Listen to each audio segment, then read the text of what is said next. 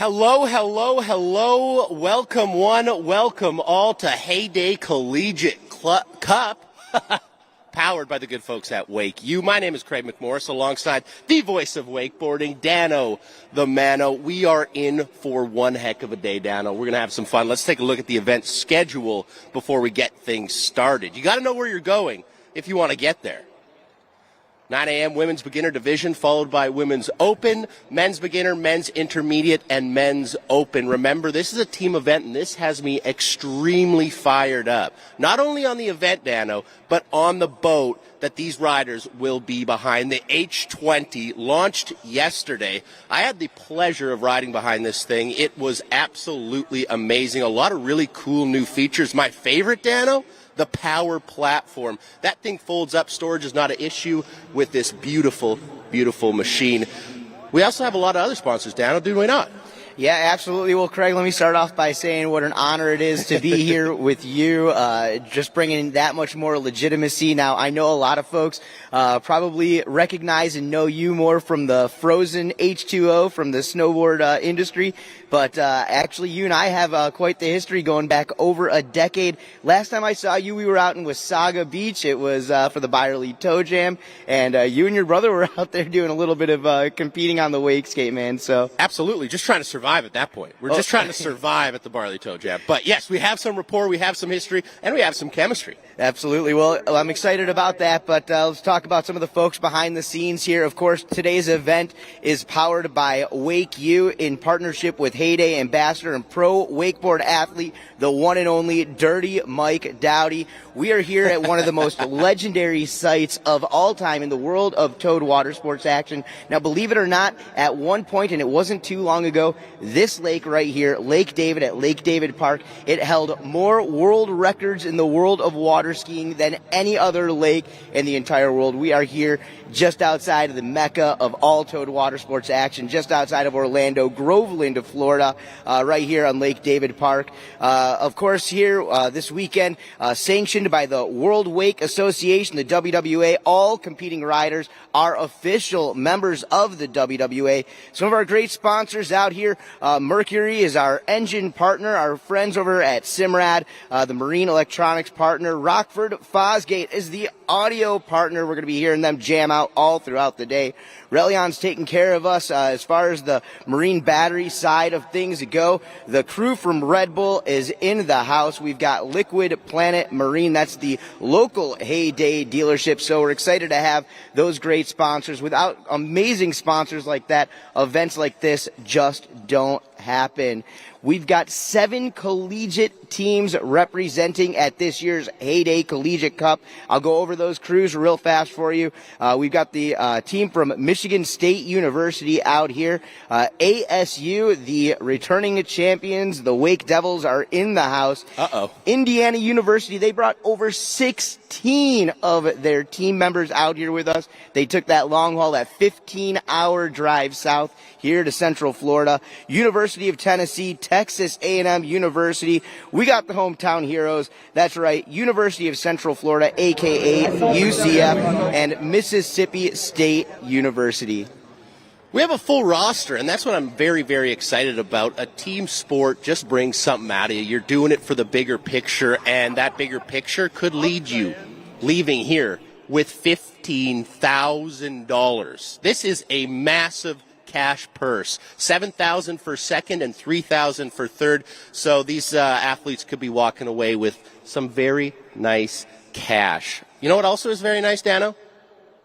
The H20. The Heyday H20. I believe that we do have a little video explaining more of it. You'll get to see Dylan Miller and Dirty Mike Dowdy be scientists. Should we take a look at that?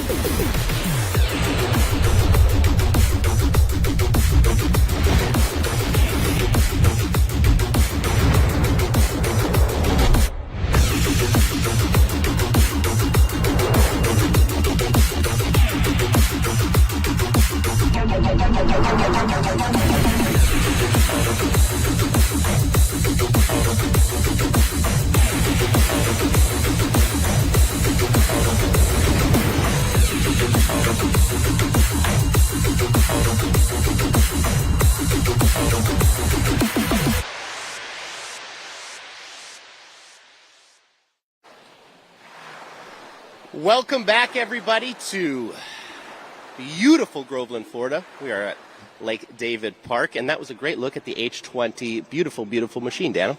Yeah, that's right. Really excited to watch it in action out here today, and we are looking at the future of wake sports with all these great collegiate athletes getting ready to battle it out. But Craig, I know that this week you arrived into Central Florida a little bit early, and you had the opportunity to get out there on the all-new this H20 yourself, and I was hoping to get a little bit of feedback from some of your experiences. I appreciate the question because I got lots to say, okay? The good folks at Heyday invited just a plethora of athletes, a couple snowboarders, some foilers, surfers, and of course some members of the Heyday Wake team. And what we got to do is go behind the H20, really explore it, find what our favorite features were, test the surf wave, test the wake, do all of that kind of stuff. And let me say there was a lot of takeaways. One of my favorite features, as I mentioned in the opening, that power platform, press a button, your platform goes up. That's industry first, okay? If you have a tight garage, your boat's getting in there, no worries. There's also these really deep bucket seats at the back. You're legally allowed to sit backwards and watch riders from behind the boat, so that was a really, really cool feature, and we had a blast out there, Dano. Well, that's right. Well, powered by Mercury Marine's 6.2-liter, 320 horsepower. So the Heyday H20 has all the power that you need. I want to talk a little bit about some of the stuff that you guys did behind the boat. Obviously, we're here for a little bit of the wakeboard action, but the discipline that's really been taking our industry by storm over the past few years. I'm talking about wake surfing. Did you guys get the opportunity to surf the wake as well?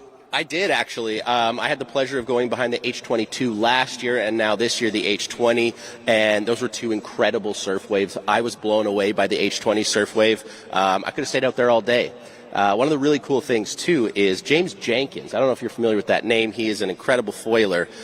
He was just doing straight-up backflips off the surf wave. It was truly, truly incredible. So we had a ton of fun out there. That thing puts up a great surf wave, but I'm excited to see it put up an incredible wake for all our athletes here today. Well, yeah, and that's the thing that I took notice. Now, obviously, if you follow the world of wake sports and you're following a lot of the competitions that go around, in a lot of cases, these guys are riding behind the 22, 24, 25-foot boats in competition. But having a look yesterday during the actual launch that was out on Heyday's Facebook page and throughout YouTube, I noticed that for a boat that's in that 20-foot range, that wake seems to be on par with some of the competitors. Facts. Absolute facts, Dano. It was on par. It was huge. And the way that they use the space in that 20-footer is, bar none, right? It doesn't feel small. But I know when you put it in your garage, it's going to fit, which is pretty cool. So I love that. I love that boat, and I'm excited to see what the athletes can do behind it today. Well, that's right. Well, the Heyday team definitely has a great crew behind the scenes, in front of the scenes as well. And throughout the day, we're going to see a handful of the Heyday athletes in the house. I know Kara Upshaw is going to be helping us with a little commentary down by the dock. Of course, Dylan Miller, a fellow Canadian of yours, one of the style masters. He's going to be hanging around here. And, of course, the man behind WakeU himself, the man behind this entire event, the one and only Mike Dowdy. Absolutely. They have such a rad team, and I'm excited to see Carol on the mic. She's going to be our member dockside. So any information that we need to be gotten dockside, Carol's going to be on it. Also, maybe shout out to everyone in the truck putting in the hard work, getting this all set up. There it is right there, giving a little wave. So we've got the media side covered, Dano. Yeah, that's right. The crew from the Water Ski Broadcasting Company have been doing such a great job bringing our sport out to hundreds of thousands of people all around the world. So we are so glad to have them with us right here in Groveland, Florida, in Lake David. Now, how about these conditions out here today? Craig, what are you thinking? Perfect. Absolutely perfect. And I know this women's beginner division is going to tear these conditions up. 7 riders in that one. That will be our first of 5 divisions, if you will. Absolutely. Well, let's go over it right now because we've got a handful of great teams from all over the U.S. representing. And in the women's beginner division this morning, kicking it off for MSU, doing it for Michigan State, we've got Gabriella DiVirgilio going to be off the dock first. From ASU, it's going to be Windsor Williams. Katie Drummond making her return to the water, representing in the women's beginners division for Indiana. For Tennessee, Madison Burge. Brianna Muir from UC UCF, University of Central Florida, right here in Orlando, Florida. For Mississippi State, Lily Ramsey and Sarah Flynn is going to be finishing off that women's beginner division and representing for Texas A&M. All right, so guys, we're going to be back here in just a few more moments. Beautiful day here in Groveland, Florida, Lake David. This is the 2022 Heyday Collegiate Cup powered by WakeU. For Craig McMorris, I'm Dan O'Themano. We'll be back.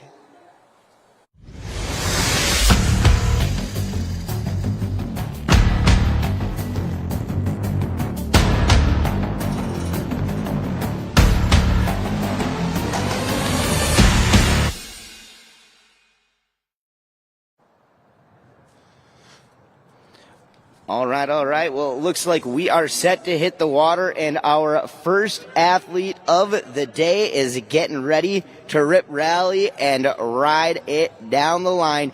18 years young, doing it from Bloomfield Hills, Michigan. Our goofy-footed rider getting ready to do it up. We've got Gabby DeVirgilio getting ready to hit the water here. 18 years old, so this is going to be her first season competing in the collegiate wake scene. I'm sure that she's got a little bit of experience behind the boat, but the one thing I love about the collegiate wake sports is it's a great opportunity to get even new students, when they find out about some of these wakeboard clubs, it gets them out there on the water for the first time. And that's Heyday's mission. Get as many people behind the boat. Water sports are incredible. Let's get more people doing it here. Gabby starting things off, right foot forward, that goofy-footed stance. All right, so here in this women's beginners division, the judges are going to be looking for a lot of things. They're going to be looking for control. They're going to be looking for the basic fundamentals out there on the water. And as you can see it right there, Gabby getting way outside the lake, getting nice and low. Touching the water right there, she cuts back in, doing a couple of surfs, a couple of slashes into that single wake jump off the toe side edge. As she continues to carve it up right behind that H20, she sets edge back over on the toes and way outside, heel side cut back over, going for that double wake jump, just about making it and clearing that second wake. Judge is definitely going to take notice. Some big air right there, Craig. And as she finishes it off, a big old turn outside that edge, outside that wake, back over, toe side wake jump. Going to be happy with that run. Stand up pass to open things up for us this morning. Absolutely. I like what you said there. I call them fundies. Gabby's got them. She went off the toe, she went off the heels, getting some air, maybe getting acquainted to this monster of a wake behind this H20. Let's see what she's got for her second pass. Remember, folks, if you're new to wakeboarding, 2 falls, you're done. 1 fall, you're still in it. You got to get there and back. And as you mentioned, the judge is looking for control. All right, well, here we go. Pass number 2, the Heyday H20 coming back in our direction. And Abby DeVirgilio out there, and it looks like she may have had a little bit of a crash there as they were coming around the turn. And, hey, that'll happen. But right now it looks like we're going to go down to the dock with Caro. Hey, guys, this is Kara standing in the hype zone with Katie from Indiana. And Katie, how have you prepared for this event?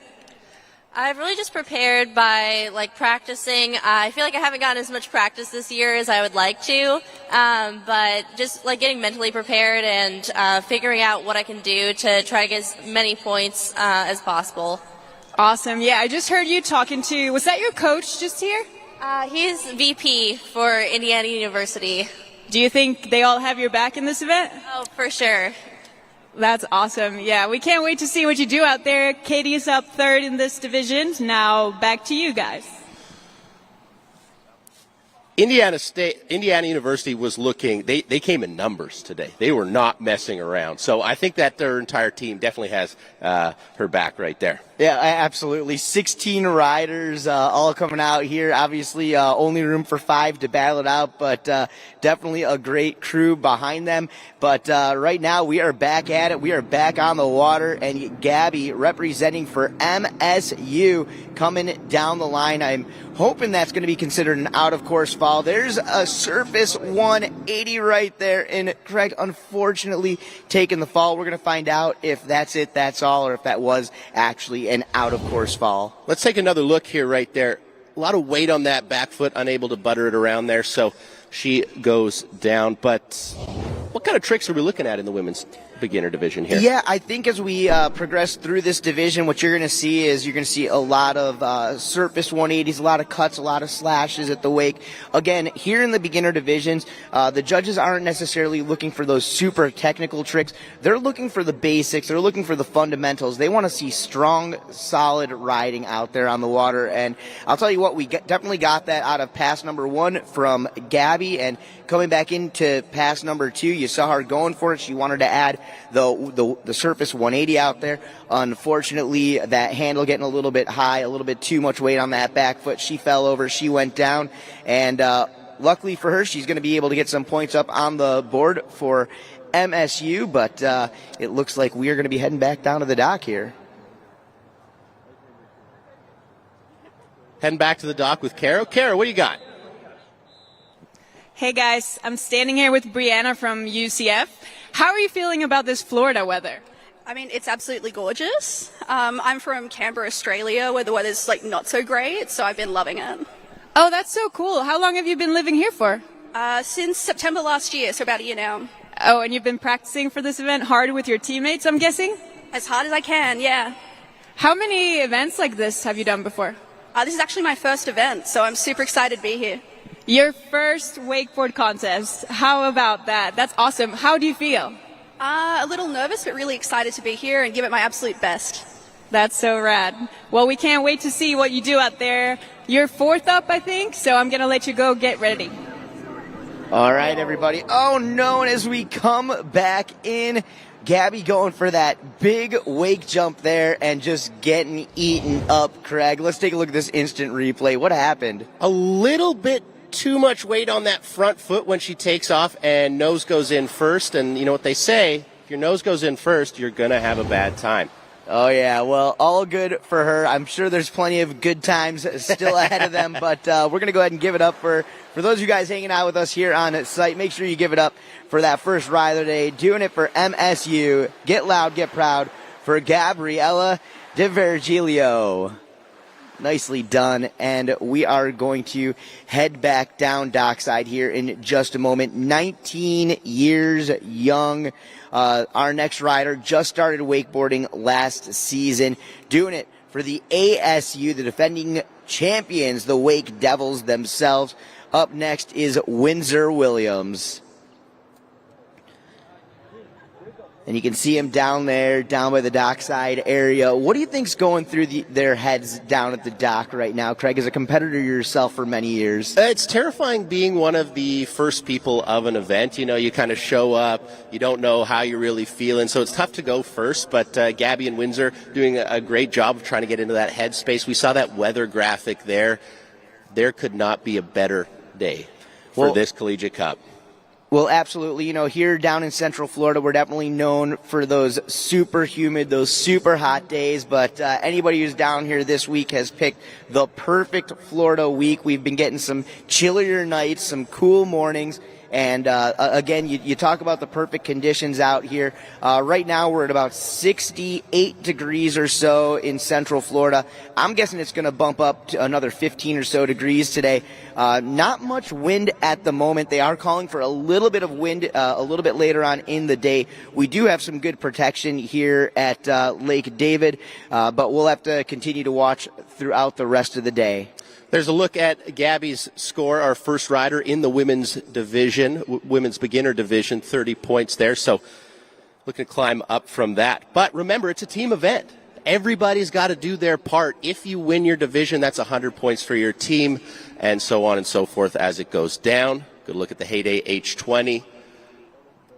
Yeah, that's right. The boat cam right there. And since we've got a good look inside the boat, we can talk a little bit about the crew at the helm. One of the style masters, a former West Coast rider, bring that West Coast style to the East Coast tech. That was Bob Sitchell at the helm of the H20, along with the judges Cody Honeycutt, Beck Gange, and Thomas Herman. I know Sam Langley's going to be behind the wheel a little bit later on. We can talk about those guys and their credentials throughout the rest of the program today, but right now let's get back at it on the water here in her second season ride on that wakeboard. This is Windsor Williams, again doing it for ASU. She's a Wake Devil. Let's go. Oh, man. Going for that double Wake Coming jump. out the gate swinging, Dano. Going full Wake jump. First hit. We'll take a look at this here on the instant replay, just burying that heel side edge as she takes the big cut in. Nice progressive edge up that Wake, maybe slowing things down a little bit at the top there. Didn't quite make it over to that second Wake, and that's what ended up taking her down. Let's head down to Carol. Carol? All right, Madison from Tennessee. How are you doing? I'm doing pretty well. I saw you standing over here, like checking the course out. Are you well prepared for your run? Oh, yeah, I'm well prepared. How much have you been practicing? Quite a bit. I go once a week usually, not too much.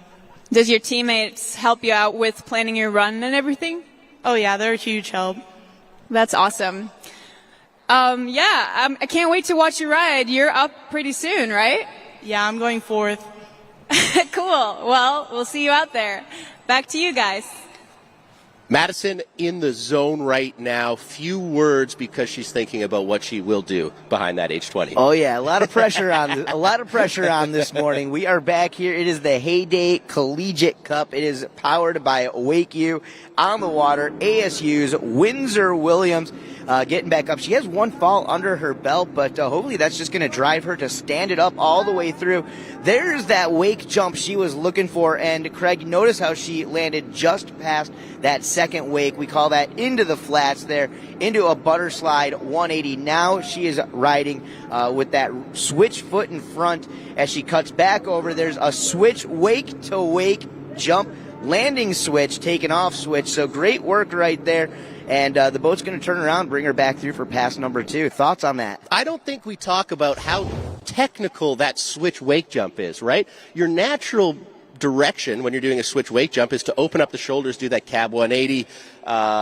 Windsor says no. Says I'm in control and I'm doing a switch wake jump. So she's got a regular wake jump. She's got a switch wake jump. We know one of her favorite tricks is that heel side 180. Will she bring that out in the second pass, Dano? Yeah, well, we're going to have to wait and find out, but you talked about those basic fundamentals these judges are looking for. Solidifying a regular and switch heel side jump, definitely going to impress them. And opening up on pass number 2, going wake to wake, that was the half cab 180. That puts her into that regular heel side position. She comes back. There's a style trick, another maneuver. That's the tail grab. That's going to get those judges smiling, and that is for sure. She cuts back in.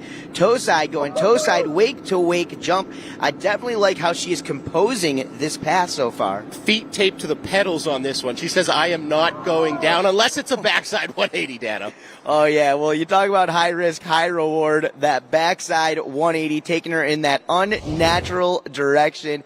What a crash right there from our rider, Windsor Williams. But here on instant replay, just take a look at the switch 180 going half cab back to regular as she puts herself into position. This is a style trick, and like I said before, judges are definitely going to be into this. Take a look as she takes off that wake. She's going to let go with that backhand, grab that back edge, and just bone out that front leg. That's the highlight for me. I'm going to be honest with you, Dano. That was the highlight for me, that tail grab. Showing control, showing style. Absolutely. That's what it's all about, right? No doubt about that. Well, you take a look here as she cuts back in on the instant replay for this toe side wake jump. She just makes it over to the top knuckle, almost gets thrown off a little bit, but she's able to compose herself and get right back into it. And then it's right here on this backside 180, going for the high risk, high reward. She gets the pop, she gets the grab, she just doesn't quite get the rotation and landing. Hey, it was a great effort out there nonetheless. Let's give it up for Windsor Williams. I'm standing here with Gabriella from Michigan, who just rode her first ever wakeboard contest. Now she's done. How did it go, according to plan? Not according to plan, but it's okay. It was the first run, so pretty nerve-wracking, but it was fine. You still accomplished a huge goal of yours to, compete in your first ever wakeboard event, so you should be pretty proud of that. Yeah, totally. Very exciting, and it's just great to be in Florida, away from the cold weather. How did you prepare for this event? I didn't really have much advance or notice. I kind of found out 3 weeks ago I'd be coming, so I just went out and practiced as much as I could, but Michigan's freezing, so it's kind of hard to do that. But So what I'm hearing is not much practice. You still went out there and killed it. Even though it didn't really go according to plan, you still rode in your first ever wakeboard event. yeah, That's awesome. Well, we'll let you go and get warm. It's a little chilly out here still. So thank you so much. We'll see how you did compared to the other girls. Bye. Thank you so much, Caro. Let's move on. Our third rider in this women's beginner division will be taking the water right away. There's a quick look at the schedule, though.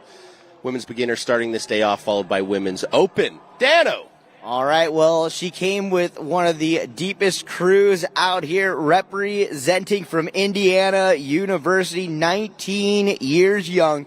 She took third place in the Eagle Claw Classic. Ladies and gentlemen, this is KD Drummond on the water, her second year competing here in the Heyday Collegiate Cup. Starting off her run with that heel side air, cutting back over into the wake, onto the toe side edge, and just getting thrown off just a little bit, taking a fall there. That's only one, though. Remember, 2 falls, you're done. So Katie will have to shake it off, get back up, and maybe try that toe side air again. Fun fact, Dano, Katie's a published author.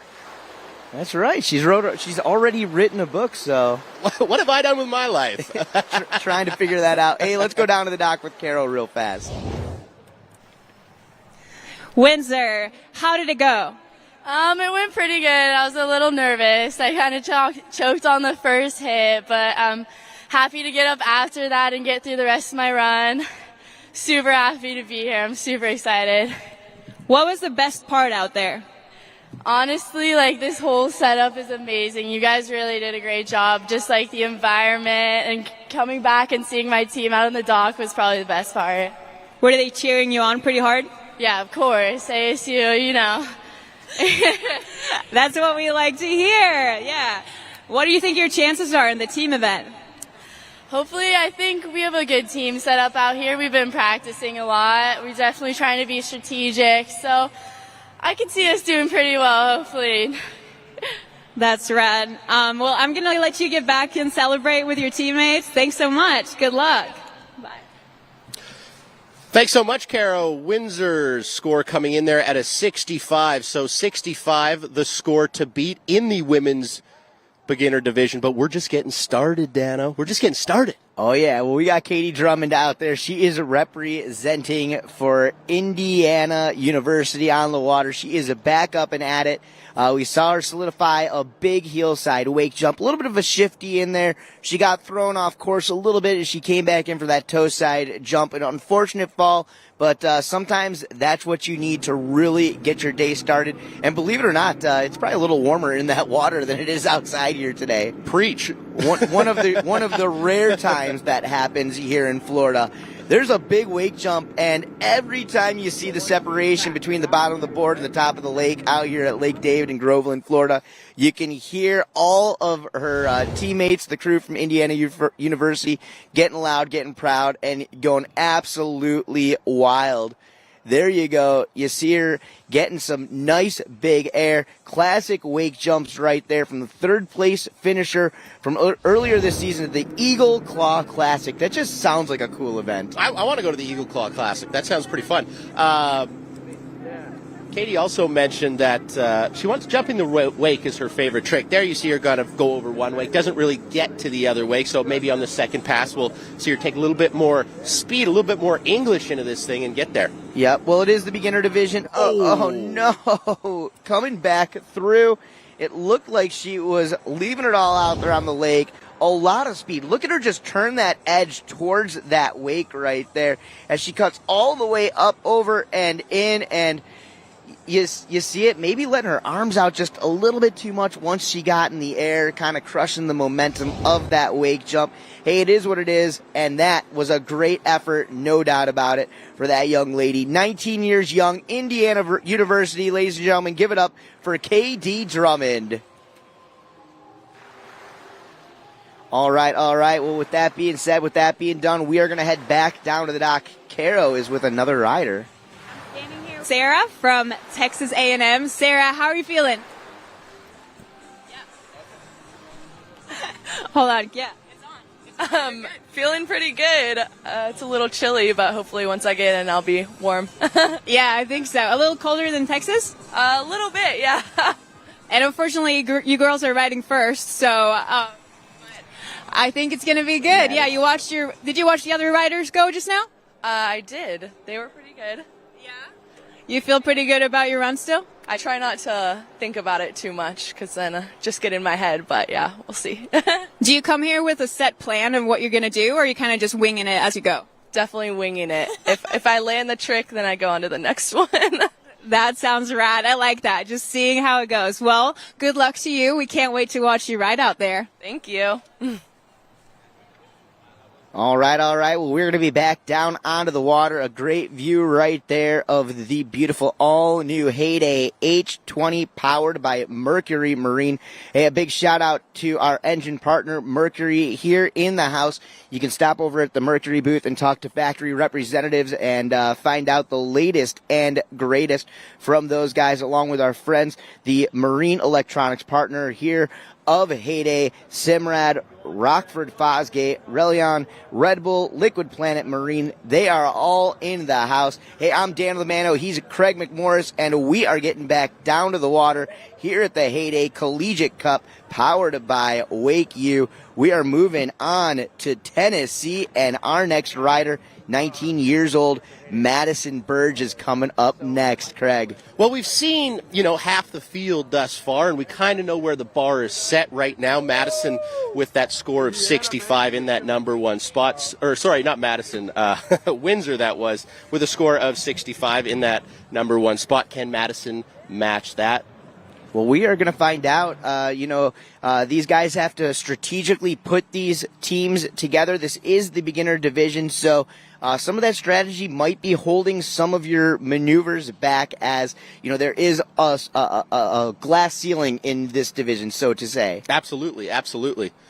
All right, well, let's get back at it. Let's get down to the water. We have got our rider representing University of Tennessee out there, the 19-year-old. This is Madison Burge. She takes a heel side edge into the wake. Oh, no, and there is a fall for trick number one. But doesn't go down quietly, Dano. Kind of knuckled that second wake, but still held on, still tried to fight through. I thought she was almost going to ride away for a second there. Let's have another look. Yeah, take a look as she cuts in, man. Keeping her eyes on the prize all the way through. You take a look there. She was coming down. She kind of looked down at the water. She let that handle up a little bit, and that got her really far back on that heel side edge. She kind of power slided out of that one and unfortunately just could not hang on to the load of that line. Absolutely. Let's head down to Caro. Caro, what's up? Katie, that was kind of a rough start. Tell us what happened out there. I felt like just because I haven't gotten as much practice as I'd like, and it's a bigger wake than I'm used to, it was just a little rough. Plus, I've never used this board before, so I was just kind of trying my best. So a new board the first time in a contest? How did that happen? Well, I'm actually using my friend's board, so. Which board do you use back home? Generally, I just use a Liquid Force board. I don't have my own board yet. I've always just used other people's boards, but it was still good. I love that. I love that you're at a wakeboard contest and you don't even have your own board. That is super impressive. But then you came up, you had some redemption. How was the rest of your run?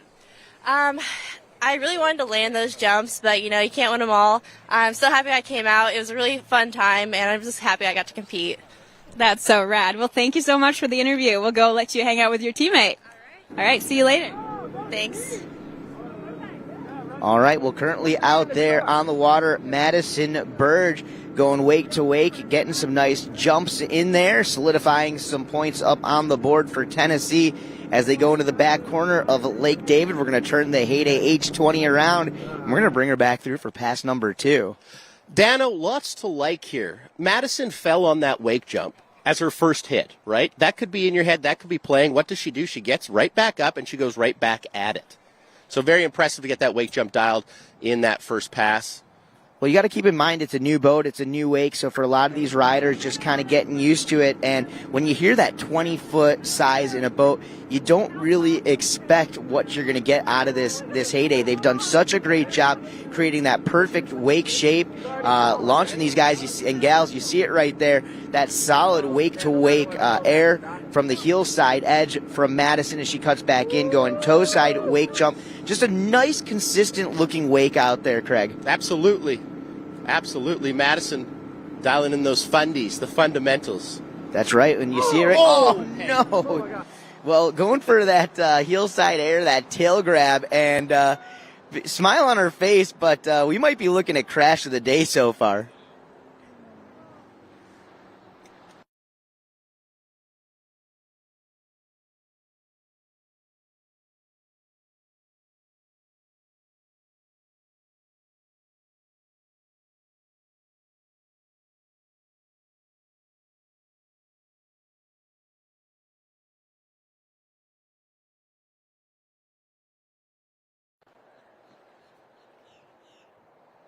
All right. Well, we are back, and man, what a crash. Craig McMorris, we just saw Madison Burge go for that tail grab, and talk a little bit about some of the devastation we saw out of that trick. Well, I like how she was upping it, right? She went for that wake jump on the first pass and had it to add a little bit of spice to it, if you will, on that second, so the tail grab attempt was very, very good, but a violent fall nonetheless, so that's one way to wake up in the morning.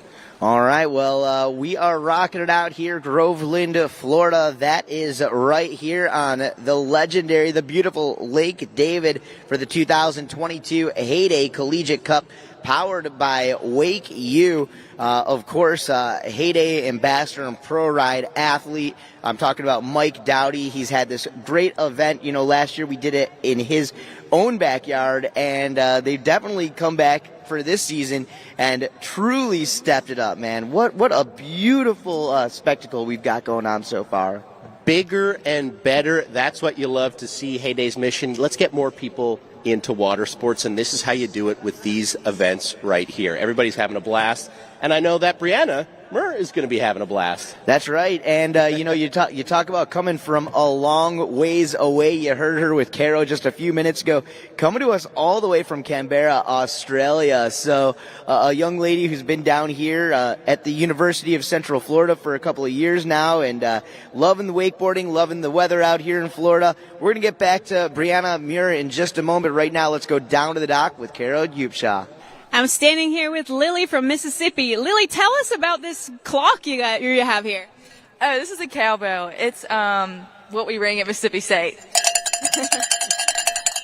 And I see it has your name on it, so I'm guessing you're ready to roll. Yeah, I'm ready. Well, you're the next rider up here after Brianna, so I'm going to let you get ready. We'll talk to you after. Sounds good. Thanks. Good luck. All right. 25 years old. Brianna Muir is on the water. Well, now she's in the water, but going out there and really going for it, representing for the University of Central Florida. And actually, just about 10 days ago, I was with Brianna and the rest of her team, UCF. We were down here at the Orlando Watersports Complex along with Red Bull for the Red Bull Rivals Collegiate Cable Wakeboard Contest. And Brianna was out there representing with the crew. And you always got to watch out for the UCF. They kind of have that hometown advantage down here. Absolutely. The dark horse, if you will, of the Heyday Collegiate Cup 2022. If you're just joining us, we're here in Groveland, Florida. I'm Craig McMorris alongside the voice of wakeboarding, Dan O'Damana. We've seen a little bit of competition thus far. What do you think? Yeah, I think we're in for something really special throughout the rest of the day. I mean, we've got some great divisions here, kicking it off with the women's beginners division. We're going to move into women's open following this, right into the men's beginner division, men's intermediate, and then men's open. So, I mean, we've got riders all the way up into that semi-pro style, and so really looking forward to watching some big stuff go down here today, Craig. Well, speaking of pros, let's head down to the dock with our very own pro, Caro. I'm standing here with Madison, who just rode. Madison, how was it? It was really good. I had a lot of fun. You just told me that you landed a new trick? Yeah, I threw a heel side grab for the first time, so I landed that. It was pretty cool. Were you planning to do that, or you just kind of got feeling? Going into it, I was not, and then I just kind of went for it, and it worked. That's awesome. Well, it looks like Brianna's back on the water, so let's cut back to you guys. All right, and there you go. You get a great shot from inside of that Heyday H20 with Brianna Muir on the water right now. We do have some scores posted. Katie Drummond now with that score of 20, but Windsor Williams is still in that first place spot with 65 points. We are doing live scoring here, so judges keeping it moving and grooving. Unfortunately, we saw a second fall right here. We'll go back to instant replay, and Craig, maybe you can talk us through what just happened. So it looked like Brianna was going for that butter 180, just keeping it board on the water, keeping that toe side edge up in a successful one, but unfortunately Brianna letting that toe side down and going down into Lake David here. So that will be her second fall and do it for Brianna and the University of Central Florida. They're going to have to lean on some of the other divisions here as we move on, because that Windsor Williams score of 65 is looking pretty tough to beat in that women's beginner division. That's right, but it's not going to come down to just one rider out here. This is a full team event, and kind of remind us how these scores work here today, Craig. So essentially what you want to do for your team is win the division. If you win the division, you win 100 points towards your team's overall score. So the best a team can do is 500. We're probably going to see scores in maybe the 300, 400 range. What are they all competing for, Dano? Great question. I just asked it to myself. $15K. Are you serious? A prize purse of $25,000 here at the Heyday Collegiate Cup. Yeah, and that'll definitely go a long way for these collegiate clubs out here, no doubt. A lot of these guys and gals throughout the season, they've got to afford to pay for new boards, new equipment, new gear, gas, of course, cable park passes. For some of these riders, cable parks aren't too far away, so it gives them a great opportunity advantage to get out there and take well use of those as well. We're going to get back at it and onto the water, and it looks like Brianna had an out-of-course fall, luckily for her. And we're going to get her back on the water, bring her back through, and let her try to get a couple more points up. That surface 180, that's her favorite trick to do out there on the water, and my fingers are crossed. I'm hoping that we get to see her ride away from it, because that would be something special this morning. That'd be incredibly special, because you have to remember this is Brianna's first competition ever. Absolutely wild stuff. Got to be a lot of nerves, but I find when you're competing, you can always start riding and the nerves kind of go away. So hopefully those nerves are gone for Brianna and she can nail that surface 180 on her second pass here. She can, she will, Craig. There we go. It's going to happen. That's right. Positive energy this morning, my friend. Manifest it. That's right. All right, well, she is back on up and on the water, and once again getting that view right there, that driver's side view. Hey, what's up to Bob Sitchell? Driving that Heyday H20 you see inside the boat. Professional female rider, past two-time women's world wakeboard champion, Becca Gaines. She's in the boat along with one of the top up-and-coming riders, Thomas Herman, along with young rookie rider Cody Honeycutt, holding down the judging staff there. So a great group of judges, some amazing contest riders. But they're going to keep their eyes on the action as we continue to press on through the day. As you take a look at the schedule up there on the big screen, we are currently in the women's beginners division, followed up by women's open riders. We do need to make sure that Kendall, Alyssa, Hayden, Ricky, and Ellie are all down to the dock, ready to go. Our women's open division, we are going to be rolling right into that from this women's beginner division. Brianna Muir representing UCF. The Australian is off the water, and it looks like she had a fall down at the beginning of pass number 2. And Craig, that's going to do it for her. That's going to do it for her. Bob Sitcher was not looking back. He saw she went down. He was coming straight back to pick up our next rider from Mississippi State. So unfortunately, Brianna going down. But it's her first competition. You got to celebrate the fact that she's getting out there, and I think this won't be her last, Dano. Absolutely. Well, you can tell she's a major enthusiast of the world of towed water sports, so great to have her out there with us. And, Craig, and this sometimes, just knocking that first contest out and shaking off those cobwebs, that sets you up for a really fun career in competitive wakeboarding. Absolutely. The more you do it, the better you get. The more acquainted with competition, the better you perform. So looking to see Brianna in the future. All right. Well, hey, our next rider, we got to meet her just a little bit ago with Caro down on the webcast, but 21 years old, coming to us from Meridian, Mississippi, doing it for Mississippi State University. Now, in her first 2 years of college, she was a softball player. She hung it up. For what?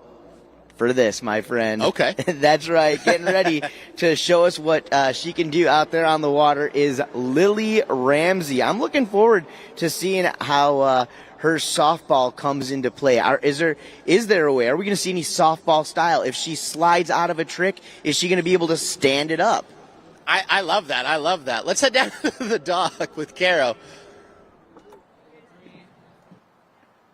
All right, I'm standing here with the A&M team. They're ready to cheer for their girl, Sarah. What have you guys been doing to support her?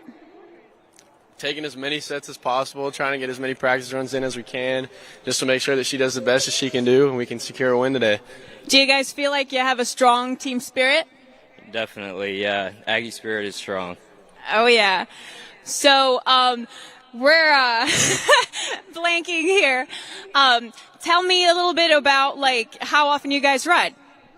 We take a few sets during the week, 4 or 5, and then maybe like one national set a week, and just go out there, encourage each other, and try to progress on our riding. Did you guys think it was going to be this cold when you came to Florida? No.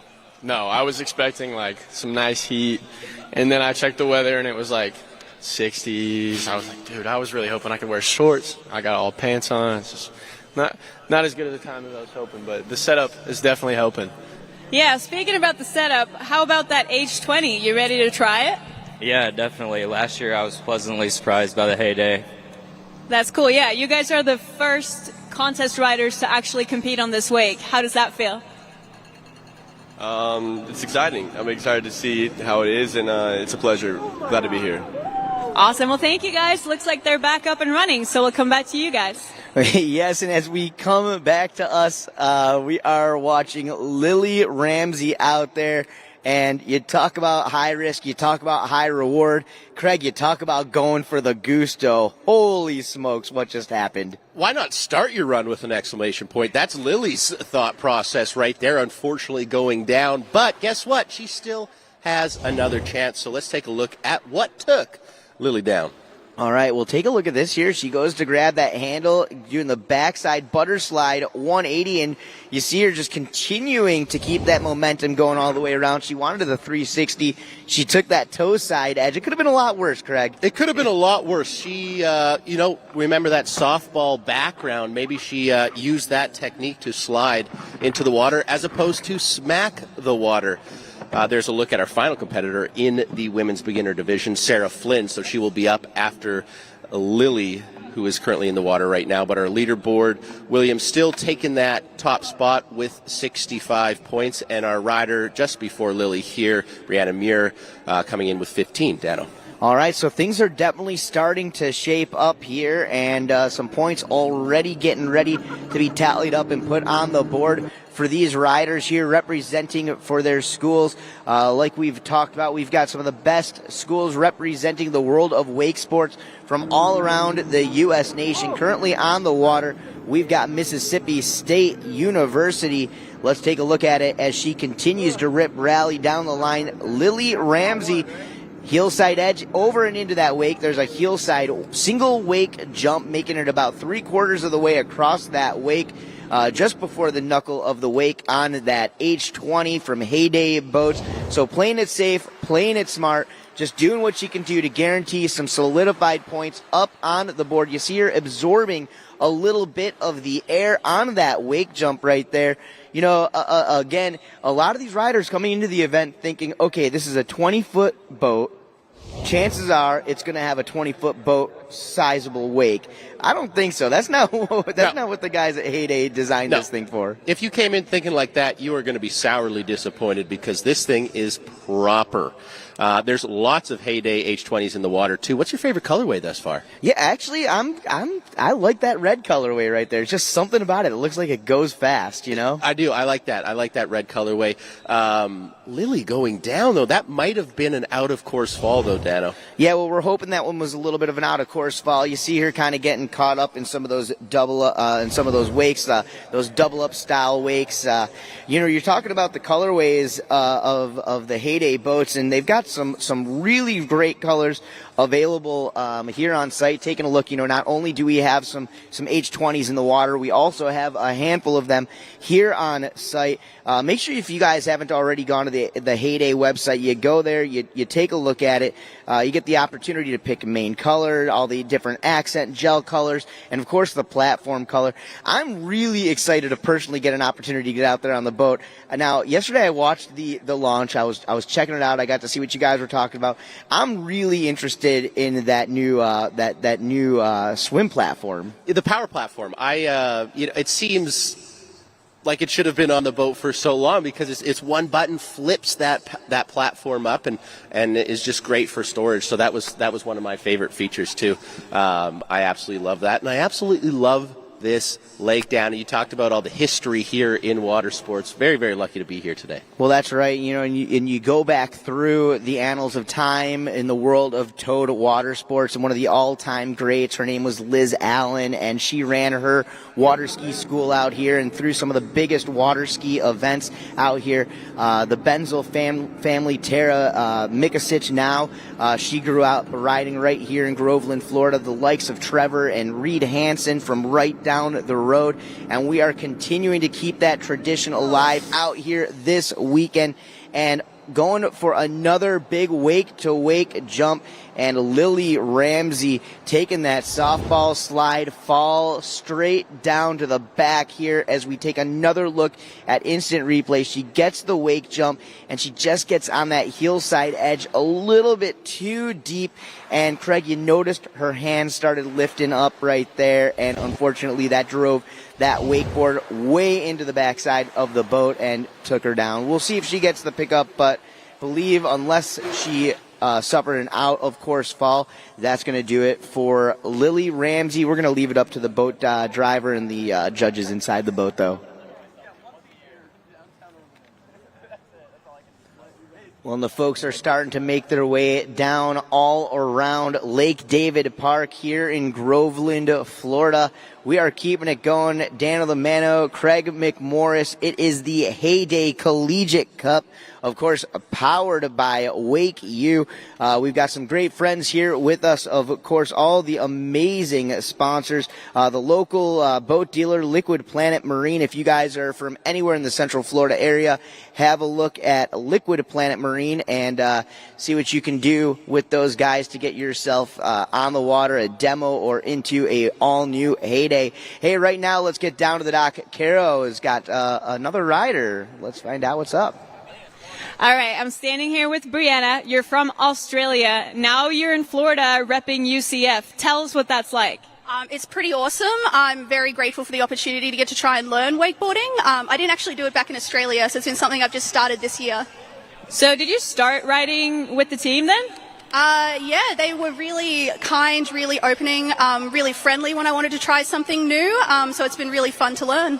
That's so cool. And you said this is like your first, not only your first contest, but one of the first times you've been riding boat. You usually ride cable?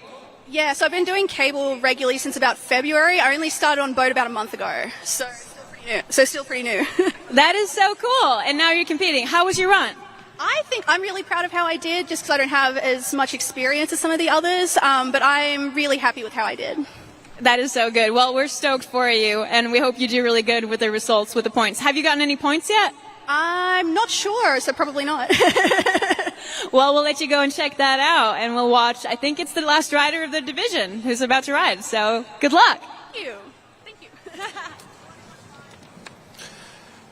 That was a third member of our team, Caro. Thanks for that. Let's take a look at the leaderboard right now. Currently in first place, it's Windsor Williams from ASU with 65 points. Lily Ramsey, our last rider, out of Mississippi with 17.50 points. And we're moving on to our final rider of the women's beginner division.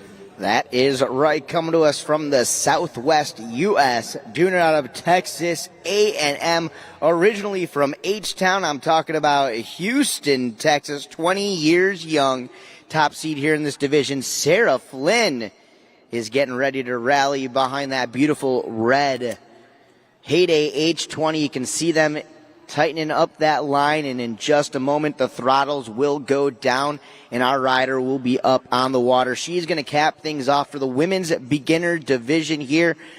We've seen some great riding already this morning out of this division. Not an easy time to hit the water. No, it's, getting that cold start, Craig.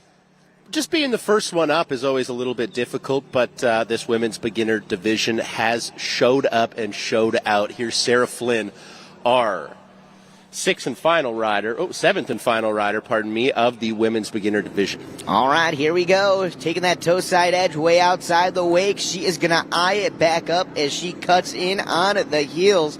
Sarah Flynn, big cut, wake to wake air, massive pop on that one, and a little tail heavy on that landing. But how about that wake jump, Craig? That was massive. Biggest air we've seen today. Sarah Flynn, you went to the moon. Absolutely. And, these judges, you talk about the fundamentals that these judges are looking for. One other thing you got to keep in mind is the amplitude. Judges love amplitude, and by amplitude, I'm talking about air.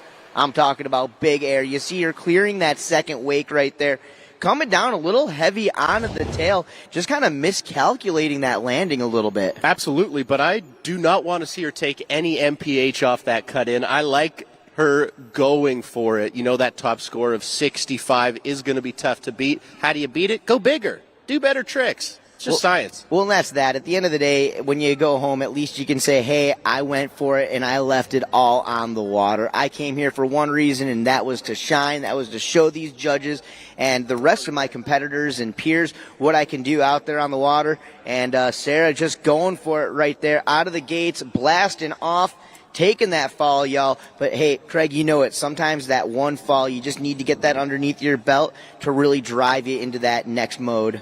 Absolutely. Let's see how Sarah Flynn responds. All right, and just like that. And keep your eyes on that wake there of the Heyday H20 and take a look at it. And as quick as that boat gets up and onto plane, that wake already shaped out. Characteristics of a much bigger boat out there, but packed into that beautiful 20-foot package. Unfortunately, going for another jump right there. She ends up taking the fall, y'all. She goes down. We'll go back to instant replay, see exactly what happened right there. It looked like she was going for a bit of a shifty air, trying to add a little bit of style, make that wake jump just that much more unique, give the judges something to work with. Hey, it's an unfortunate fall right there, but we'll give it up for her nonetheless. From Texas A&M, Sarah Flynn, and all together in this women's beginner division, Sarah Flynn, Lily Ramsey, Brianna Muir, Madison Burge, Katie Drummond, Windsor Williams, and Gabby DeVergilio. Let's head down to Caro, the third member of our team. She's at the dock. All right, Lily, how was it out there? It was great. I just came to have a good time, get some riding in, and I'm so happy I got to be here. We got invited. Did it go according to plan? Honestly, I didn't really have a plan. I was just kind of like, I'm going to wing it and see what happens. How did you like the wake? Oh, it was great. I've never ridden behind anything that has a wake like that, so it was a really cool opportunity. That's awesome. Did you hear your cowbell when you were out riding? No, I didn't actually, but I'm sure my teammates rung it loud. And what about you? Can we get you to ring it? Oh, I'll ring it for you. Here we go. That is so loud. I love it. All right. Well, I think we're about to start the next division in women's, and I'm excited to see all your results. So thank you so much. Back to you guys. Thanks so much, Caro. Appreciate that. That is the women's beginner division, all said and done. I'm just guessing, but I think Windsor Williams took it with a score of 65. Before we move on to that women's open category, we have that Collegiate Cup video. There it is, as I mentioned, Windsor Williams in that number one spot. for ASU with 65 big points, earning her team 100 big ones to that overall score.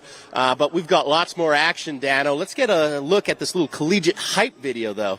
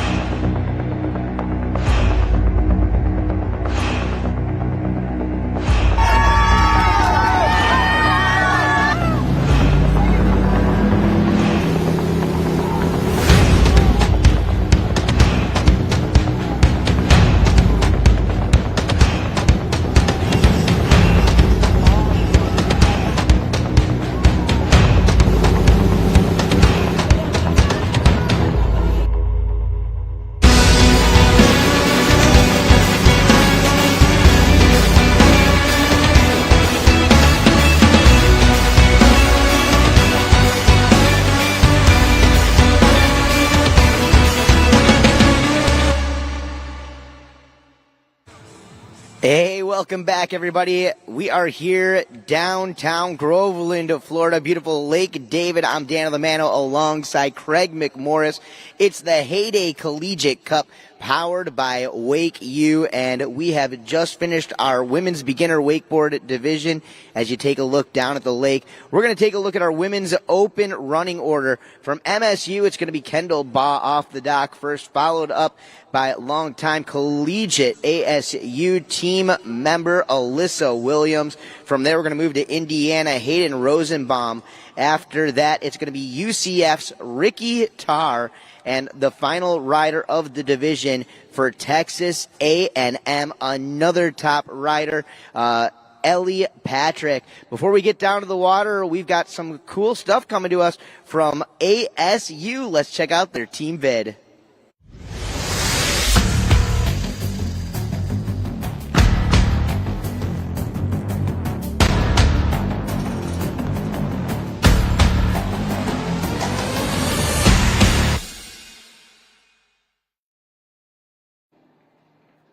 All right. Well, we are back. ASU, over the past decade, they have become one of the most recognizable team in collegiate wake sports. They have been pushing it so hard on the competitive side of things, but you also talk about gaining exposure for the sport and getting participation. ASU has had one of the most well participated on teams in collegiate wake sports. They continue to grow that team. They continue to push the sport, and that's a beautiful thing. You got to have a lot of appreciation for that.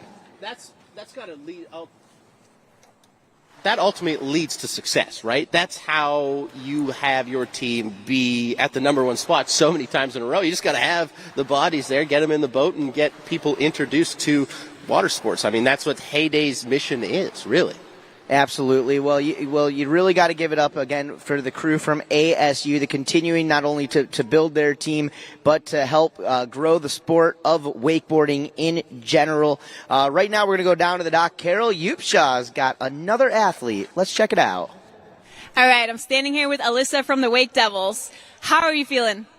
I'm feeling a little nervous, but I'm ready and I'm excited for my team as well. You just told me this is not your first contest, but your first interview. So have you been to many events like this before? Yeah, I went to this event last year with my team and then just the other collegiate teams, competitions, yeah. How is this event compared to the regular collegiate events? There's definitely a lot more pressure with the cash prize, and also we'd do a three-peat if we won, so it's a lot of pressure. I'm sure you're going to do great. What's your favorite trick that you're going to throw out there? Probably a roast beef grab.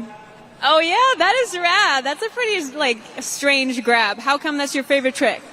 I don't know. I just feel like that's my most styly, and I usually go big on those.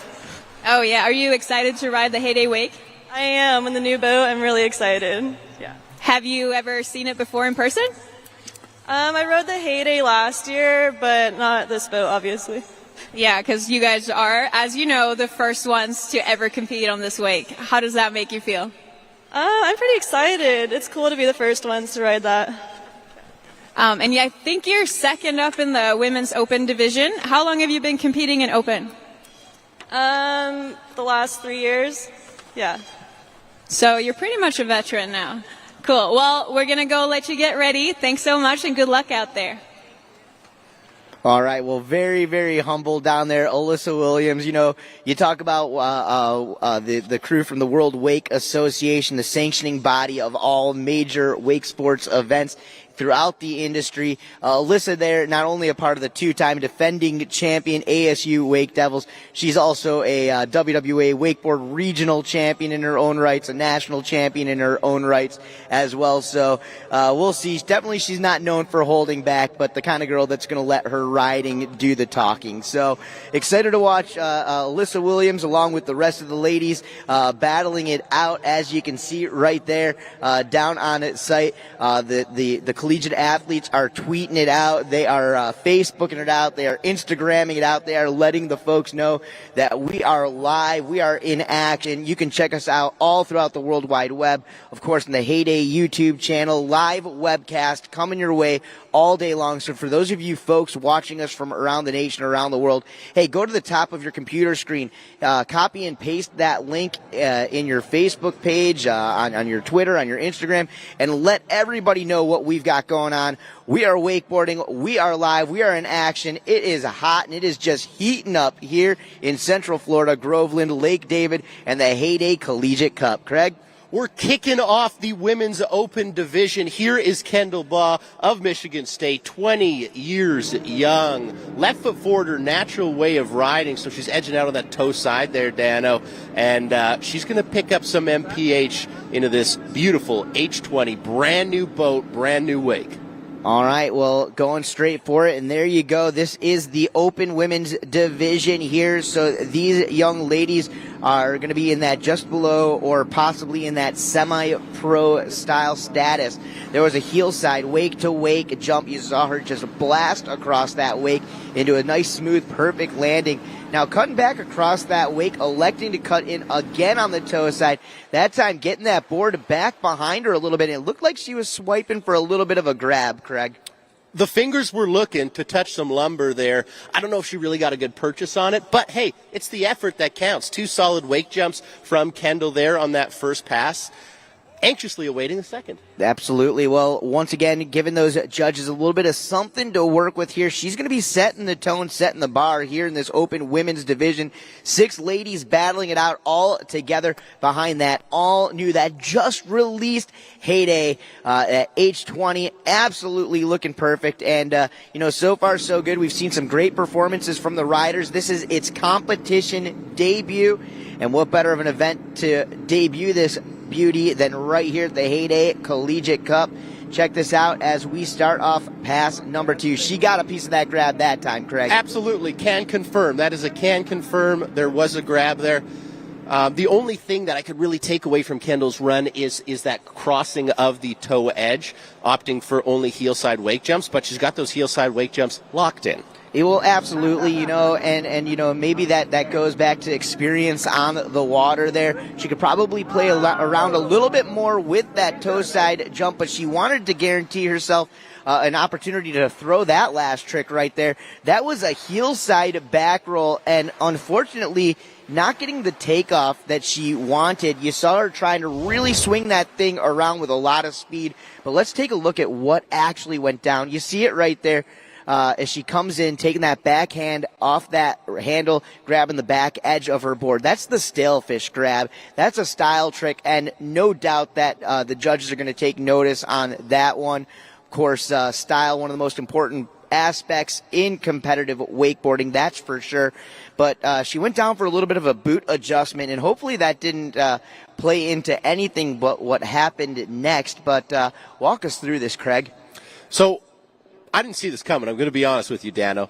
Attempting the back roll right here, and as you said, just didn't get the takeoff. So taking off a little bit early, and when you take off a little bit early on a wake of this size, you just don't get the pop. You don't go up. So great attempt, but unable to put it down. Let's now head down to the third member of our team.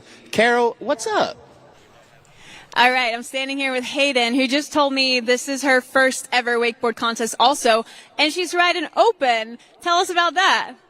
Yeah, so I am just competing in open kind of for fun and just to help my team out. So I'm super excited to be here today.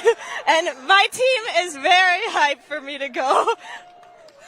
We love to hear that. Yeah, taking one for the team, making sure you get the points, trying to get some of that prize money maybe? Maybe we'd really love to win and get a new boat. Hopefully that's like our goal. So we'll see what happens.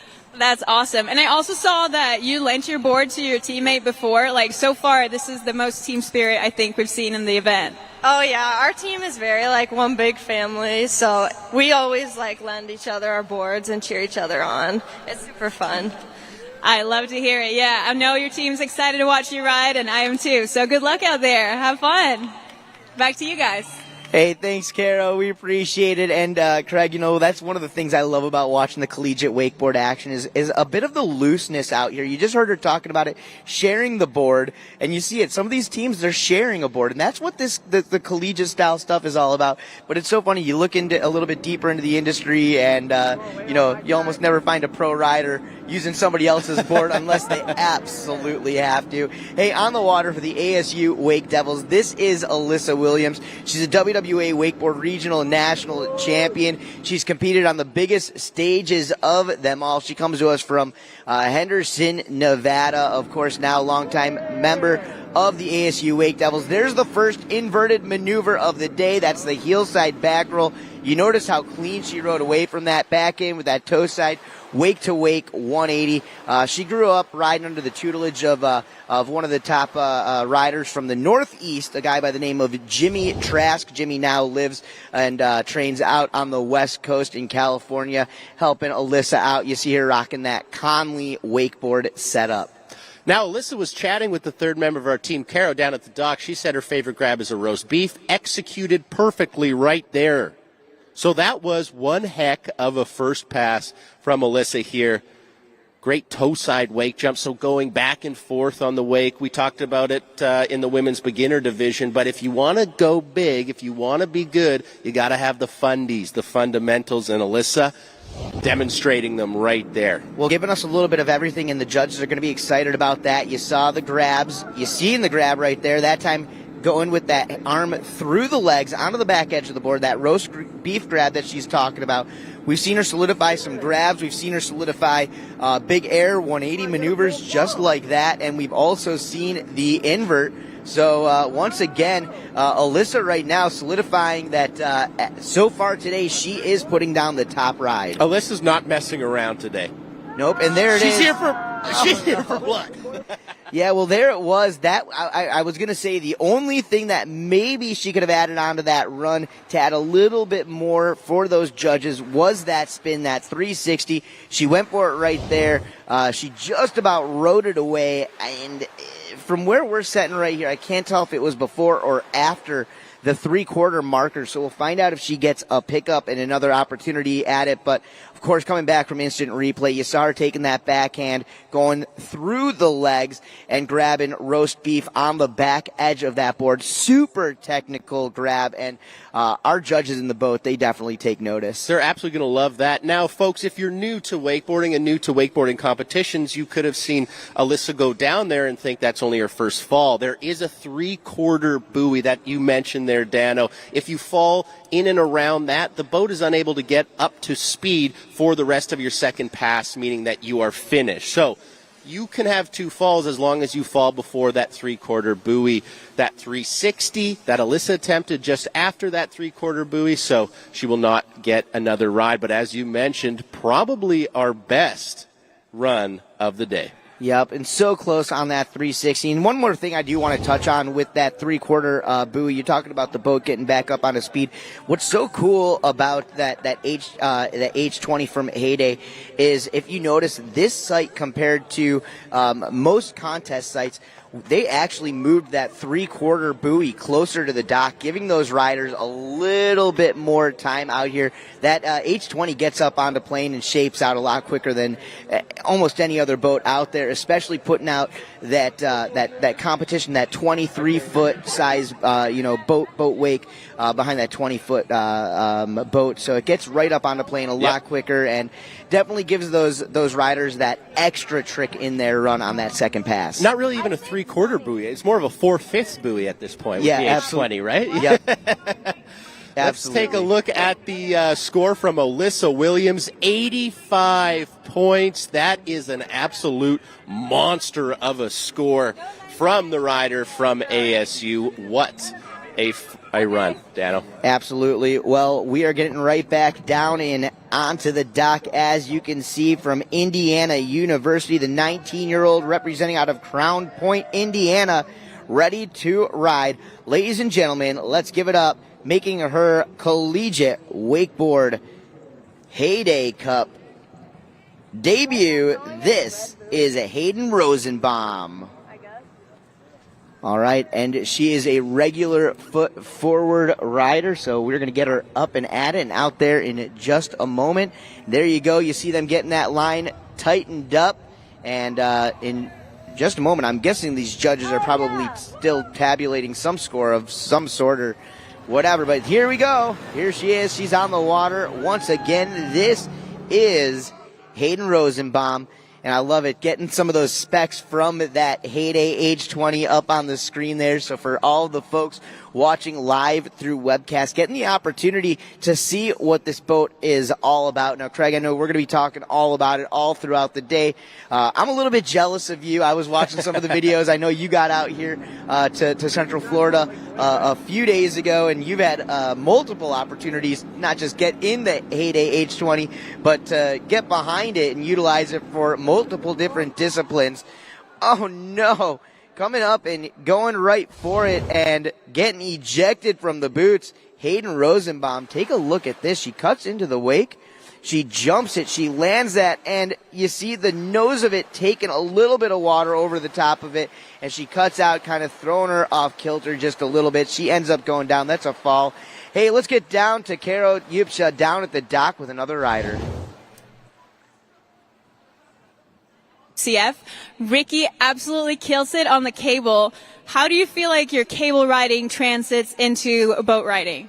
It's totally different. I have to rewire my brain every time I go to ride boats. So, would you say cable is harder or easier? I came from boats, so it's getting used to it was weird, but once I got cable down, I thought it was easier. What about contests? I know you're a very experienced cable competitor, but you've done 3 boat events so far. How does that differ? Yeah, this is my 3rd boat event, and I'm pretty nervous for it. I don't cable, I'm pretty calm, but now I'm like, woo. You're ready. Well, I guess you're next, so we're going to let you go get ready. Good luck out there, girl. Back to you guys. All right. Well, Ricky Tarr hanging out down dockside with Karo Yupsha. Ricky, of course, is one to watch out for. Craig, if you haven't seen what Ricky is doing on the cable, man, oh man, you are missing out. That girl crushes it. She also had a great performance along with the rest of the UCF team just a couple of weeks ago at the Red Bull Rivals event, that collegiate wake park competition put on by Gunther Oka. It was great to watch, but I'm really excited to see what she's going to put down behind the boat. Currently right now we've got Hayden Rosenbaum doing it for Indiana, and they bringing that line around. We're going to get her back up straight out of the gates there, taking a little bit of a crash off that wake jump. Absolutely fell on that one wake jump, and what was unfortunate, came right out of the boots. She lost her wakeboard, so had to reapply that and get up for her rest of her run. Now remember, that first fall will go against you. It's 2 falls, then you're done. So she's still got a lot of room to work with here. Absolutely. Well, we're going to get her back on up. And then for any of you folks watching us live through webcast or hanging out here with us on site at Lake David, hey, if you're taking a look at that Heyday H20 out there and you're like, oh boy, I'd like to get out there and get a little demo ride and an opportunity to get behind or in that boat myself, hey, check it out. The crew over at Liquid Planet Marine, they are our local dealer partner. They are in the house, or you can look them up online. They'll get you guys squared away and taken care of. But if you want to get behind one of those H20s from a Heyday, you need to make sure you get with a great Heyday dealer. And in addition to having the opportunity to do that here in Central Florida, I know Heyday is going to be heading around the U.S. with a special tour. We can talk a little bit about that a little bit later on throughout the day as well. Craig, excited to find out more about what's going on with that. I'm excited to find out more as well, and I'm also excited to see the rest of Hayden Rosenbaum's run out of Indiana, finishing that first pass, obviously that fall on that one wake jump, so she's going to have to lay it all on the line here for pass number 2. Dana, you mentioned regular-footed rider. That means that left foot is forward. If her right foot was forward, we'd call it goofy-footed rider. So will she switch up her stance in this second of 2 passes? All right, doing it out of Crown Point, Indiana. For Indiana University, Hayden Rosenbaum, 19 years young, played volleyball for 6 years and kind of hung that up, and now focusing a little bit more on competitive collegiate wakeboard action. Sounds a little bit more fun to me, a little bit more loose. There's a heel side jump. Oh no! Getting onto that nose of her board, almost wheeling over the front and going down. You'll take a look here on the instant replay. There she gets the single wake jump, and again, just wasn't quite ready for that land and taking the fall. And unfortunately for Hayden Rosenbaum and Indiana University, that's going to do it. But right now, we are going to go back down to the dock with Caro. All right, I'm standing here with Ellie from Texas A&M.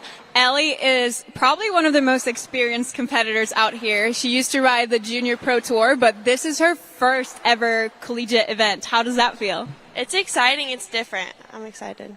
That's so cool. Yeah, you told me just now that you took last year off to get a little rest. And yeah, how did that happen? I think just wanted a break to focus on wakeboarding and wakeboarding with my family and not just competing, and it was good. It was the right decision. And how do you feel about wakeboarding now? Super excited.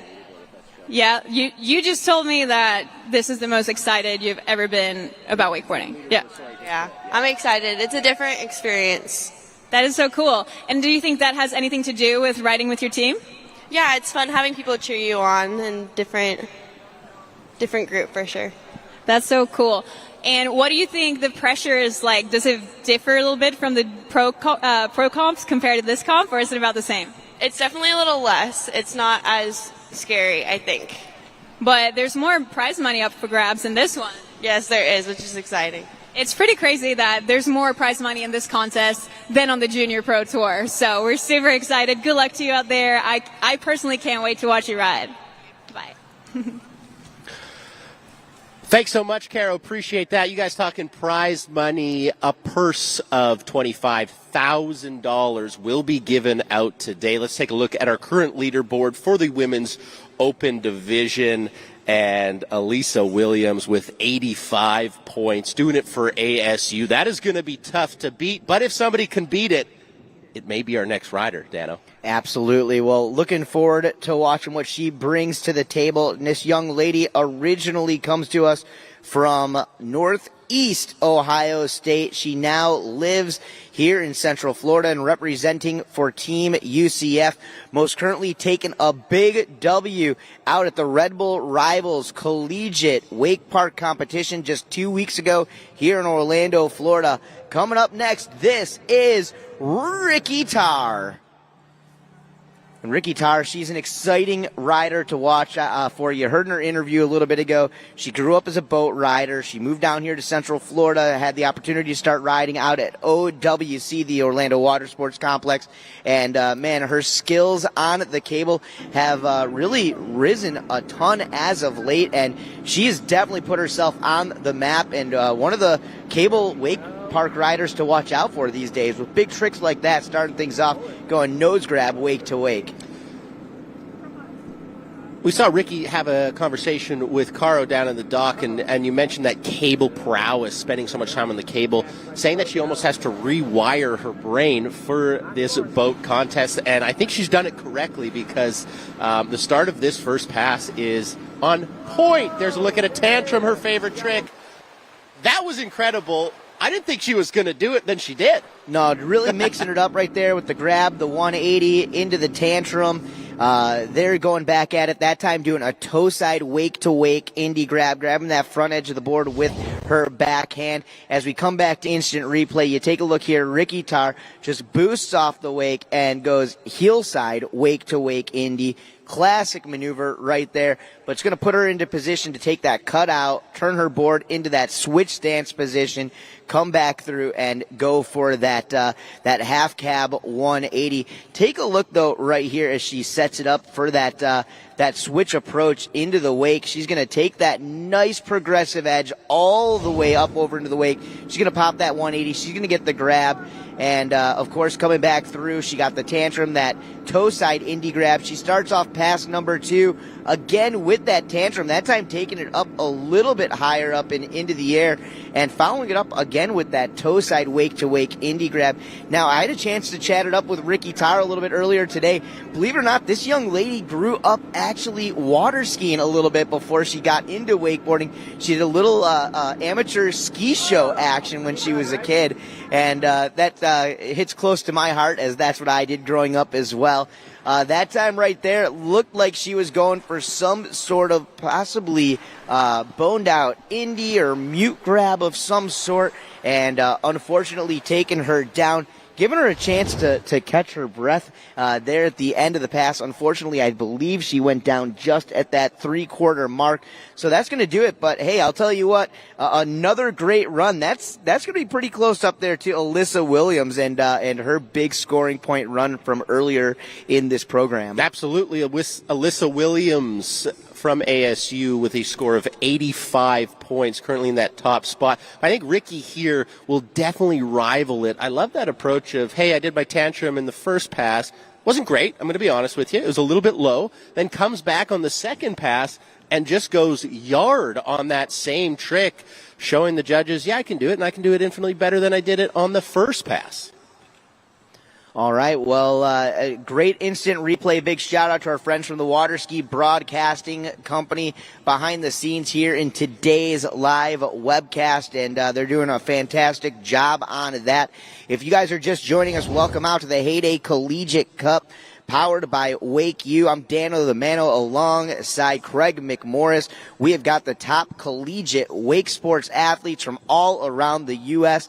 battling it out here on the waters of Lake David in Groveland, Florida, literally 35 minutes from the city center of Orlando, Florida, otherwise known as the Mecca of all wake sports action.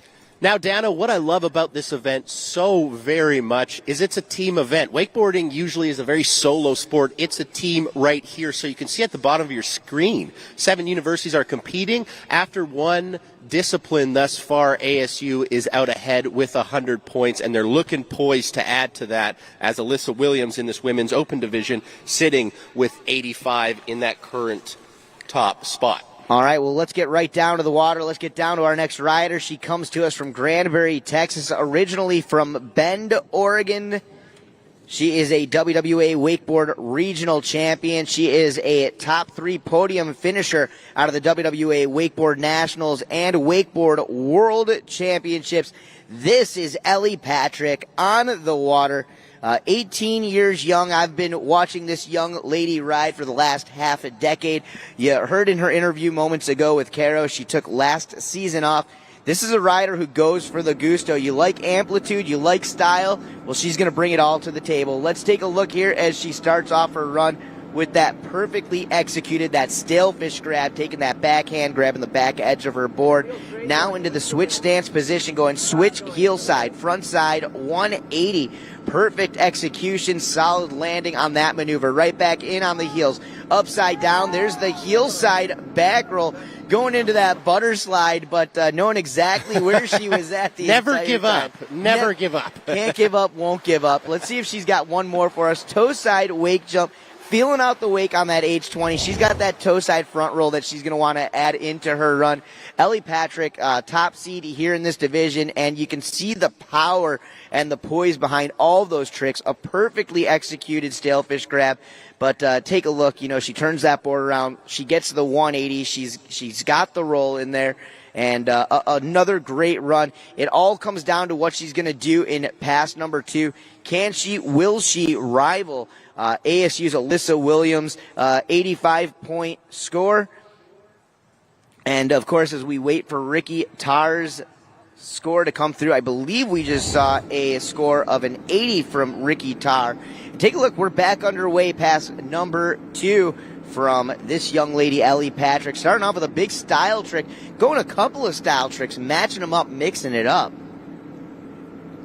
She's mixing and matching. You can also see the graphic there. It was saying Riley Simpson there, but Riley unfortunately had to drop out, so this will be the last competitor of our women's open division. This is Ellie Patrick, and Ellie Patrick is putting on a clinic, Dano, with the front roll, as you mentioned, but I spoke too soon. Oh, yeah, going for that front roll right there. And front roll's one of those really tricky maneuvers, as you almost have to over-rotate that trick to execute the landing on it. If you undercook it even by a little bit, you're going to land on your heels. You're going to load that line up way too much, and it's just going to pop right out of your fingertips, which is what we've seen out of Ellie right there. Here in pass number 2, you see mixing it back up with the airs, with the grabs, with the 180s.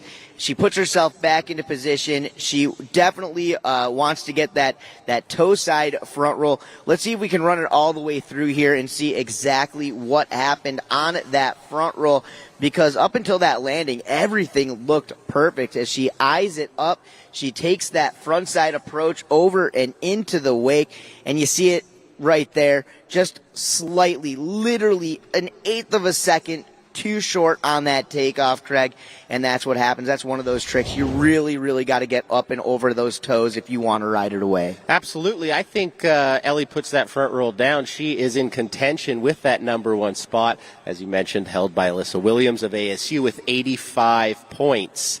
And in our overall team competition, ASU is in that number 1 spot with 100 points. They're going to be tough to beat coming out of there, possibly winning, I shouldn't speak too soon, the first 2 women's divisions. All right, well, we're going to leave that all up to the judges here in just a moment, but that's going to do it for the women's open division. He's Craig McMorris. I'm Dan Lamano. Hey, check out this video segment, and we will be back. We go where you go. Everywhere and anywhere. Purposefully built to stand up to the elements. Designed to perform under any condition. Built for the moments that matter. For the rugged and the relentless. We are the soundtrack for adventure. This is purpose-built audio. This is Rockford Fosgate.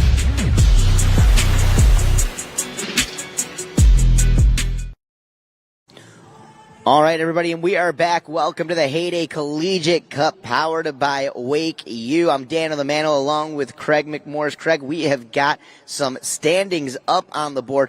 It says women's beginner, but that's the women's open division. Walk us through it. Extremely hotly contested women's open division. Alyssa Williams of ASU taking that number 1 spot, however, with 85 points. But Ellie Patrick and Ricky Tarr were on her heels.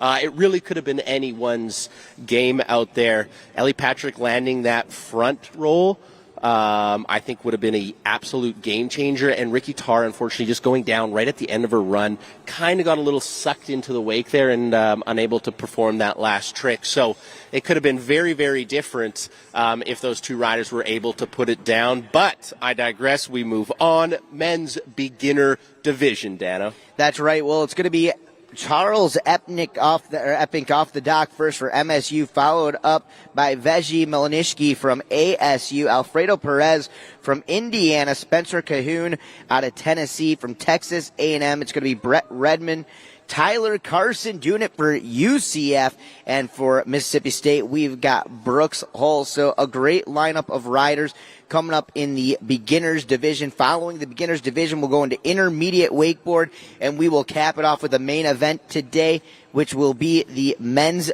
open wakeboard division. We're going to get back at it and onto the water here in just a moment. But first things first, let's take a look at some action from our friends from Indiana.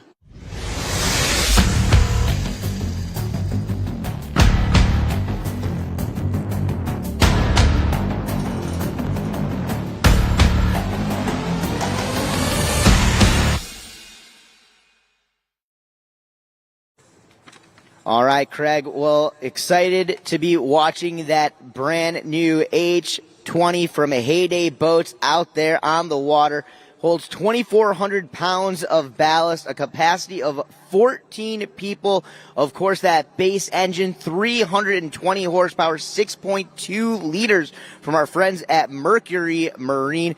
So all the power you need to do what you need to do to enjoy your time out and on the water. But right now, we've got Charles Epping kicking it off here for MSU in this men's beginner division. That was a great looking hillside wake jump going nose grab to front side 180 from Charles Epping. Charles going to get right back in on the toe side edge. Front side wake to wake 180 puts him into that switch stance position, bringing it back to regular. Goofy foot in front as he cuts back over, that time going with a little slob 180. Grabbing that front edge of his board somewhere between the nose and between that front boot, and then back to regular going toe side wake to wake 180. A very well composed run right here, and stand up pass from Charles Epping. I see clinical, honestly. He just went to work right there. Started off with that nose grab, frontside 180, as you mentioned. And what you have to remember, folks, nobody's ridden behind this boat. This is all the very first time any of these athletes have ever ridden behind the Heyday H20. Why? It was released yesterday. So all these athletes are getting to ride behind this beautiful boat, and it almost looked like Charles wasn't going to skip a beat. Absolutely. Well, you're watching it right here on that instant replay. And again, like you mentioned, just putting on a clinic there in pass number one, starting off pass number two, going nose grab minus the 180, but really styling out that time, going to switch wake to wake 180 with that nose grab. So really not repeating any tricks here in this second pass so far. We'll see if he continues to rock it right now. Losing a little bit of momentum right there as he just cuts toe side back across, kind of skipping to get himself back into position for his more comfortable edge. That's off the heels. That heel side, there's a nose grab. Nice shifty there at the end. So taking a classic trick, Craig, and really making it unique and his own. Absolutely, and that could be our first full pull. No falls from Charles. Kept it base down on the water, if you will. I'm going to go ahead and just go out on a limb here, Dano, and say his favorite grab is a nose grab. I don't know. Call me wild. Well, absolutely. He makes it look way too easy. I'll tell you that much. So getting that opportunity to watch this instant replay go down right here, and again, regular and switch maneuvers, 180s, getting the grabs on just about each and every one of those maneuvers. So taking the basic stuff, keeping it clean, making it look good, and again, you got to keep in mind that first rider off the dock, he's going to be the one to set the tone for the rest of the heat. So when you stand up or run like that, not only can that give you some good points, but that's going to put the pressure on the rest of the field. Great point. Great facts. You have to be the benchmark. You have to deliver on that very first run, and that's what Charles does here today. All right, well, on deck, we've got the crew from ASU, Indiana, Tennessee, Texas A&M, UCF, and Mississippi State getting ready to rock and roll and rally it down the line. Charles Epping setting the tone for MSU, Michigan State in the house, and rocking it out here with us. The Michigan State University team making the long haul, that trek down from the Mitten State, where things are getting a little bit chilly, Craig. Absolutely, and I was surprised at how chilly it was this morning, too, but it's heating up, just like our competition, Dano. Oh, I knew it was going to happen here. That's the thing with Florida. You might wake up to a 40-degree morning, but but definitely going to get warmer throughout the day, and it certainly is. It's probably about 15 degrees hotter than it was when we got here earlier this morning. A score posting for Charles Epping from MSU, and I believe that was a 70-point score. So setting the tone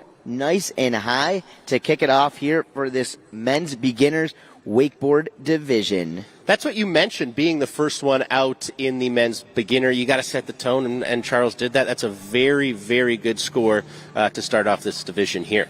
All right, well, coming up next, doing it for Team ASU, the Wake Devils, doing it out of Chandler, Arizona. 21 years old and now back at it for his second year as a part of the Heyday Collegiate Cup. This is Veggie Melaniszki. And Veggie, I actually got to see this guy. I ended up announcing a contest in central Wisconsin this summer, and he happened to come all the way up. And he did really well out there. So going to keep that momentum going here today at the Collegiate Nationals. Let's check it out. Going wake to wake 180s from both directions, getting full grabs on both of those maneuvers. Let's keep the momentum rocking and rolling. There's a backside 180. The first backside 180 executed of the event so far. Does very well to hang on to that. A lot of patience demonstrated. And then back with the switchback one, Dano? Are you kidding me? Hey, you know, you're talking about the fundamentals out there. We saw the regular and switch frontside 180s, and then coming back in with regular and switch backside 180s. What do you think the judges are going to think of that? I mean, that just shows fundies are locked for Big V here. That is really, really cool to see, and you can hear on the dock those ASU Devils are cheering them on. I bet you can hear it on the other side of the lake. They're so loud down here. Oh, yeah. Well, that's the one thing about the Wake Devils is they not only come to support their team, but they prove it. They are always the loudest. They, when it comes to school spirit, the crew from ASU definitely brings it. And hopefully that's just going to push the rest of the teams out there. I want to hear some more of that Mississippi cowbell. All right. Well, Veggie back in for pass number 2. Doing things toe side this time. So we've already seen the basic heel side 180s from the front side rotation and the back side rotation. Now the toe side regular and switch front side 180s from Veggie Melaniszki. Let's see if he can continue to rock and roll as he cuts back over in toe side, back side 180 right there. And you know, if there was one thing my dad knew when I was growing up and we were out there behind the boat, his main line, Danny, if you look down, you go down. And I think we just saw a little bit of that right there from Veggie. Absolutely. We did see a little bit of that, but I like the uniqueness. You know, I like when somebody puts together two passes that are extremely different from anything that we have seen, right? That toe side, backside one attempt, the switch heel side, backside one. Very, very unique tricks, very different, and I doubt that we'll see too many of them here in this beginner division. So there's just a lot of risk behind those. Absolutely, right? And you got to risk it for the biscuit sometimes. ASU, comfortable lead after the two women's divisions, and Veggie trying to put them in an even more solid spot. Yeah, well, and you got to keep in mind, too, Veggie taking off the dock pretty early in the field. So a stand-up pass and even throwing down some tricks that none of the other riders are doing, definitely going to put some pressure on the rest of the field. We'll find out how that all works out here in a little bit. But right now, let's get down to Caro down at the dock. I'm here with Spencer from Tennessee. Spencer, tell us your thoughts about going into this contest. I'm super excited. I've never done a contest before, so I'm hoping it goes well. I'm really just out here to have a good time. So, do you have a plan of what you're going to do? I have a general plan. I know the tricks that I'd like to hit, but I think I'm just going to go mostly how I feel and then go for what I think I can do. Sounds good. What's your favorite trick that you're going to throw out there? I am hoping to land a 180. I don't know the proper names for tricks, but I'm a full send it. You know, it's going to be cool. That's awesome. And if you stand up your entire run, can we expect something special at the end? Maybe that 180 again. I don't know if I can land it. We'll see. We'll see. That sounds like a solid plan. Well, good luck in your first wakeboard contest. We'll see you out there. Thank you very much. That was the third member of our team. Thank you so much, Carol. You saw Veggie's score pop up there with a very solid 85, I believe. So Veggie in first place, doing it for ASU. And there you see, just edging out Charles Epping, with 70 points, Dano. All right, well, let's get right back at it and down to the dock. These dudes definitely travel in packs. Representing from Indiana University, originally out of Fort Wayne, Indiana. This dude's been wakeboarding for 6 years, and now it's time to let it shine. Ladies and gentlemen, this is Alfredo Perez. Loudest start thus far. Indiana is showing up and showing out, Dano. Yeah, well, I met at least 16 students from Indiana early this morning, and they said the rest of the team was resting up because they wanted to come out and get loud this morning. You can hear them down there at the dock, but let's take a look at this. Here we are, and here we go. Alfredo Perez starting things off. A little wake-to-wake air, getting the grab back in, coming back through with that switch 180, putting himself back into regular position. Hillside approach, nose grab, front side 180. A favorite trick of this division, no doubt about that, as he cuts back up and over. That time going melon grab, switch front side 180. What is it about the nose grab 180 that you think is just shining in this men's beginner division? Yeah, I think that naturally you're going to, when you let go with that front hand there, you're going to naturally do that 180. So it just makes it a little bit easier to use that front hand for that grab. Now, in most cases, you're going to see those guys grab their boards kind of sloppy a little bit. But in this case right here, Alfredo getting a picture-perfect nose grab on that takeoff there. So really solidifying it. And that's what the judges are going to be looking for. And Craig, you know this coming out of the snowboard world. Definitely looking for those specific zones on the board. And that's what's going to set each rider apart from one another. Absolutely. That last replay showing that nose grab 180 done correctly. If you're going to do it right. And that's what Alfredo Perez is doing here on his second of 2 passes.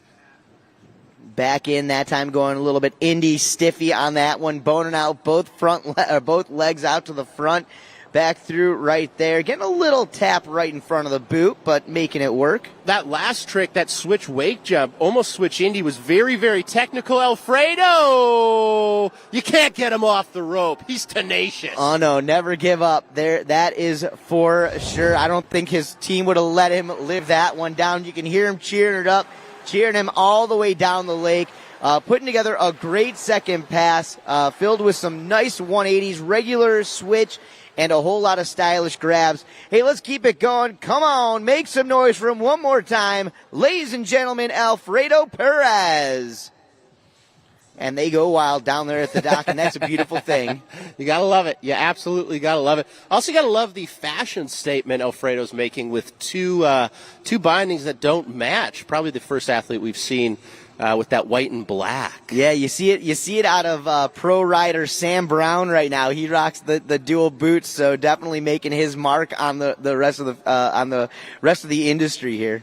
Let's send it down to the dock with Caro. Caro, what is going on? Veggie, you were the second rider off the dock in this division. How was your run? I can't complain. Got through 6 of my tricks. Got the back-to-back back ones in there, so that amped me up. Definitely wish I could have put down the rest of the run, but I think I got put the team in a pretty good spot. That's so cool. And you guys from Arizona, you came all this way, and you just told me that you're doing pretty good so far, right, with the girls? The scoreboard speaks for itself. We've got ASU number 1 for beginner and women's open, and so I had a little pressure on my back, but, it's our 3rd time this year. We're coming for that championship, so not that we didn't expect it, but I don't know. We're really stoked. Yeah, I'm sure you guys are going to do great. What would you do with that $15,000 if you won? We're going to donate all of it to charity and for good causes. And then maybe stop by the casino real quick, throw it all on red, try to double it real quick, but we'll see. We'll have a team meeting about that. That sounds good. One thing at a time, right? Well, thank you so much. I'm excited to watch the rest of your division. So much, and thank you so much to Heyday. Honestly, these boats keep getting wilder and wilder, and this is for sure the best competition I've ever attended, even, leave alone be a part of, so we're really stoked, and we really hope to keep doing this for years and years ahead and making it bigger and bigger.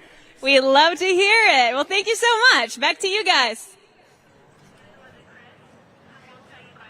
All right, all right. Well, good to hear from Veggie down there. And I believe we do have some scores posted. And there it is, Alfredo Perez with a score of 74 points, putting him into that second position right behind Veggie. But right now, let's take it up to Tennessee and our next rider. This is Spencer Cahoon.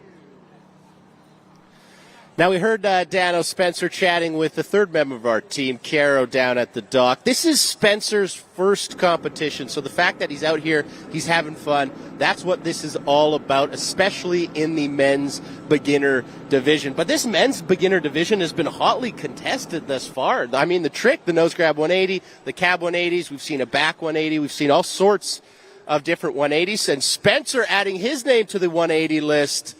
Doing it for Tennessee, Dano. That's right. Coming to us originally from Fairfax, Virginia. Spencer spent some time in the Marine Corps. He's a vet, and we thank him for his service, and glad to see him now as a part of the Vol Wake team, representing, of course, for Tennessee. Taking a fall right there, but this dude's looking jacked. He's looking ripped, and he's looking like he's having a good old time out there on the water behind the Heyday H20. Absolutely. I love Spencer's favorite trick. This is the best answer of all time. Anything I land. Anything he lands is his favorite trick. So that right there. That just means he's having a good time when he's out there. You know? Yeah, that's exactly it. Fortunately, going down right at the end of that first pass there, Dano, so he's going to get picked up, whip that beautiful H20 around, and he's going to come down for his second pass. But before we get to that second pass, let's head down to the third member of our team, Caro. I ride for Heyday, that's why. Alfredo, I heard your team going absolutely crazy for that last trick. Tell us what it was.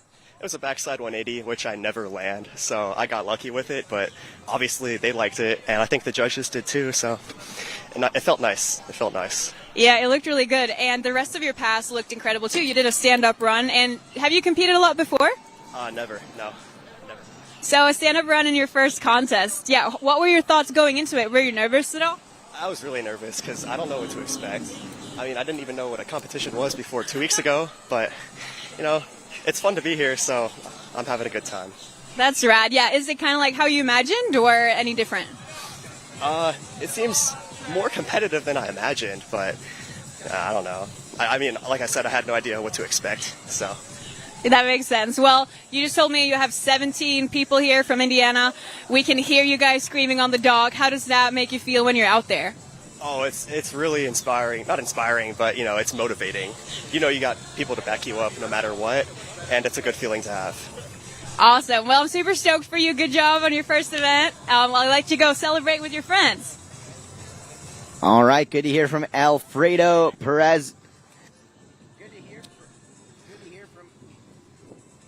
Well, good to hear from Alfredo Perez out there from Indiana. Spencer Cahoon for Tennessee, unfortunately taking that second fall here early in pass number 2. Let's take a look back at instant replay. Just booting over the front, going for that 180. And Craig, what a smack on that one. Just knuckled that second wake. Needed a little bit more English to get up and over landing in the transition of that second wake, but fortunately not doing that right there. So Spencer goes down for Tennessee, but glad to see him out here in his very first competition.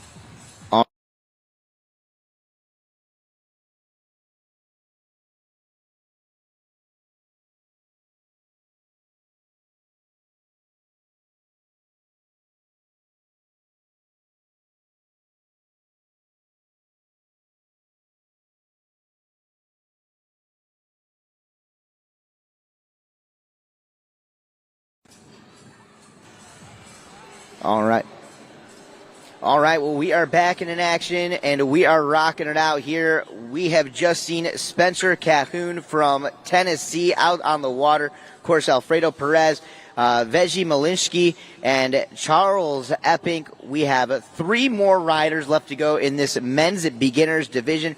For those of you just joining us, welcome out. We are here at the Heyday Collegiate Cup, powered by WakeU. Want to send a big shout out to our sponsors. Mercury is our engine partner, Simrad, the marine electronics partner, our friends from Rockford Fosgate, the audio partner Relion Marine Batteries, Red Bull, Liquid Planet Marine. They are the local dealer. Of course, a big thank you to our friends here in Groveland, Florida, the entire city of Groveland, along with the folks here down at Lake David Park, welcoming us out here. A warm welcome, no doubt about it. And of course, the World Wake Association, the WWA, the sanctioning body of all major wake sports events, not just in the U.S., but from around the world. Make sure if you guys are not already tapped in to the WWA's Ride Line app on your smartphone device, you do that to find out news, check out videos and updates from riders, pros, events, and many updates throughout the season on just about anything going on throughout the year. Hey, a big shout out to all of our Heyday Pro Wake Team riders in the house. Of course, Mike Dowdy, the man behind WakeU himself. Carol Yupshaw, she's been down on the dock. Dylan Miller been rocking around the site as well. So glad to see them all out here. Hey, let's find out what's going on down at the dock. Let's get down to Carol. She's got another rider to chat with. All right, Tyler, you just told me this is your first comp on the boat, but you did one contest on cable before. Tell us about that. Yeah, I did Red Bull Rivals a few weeks ago. It was a super fun event that we had at OWC, and I'd say I'm more comfortable riding cable, but I'm pretty excited to get out on boat and see what tricks I can do. Yeah, how do you feel about your contest run today? I think I have a game plan going into it, but you never know. We'll see what happens when I get out there, but I'm excited. It should be a lot of fun. Have you ever ridden behind a Heyday boat before? No, I have not. I'm actually super excited. I normally ride behind ski boats, so I'm excited to ride behind a nice wake. Well, that sounds awesome. Well, it looks like they're out there, so I'll let you go get ready. Good luck out there. All right, on the water right now, folks, doing it out of Katy, Texas, doing it for Texas A&M. That's Brett Redmond, and his pass is underway. Craig, what are we watching?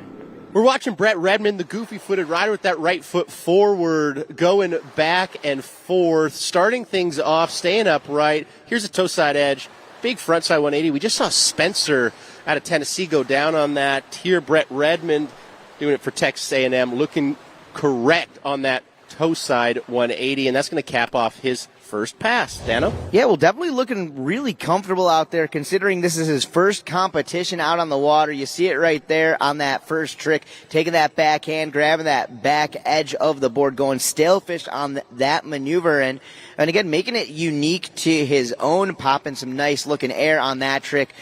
Here on instant replay, you see him cut back in onto the toe side. And that's the beautiful thing about instant replay for us is that we can call it correct. It's extremely unforgiving, though, to the riders there. That toe side edge, you could see him reaching for that indie grab, unfortunately not getting it. But Dano getting that nose grab front side 180. That's right, coming out of the gates with that regular 180, getting the nose grab. That's this time cutting back in on the toes. That toe side wake jump, maybe overthinking it just a little bit, throwing him out the back and having a fall. So we're going to set him down. We're going to let the water mellow out just a little bit. We're going to turn that Heyday H20 around, and we'll get Brett Redmond back up on the water here momentarily. Absolutely. I don't know. I mean, the water's pretty slippery sometimes, but he just really slips out on this toe side edge. Let's take a look at it from that beautiful drone angle right there. And you can see, yep, he loses it. All right, we're going to take it back down to the dock. Carol Yupshaw with our next rider. We have so many first-time competitors out here today, or first-time boat competitors. Brooks, how are you feeling? I'm a little bit nervous, but I'm excited. It's going to be fun. Have you ridden a wake like this before? No, not really. I've only ridden boat a handful of times, so it'll be interesting. Would you say that you were kind of forced to get here from your teammates, or were you super excited to join? I'm pumped. I'm ready to do it. You ready to take home that prize money? Do my best. We'll see. That sounds good. You just told me that you've been struggling a little bit to find enough riders to fit all divisions. You're probably the smallest team out here. How does that feel? Well, I'm just glad to be out here, and I know everybody else is too from our team, so we'll take as many people as we can get. Do you think you still have the same team spirit as the big teams? Oh, yeah, it's there. Yeah. That's awesome. Well, good luck to you. We can't wait to watch you ride. Back to you guys. Thank you so much, Caro. Appreciate that. Glad to hear from them. That was a wild fall, Dano. That could have been terrible, but Brett does well to save it right there. Let's take a look here going for that Indy grab, but what really took him down was kind of a frontside 540 attempt off the toes. There you saw that overall leaderboard at the bottom of your screen if you're watching the webcast, or you can see a screen here. ASU currently in that number one spot, 200 big points. There's that fall I was mentioning. Just lose a little bit there, Dano.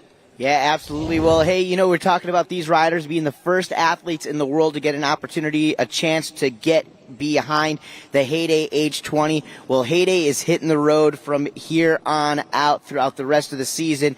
If you guys want an opportunity to get inside of a Heyday, check it out for yourself. Maybe get a demo ride or an opportunity to ride with one of the Heyday Pro Team athletes like Caro Upshaw, who's down to the dock with our riders, like Mike Dowdy or Dylan Miller. You've got to check out the Heyday Who's Next tour. It kicks off tomorrow here in Central Florida. It's going to head up to Atlanta, from Atlanta over to Dallas, and you guys can follow the entire tour through the Heyday website, but make sure you guys get in on it soon and schedule a demo ride, because the Heyday Who's Next tour is coming to a town near you. Love to hear it. Love to see Heyday touring it around, getting as many people as possible behind that H20. You saw a score from Brett Redmond right there, 68 points. He's currently in fourth place, but Veggie, with that score of 85 points out of ASU, they're looking extremely, extremely good right there. The judges, you know, they're pretty see-through. They want to see something unique. They want to see something technical, and that's what Veggie brought with that switch backside 180 and attempting that toe-side backside 180. So it's no secret here today. 7 colleges, 34 riders, all competing for that total purse of $25,000. $15K of that going to that first place team, then $7,000 for the second, and $3,000 for that third and final team, Dano. All right, let's get back at it. He comes to us from Tampa, Florida. He is representing for UCF. On the water, the 19-year-old, this is Tyler Carson. TC, baby, this guy's got a water sports background. He's actually a professional water skier down at Legoland, not too far down south from here in Polk County. Actually, this weekend down there, they've got the Show Ski World Championships happening. So, you know, a fun little fact happening here in the world of Toad Water Sports. But you're seeing him right there throwing it down. Tyler Carson going trick to trick, making it stick, and wasting absolutely no time at all, stacking those points up on the board. I got to ask you, Craig, what do you think the judges are going to think on that first pass? I think they're going to like it a lot. You know, there is lots to like. Kept it upright. I like that show of style, that ollie, that control. We've said it once. I'm going to say it a million times. Fundies, ladies and gentlemen. You need to have those fundamentals, and Tyler's showing it on that ollie right there. Very, very well done. Well, absolutely, and he continues to just show you guys fundamental maneuvers. He started off with wake jumps from both ways and then into the basic 180s. That time, cutting in, going regular front side 180, and then that switch stance, heel side approach into the wake, and grabbing that board on that melon grab right there, that front hand on the back edge of the board. So great work adding that in with the 180. He's going to keep it going. Tyler Carson, TC, baby, making magic and making moves all the way down Lake David. We'll see if he can keep the momentum going. He probably holding back just a little bit, doing what he can do to solidify some points up on the board here in the beginner division, and going down on the backside 180. That's what happens when you let that handle get that far away from the small of your back. I think he heard you, Dano. You said maybe holding back and trying to keep it upright till that final probably hit. That's where you see a lot of the riders try the trick that they are most uncomfortable with, the one that they think they might go down on, and that for Tyler right there was that backside 180, so unfortunately going down on that. But lots to like from Tyler, kept it upright for almost the majority of his run right there. Yeah, a lot of reward behind that backside 180. Keep in mind, not only does that trick have an unnatural rotation, but you can't spot your landing unless you got a Gumby head, you know? Absolutely, absolutely. Tyler was looking back at it, and I think that's what may have took him out right here. Taking a look as he comes up into the wake, eyeing it up, and again, just getting that handle into the fingertips, can't quite ride it away. Hey, we'll get another pickup from him. We'll see him finish things up. But hey, let's give it up down to the dock here with Caro. I'm here with Brett from Texas A&M. Brett, tell us about your ride. It was awesome. I got to go out there, throw some few tricks. Not all the ones I wanted, but had a great time, and it was just cool to be here. You had a little bit of a technical difficulty on your first trick. What happened? My contact fell out, so the rest of the ride, I was half blind. How was that? Was that scary? Coming into it, I was kind of prepared for that. So I've done it before, but definitely not ideal. Well, you absolutely killed it all the way up till the end. What happened on the last trick? Just got a little antsy towards the end, didn't know what I was doing, and went for it big. Well, good job. Good luck to you guys.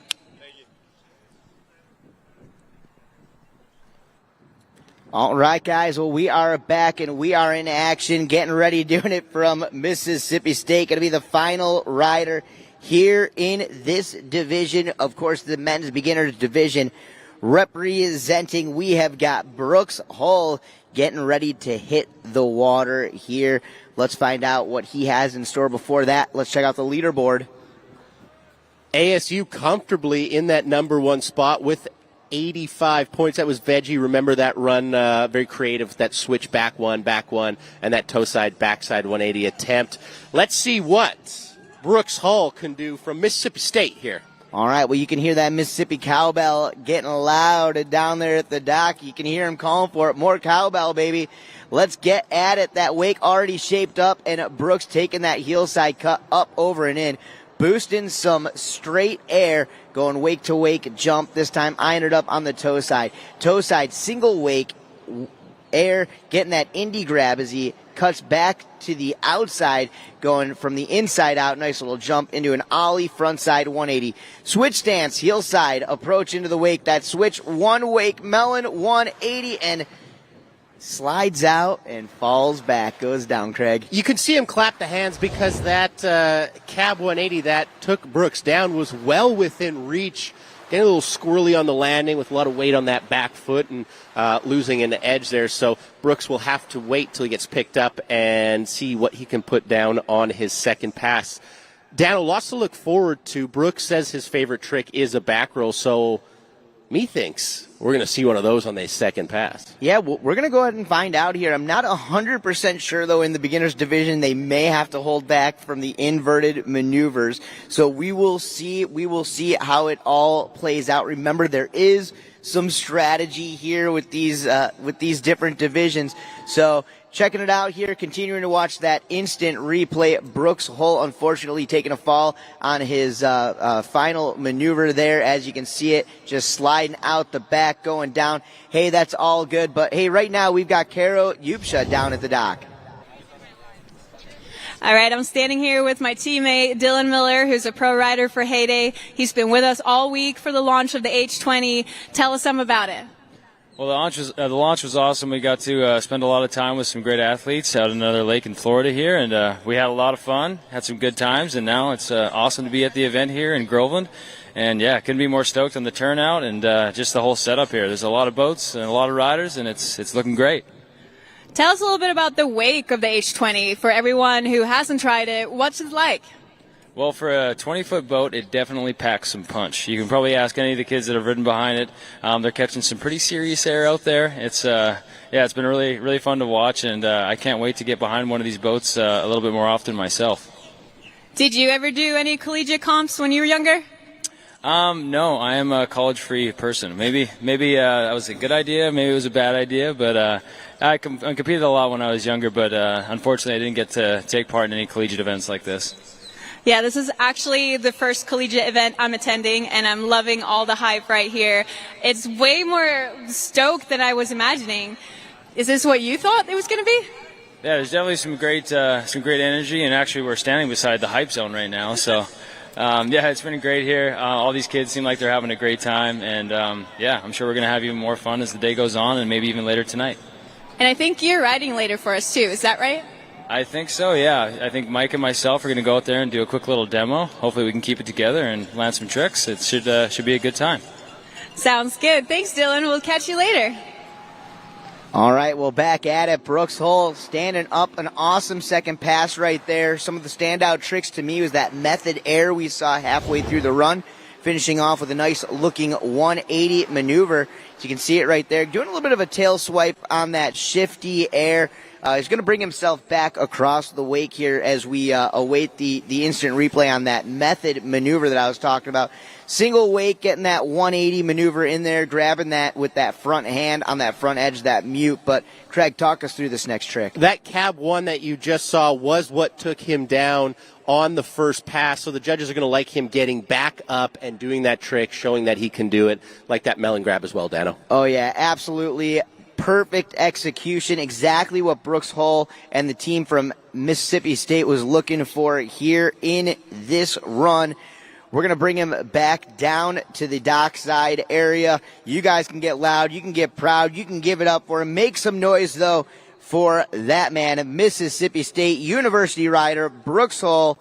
Brooks Hull, Tyler Carson, Brett Redmond, Spencer Cahoon, Alfredo Perez, Veggie Melninsky, and Charles Epping. All together, that is your men's beginner division. And Craig, we are going to be getting into our men's intermediate, followed up by open men's wakeboard. That's going to be our main event throughout the day. And a little surprise, I think we're going to get the pro demo from Heyday athletes Mike Dowdy and Dylan Miller a little bit later on. Looking forward to that for sure. Absolutely. So if you're watching this at home or you're here enjoying all the action, send out a tweet, send out a Facebook message. Let fellow water sports enthusiasts know we will be broadcasting all day. Let's take a look at our men's beginner leaderboard. It's ASU's Veggie Melninsky taking that number one spot with 85 big points, Dano. Yeah, right behind him, Alfredo Perez, Tyler Carson right there, Charles Epping, Brett Redmond, Brooks Hull, and Spencer Cahoon. Tell you what, ASU going for the three-peat here this weekend. We'll find out if they can make it happen. Absolutely. We have so much more action, so don't go anywhere as we take a quick commercial break.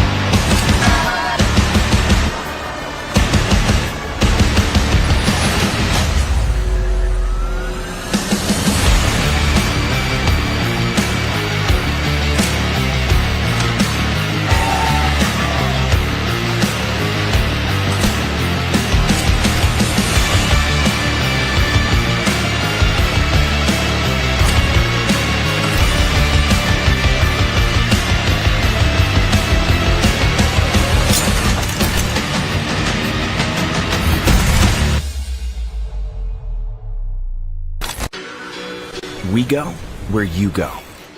Everywhere and anywhere. Purposefully built to stand up to the elements. Designed to perform under any condition.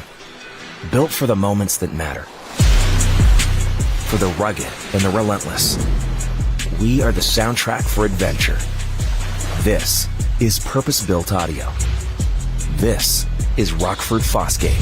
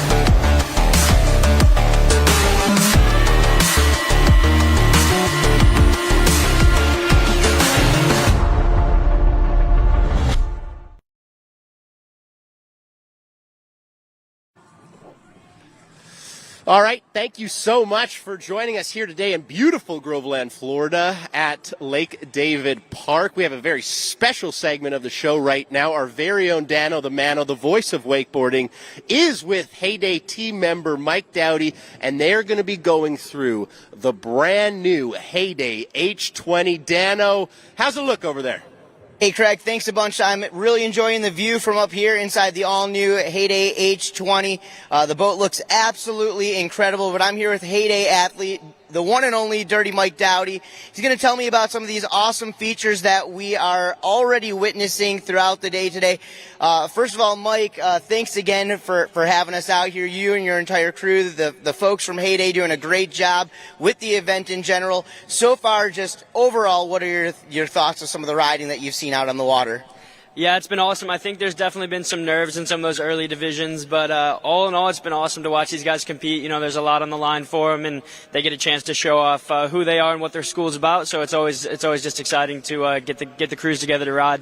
Well, we've seen some great performances across the board already from the women's division and into that beginner men's division. And one thing that I took notice of was the consistent wake behind the H20. Can you talk a little bit about that? Yeah, so the wake on this boat, we picked out every great detail of the H22 and brought it into the H20. We made it super user-friendly, so everyone who's riding behind it can make sure that they get a clean, good pull. And we wanted to demonstrate that to the public with this competition. So not only that, the surf wave is unbelievable on this boat. Rivals every boat in its class and even boats that would be considered above its class. So Heyday did an amazing job with this boat, and I'm just stoked that you guys all get to see the hard work we've been putting in.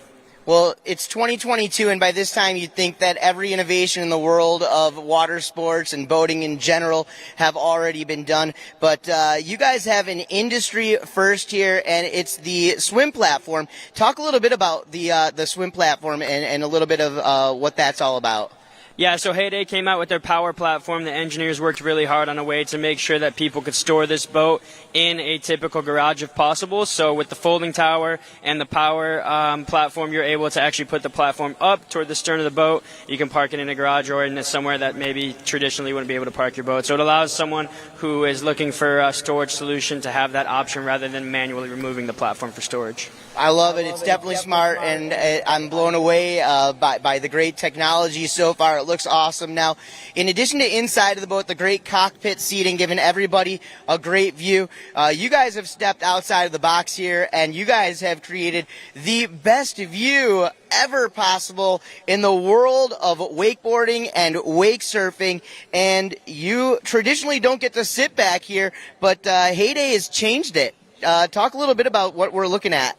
Yeah, so Heyday spent a bunch of hours kind of researching what the best case scenario would be for the stern of the boat, and they came back with these rear-facing transom seats, so you can actually sit in these seats while the boat's underway. They're the first ones in the industry. So not only with the power platform, we also have the transom seats where you can actually sit here while the boat's in tow.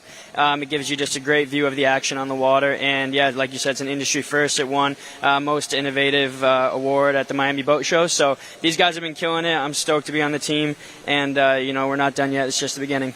Well, very good, guys. Mike Dowdy, I'm Dano the Mano, powered by Mercury Marine, all 6.2 liters. The Heyday H20, it is on parade out here in Groveland, Florida.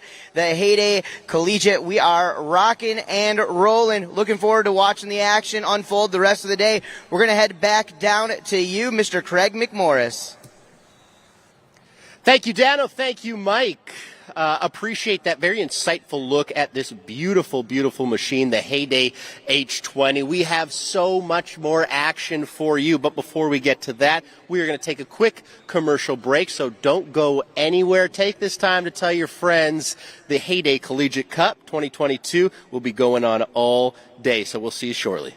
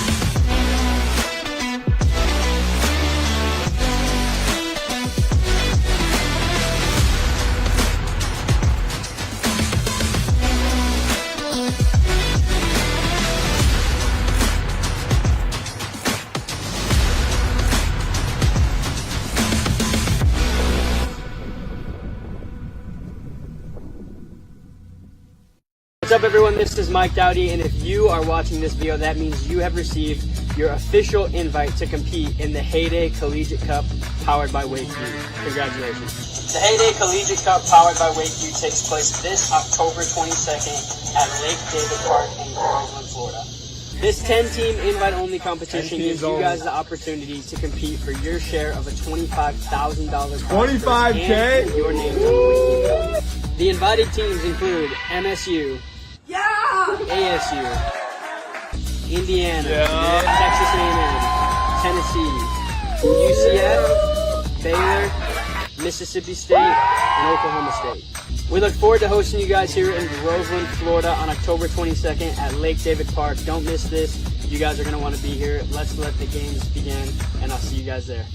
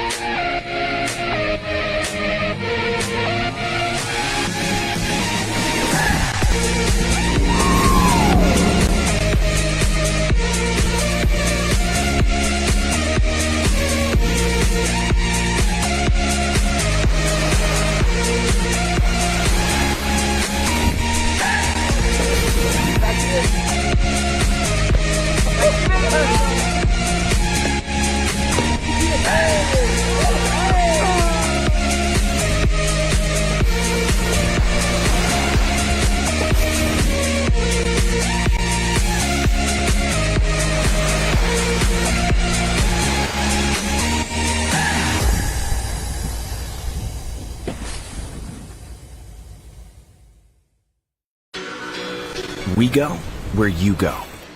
Everywhere and anywhere. Purposefully built to stand up to the elements. Designed to perform under any condition. Built for the moments that matter. For the rugged and the relentless. We are the soundtrack for adventure. This is purpose-built audio. This is Rockford Fosgate.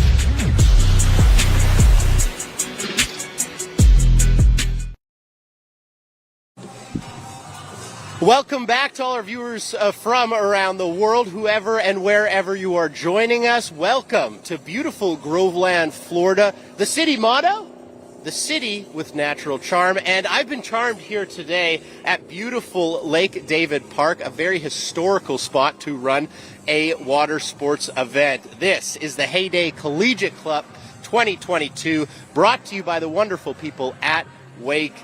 Let's take a look at our start list for the men's intermediate division, our second to last division of the day.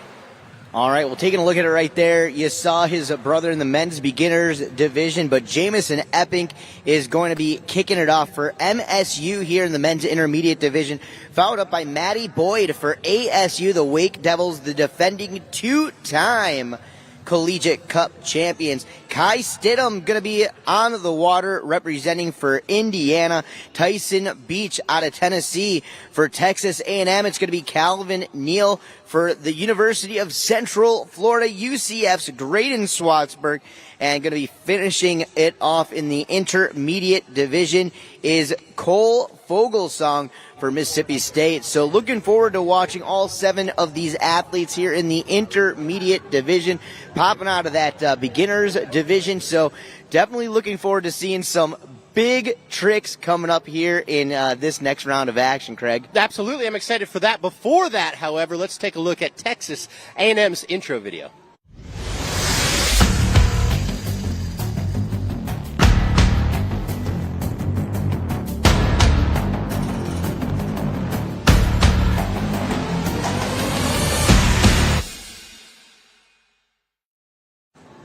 All right, well, looking good and looking forward to watching the rest of the crew from Texas A&M out there on the water, battling it out here in the Heyday Collegiate Cup, presented by WakeU. All the great Heyday boats all over the site. You know, I had that great opportunity to hang out with Mike Dowdy up in the all-new H20. He showed me some of his favorite features of the boat, and we're going to be seeing a whole lot more of that throughout the rest of the program, throughout the rest of the day.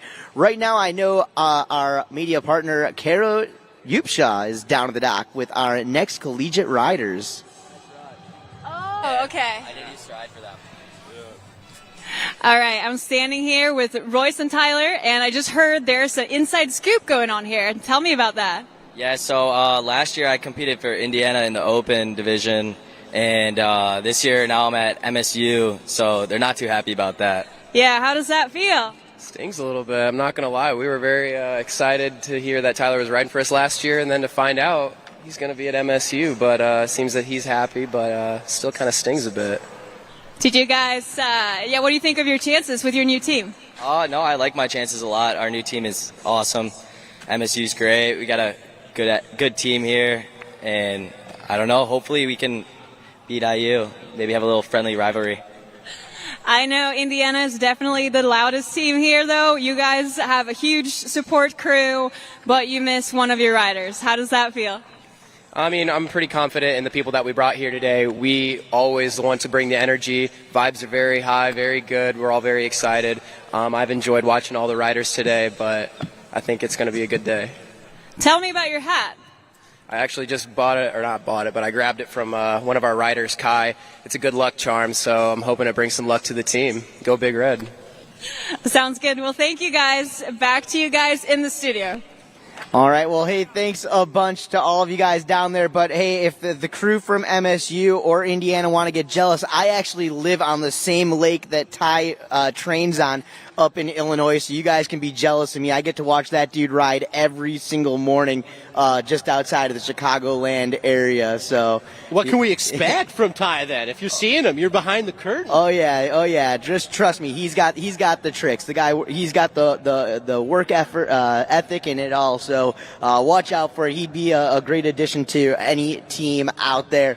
We're gonna get at it here in just a few moments. We've got the men's intermediate division gonna be coming up next. A great week so far down here in Central Florida. The debut of the Heyday H20.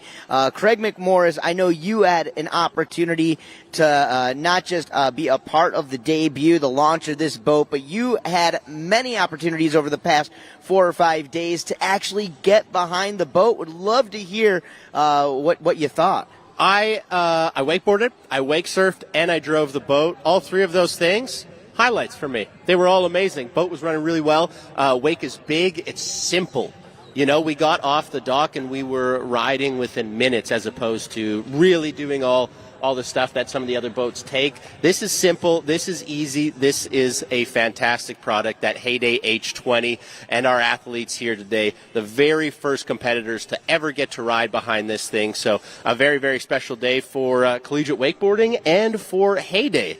We're having a lot of fun here at the Collegiate Cup, brought to you by the good folks at WakeU. But I think it's time to start this men's intermediate division, Dano. All right, well, let's get down to the dock and let's get at it. Our next rider from Clarkston, Michigan, doing it for MSU, 20 years young. He's the cooler twin. That's what he says. Ladies and gentlemen, Jamison Epping is on the water. You saw his brother Charles Epping kick off the men's beginner division a little bit ago. Something you're going to take notice, and I know we can feel it. Yes, it is heated up. The air temperature has definitely jumped up quite a bit since this morning, but we are also getting a little bit of a wind shift today in this afternoon. Absolutely, and that wind is shifting in the direction. Oh, that is what happens when you're thinking too far ahead. Okay? Jamison, absolutely wonderful back roll. Stomps it here and then edges out, and a relatively simple trick for Jamison, just that little ollie frontside 180. He's thinking too far ahead, and I'm thinking ahead about going to the third member of our team, Caro. Caro, what are you thinking about? I'm standing here with Jacob Torres, the previous president of Indiana. Jacob, you're not competing today, but you're still here. Yes, that is correct. I'm still here to hang out, have a good time, support my team. I'm not competing anymore, but I'm still happy to be here. But you were on the previous events, right? Yes, yeah. So I was at Mike Dowdy's house 3 years ago when we first started doing the collegiate competitions, and then I was also competing last year when it was the first in person. So I've been part of this competition since its inception in 2020 or whatever that is, and it's super cool to kind of see how it's progressed like through the couple years. So yeah, what do you think about the progression from Dowdy's backyard to now we're here? well, see, it started in Dowdy's upstairs room. The first competition was completely virtual, and it wasn't even in Dowdy's backyard. And it was Dowdy he was definitely trying to figure out all the streaming stuff himself with like a couple of his friends and everything. And so it's just super cool to kind of see how it started as like Mike Dowdy, like pushing the sport, like getting the colleges together, stuff like that. And now, like, the WWA is reposting it. I think Wakeboarding Magazine did something about it. Like, this venue goes for like 2 miles. It's really cool to kind of see how it started as literally just Mike Dowdy streaming in his room at the competition. And now we've got like 6-7 boats out here and like, I don't know how many people are here. So it's super cool to kind of see where it started and where it's at now. Super proud of Dowdy. Yeah, well, we can definitely see Indiana continuing on the wakeboarding tradition. Now back to you guys.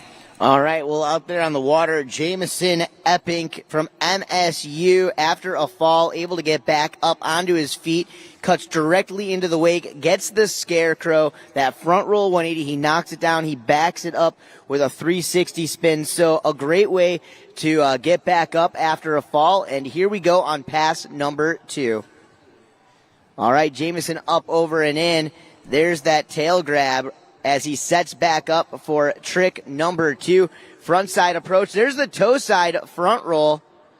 And a nice clean landing right there as he sets back up. Melon grab, poking that trick out, styling it out, holding it all the way through. Textbook, no doubt. That was the trick that actually took him down in pass number 1. That bunny hop, that ollie 180 into that half cab 180 maneuver. Butter slides it back around once again and puts himself into that switch toe side position. We'll see if he brings it back around. He's just going to bring it back to the dock. How about we give it up for him? Ladies and gentlemen, Jamison Epping. And we're going to go back to some instant replay. And, Craig, I'm going to let you call it out. I like that tail grab to start his second pass. Sometimes when you fall on, kind of a setup trick or something like that, it can weigh on your head. So Jamison does well to get into the right headspace and really finish up that second pass. Love the front roll there. Kind of knuckles the second wake, but he's strong. He's a powerful athlete, able to ride out that second wake knuckle there. And Jamison, lots to like. And lots to like if you're on MSU. Only one fall there, and not a real fall. I'd count that as a half fall. Well, and something we talked about again earlier in the program today, the first rider of each heat setting the tone for the division. Jamison doing a great job, even with the fall. Looking good. Excited to watch what is still to come here in this men's intermediate. Hey, let's go down to the dock with Karo Yupsha. I'm here with Tyson from Tennessee. Tyson, tell us, how are you feeling? I'm feeling pretty froggy right now. I'm really excited to be here. It's my first time competing. I just want to go big and have fun out there. Is that your goal, like trying to send the biggest jump? I mean, not necessarily. It's just my mindset overall is I just want to have a good time. That's what me and all my buddies came down here to do. I want to see everyone throw down as best as possible and see what I can do. What do you think of Tennessee's chances in the team event? I'm feeling pretty solid about it. We have me going out. I'm pretty confident I'm going to ride well. We got Liam going out next. He's killer. He's got a few mobs. So I'm psyched to see him ride too. But this is your first wakeboard contest, right? And how come you're riding intermediate straight off the bat? That's just where I think I fit in. That's just where my trick set seems to find itself. So we'll see what I got. How long have you been wakeboarding for? I've really been riding my whole life. I didn't get serious about it until I came back to UT. I played baseball in my undergrad, a little Division II. And then when I came to UT to go back to grad school, I started riding with them, started seeing these guys who were so much better than me, and it pushed me to start learning more stuff and just get better. Well, that sounds good. Well, I can't wait to watch you ride. Good luck out there. Back to you, Craig and Dano.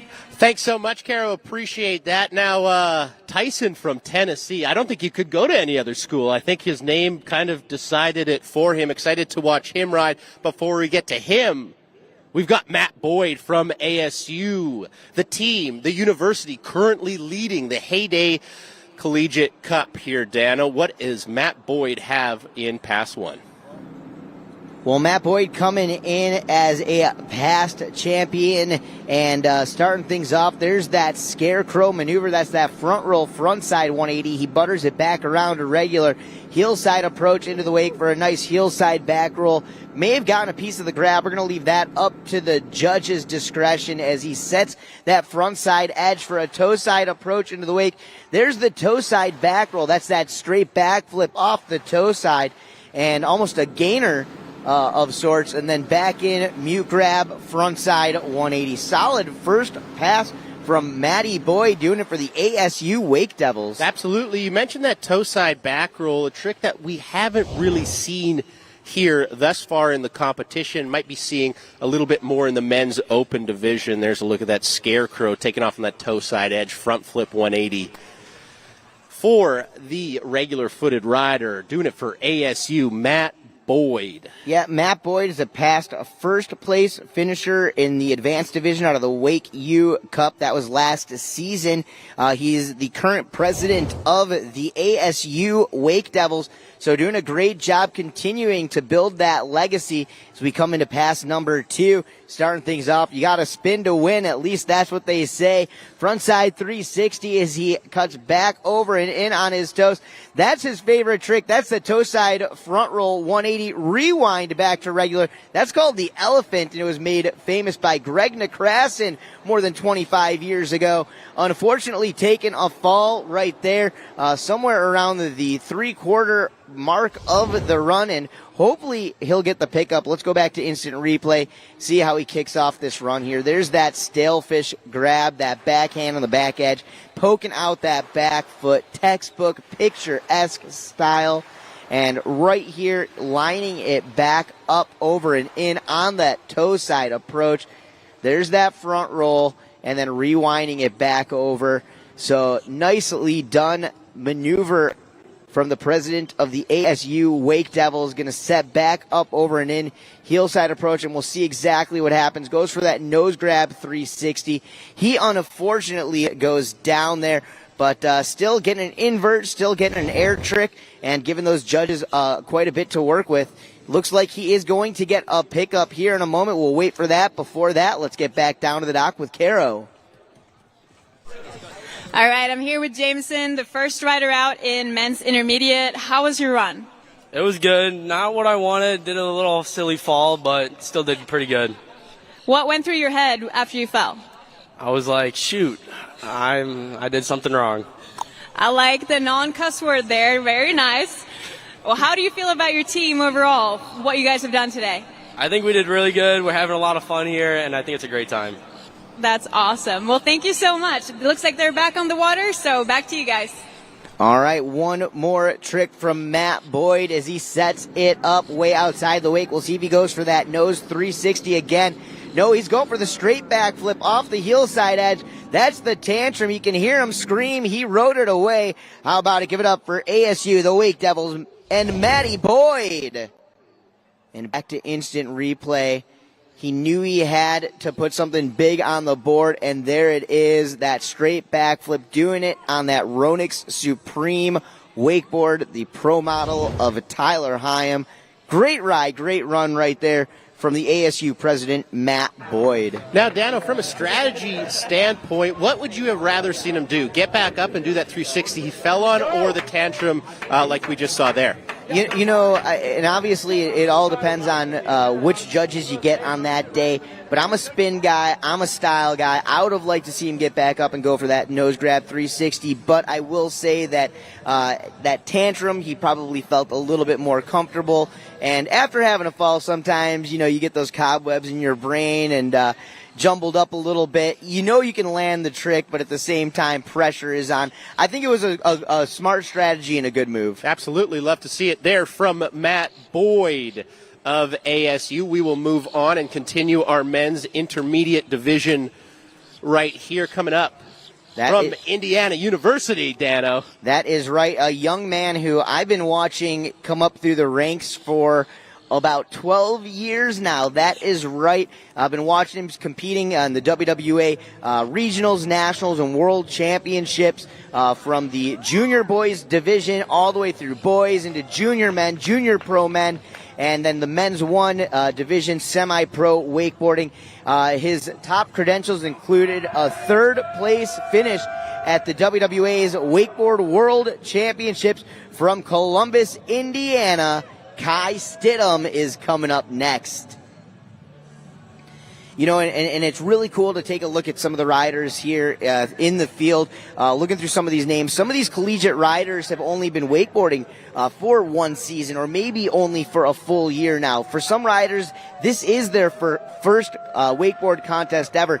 This next rider, you're going to see a lot of strategy out there from him. He's a young man, like I mentioned before. He has been competing since he was a little kid, over a decade of experience, and we've seen him on so many podiums in that semi-pro field. Looking forward to Kai Stidham. We're going to get to that here in a moment. Right now, let's go back down to the dock with Kara Upshaw. Matt, I just saw all your friends give you a bunch of high fives coming into the dock. Tell us, how was your run? It was pretty good. I really wanted to stand it up, but couldn't really hold that 3 down. So I'm still happy with it, though. Is that a trick that you feel pretty confident on normally, or were you just sending it? Yeah, the 3, I kind of lost in the past few weeks, but I really wanted to throw it in there. So. Yeah, there's a lot at stake, huh? But it looked like everyone was really stoked on your run anyway. How about your team, the rest of your team? Oh my, I cannot be more happy with my team. We are running the boards right now, and I'm so proud of them for that. Awesome. Well, thanks. Well, back to the contest, Doc. Thank you so much, Carol. You saw Matt Boyd's score of 80 right there, so he's helping out ASU, and Kai is helping out his team with that Rayleigh right there, Dano. Oh, what a classic maneuver on the wakeboard. The Superman air, that air Rayleigh, and then going right back over into the wake, the toe side front roll. You're going to see this guy put together a solid competition pass with a little bit of everything. He's already gotten the air. He's already gotten the invert. He got that 180 maneuver. Going to be looking for a spin in his run, and there it is. You talk about a well-composed run, giving these judges a little bit of everything: style, air, tech, and spins. Absolutely, Dana. You mentioned he's got everything, and he's got pop. That's what we love to see here. Explosive off that Heyday H20 wake, riding all the way to the top of it and using all that energy to get as much amplitude or airtime on all of his tricks. But you mentioned he was a savvy, smart rider, and shows that here. He's got flips, he's got the Rayleigh, he's got the spins. I'm excited to see what he's got in in set 2, pardon me. Hey, well, that's the experience showing right there. This guy has competed in WWA events, from the regionals to the nationals to the world championships, for over a decade, and bringing it out here to the water of Lake David. An unfortunate fall there on his first maneuver in pass number 2. We'll take a look at exactly what happened, and Kai taking off from the bottom of the wake, still with that great air sense, was able to get that board all the way around, got the full rotation, including the 180 on that toe side roll to revert. The problem I saw there, didn't quite have the distance to get to the downside of the wake. And you know, when it comes to wakeboarding, it's all about that transition. Absolutely. I kind of gave him the commentator's curse, possibly, talking about how much pop he had on that first pass, and then obviously lacking said pop on that toe side roll to fakie. But hey, that's just fall 1, right at the start of the second pass. If you're going to have a fall, that's probably the place you want to put it. Well, absolutely. That leaves him the entire field, the entire pass. There's so much real estate left out there on the water in pass number 2. And again, a guy like Kai Stidham should easily be able to throw that away, forget about that fall, get right back up onto his feet, onto that board, and finish off this run in the fashion that he came here to do it in, and that's stand up. Well, as you can see right there, throttles go down. Our rider is back up on his feet right now. Kai Stidham setting himself up as that wake shapes up and shapes out. He's going to take that big cut outside the wake, and he is going to set that heel side edge up over and in. Time for takeoff. There's a heel side back roll. Nice smooth landing on that maneuver. Playing it smart, playing it safe, back in on the toe side. This time toe side roll to revert, gets that 180, and May have been able to pull through from that one, but didn't want to go into that yard sale ragdoll situation. Takes a fall. That's fall number 2. Still a solid run from Kai Stidham. I'm going to have you walk us through this instant replay here, though. Absolutely love the back roll there from Kai Stidham, and that toe side roll to fake. He just had Kai's number today here. We mentioned that first fall at the start of his second pass was on this trick right here, and it's what is his demise on his second pass as well. Unfortunately, unable to put it down. Yes, base lands. That's great. But you can see there gets caught up a little bit. Too much tension on the fingers, and the handle goes bye-bye. We're going to say hello to the third member of our team, though. What do you think he's going to think about this run? You know, it was a very solid run. Kai went out there, stuck the rally right away, and 360s and back rolls. Overall, it was really good. I think he should be stoked about it. What else you got to say about it, Torres? I know he's going to be unhappy that he fell, just because that's how he is. He likes to be perfect. But I'm pretty sure his 360 was switch, which does count for a bit. I think it was a great run. I know he's going to be beating himself up a little bit, but I think he's got to be proud for what he threw down out there. We're proud of him. So, great run, Kai. Yeah, great run. Yeah, back to Craig and Dano. All right, Craig. Well, we are rocking it out here, and big shout out to our friends from Red Bull. Just dropping off a couple of cans for us up here in the announcer's booth. That little extra boost of brunch energy that we could use. Big thank you to, of course, all of our friends and partners out here, the entire town of Groveland, Florida, here at Lake David Park. Mike Dowdy and the crew from WakeU, of course, Mercury Marine in the house, along with the rest of the sponsors. Heyday debuting, launching the all-new H20 this weekend. Make sure you guys keep your eyes out for the Who's Next tour coming to a city near you, like real soon. Of course, Who's Next kicks off tomorrow here in Central Florida. Going to move to Atlanta later on in the week. From there over to Dallas. And you guys can check out the Heyday website to find out the rest of that schedule. As you see a score posting for Kai Stidham, 83 points up on the board. We're going to have to see where that puts him as far as the leaderboard is all set. Puts him in that first place position. But right now, doing it out of Tennessee, up, out, and on the water. Originally from Knoxville, this is Tyson Beach. Tyson Beach, he is a collegiate athlete through and through, former Division II baseball player before coming to UT. So we'll see if he adds that competitive drive to his wakeboard run. Grew up riding a wakeboard, but now finally started to do a little competition. You saw the tantrum there in that toe side, front side 180, Craig. What do you think? I love it. Tyson from Tennessee. Probably my favorite name thus far here when Kara was chatting with him. I love that, and I love that back roll. I also love the Water Ski Broadcast Company's aerial view of this, that drone following. Such a unique look at Tyson's run right here, Dano. That's right, Tennessee Tyson coming down the line, rocking it and rolling it, keeping it moving and grooving until he gets down to the end of pass number 1, standing it up.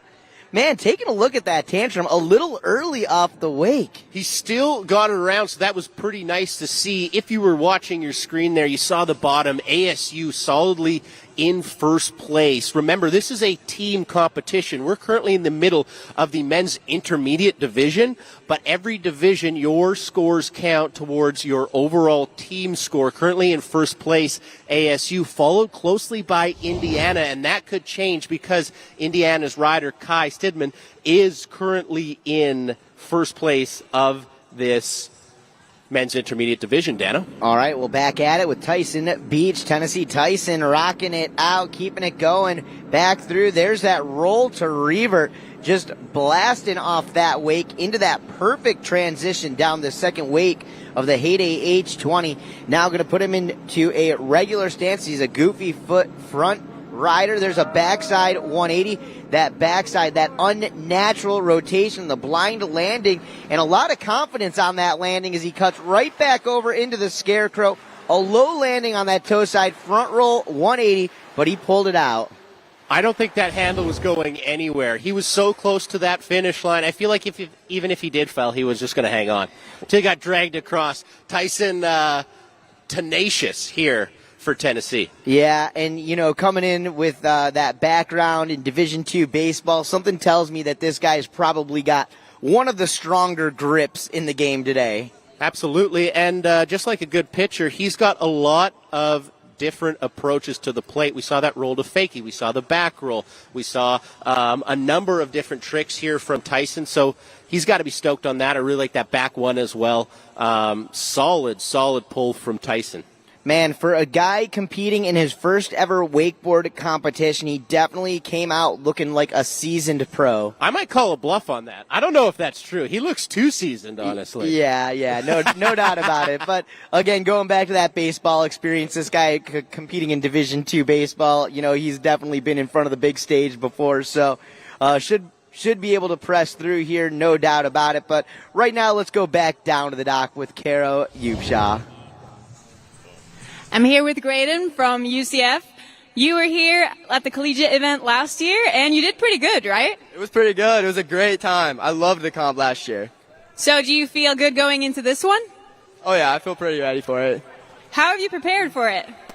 Not much. I wakeboard a lot at the cable park, so it's pretty much the same, right? Did you want to say hi to anybody that might be watching right now? Oh, yeah, I want to say hi to my sister back home in New York and my dog Ryder. What's your sister's name? Becca. Is she your number one wakeboard supporter? Yeah, probably. She and the team? Oh, yeah. Well, thank you so much. Good luck out there. We'll see you later. Back to the studio. Hey, thanks, Caro. Taking a look up on the leaderboard, it looks like we do have a new leader with a score of 90 points. Congratulations, Tennessee, Tyson Beach. That's a big 90 points for Tennessee. Currently, you were looking at the men's intermediate leaderboard, but on the overall leaderboard, they're a little bit closer to the bottom, so that 90 is going to change their fate. Remember, $25,000 prize purse. So the winning team is going to walk away with $15K. You want to be in that number one spot, and that number one spot currently held by ASU. But I think this next gentleman from Texas A&M will want to change that. Well, and you're taking a look at it right there with that score of 90.00.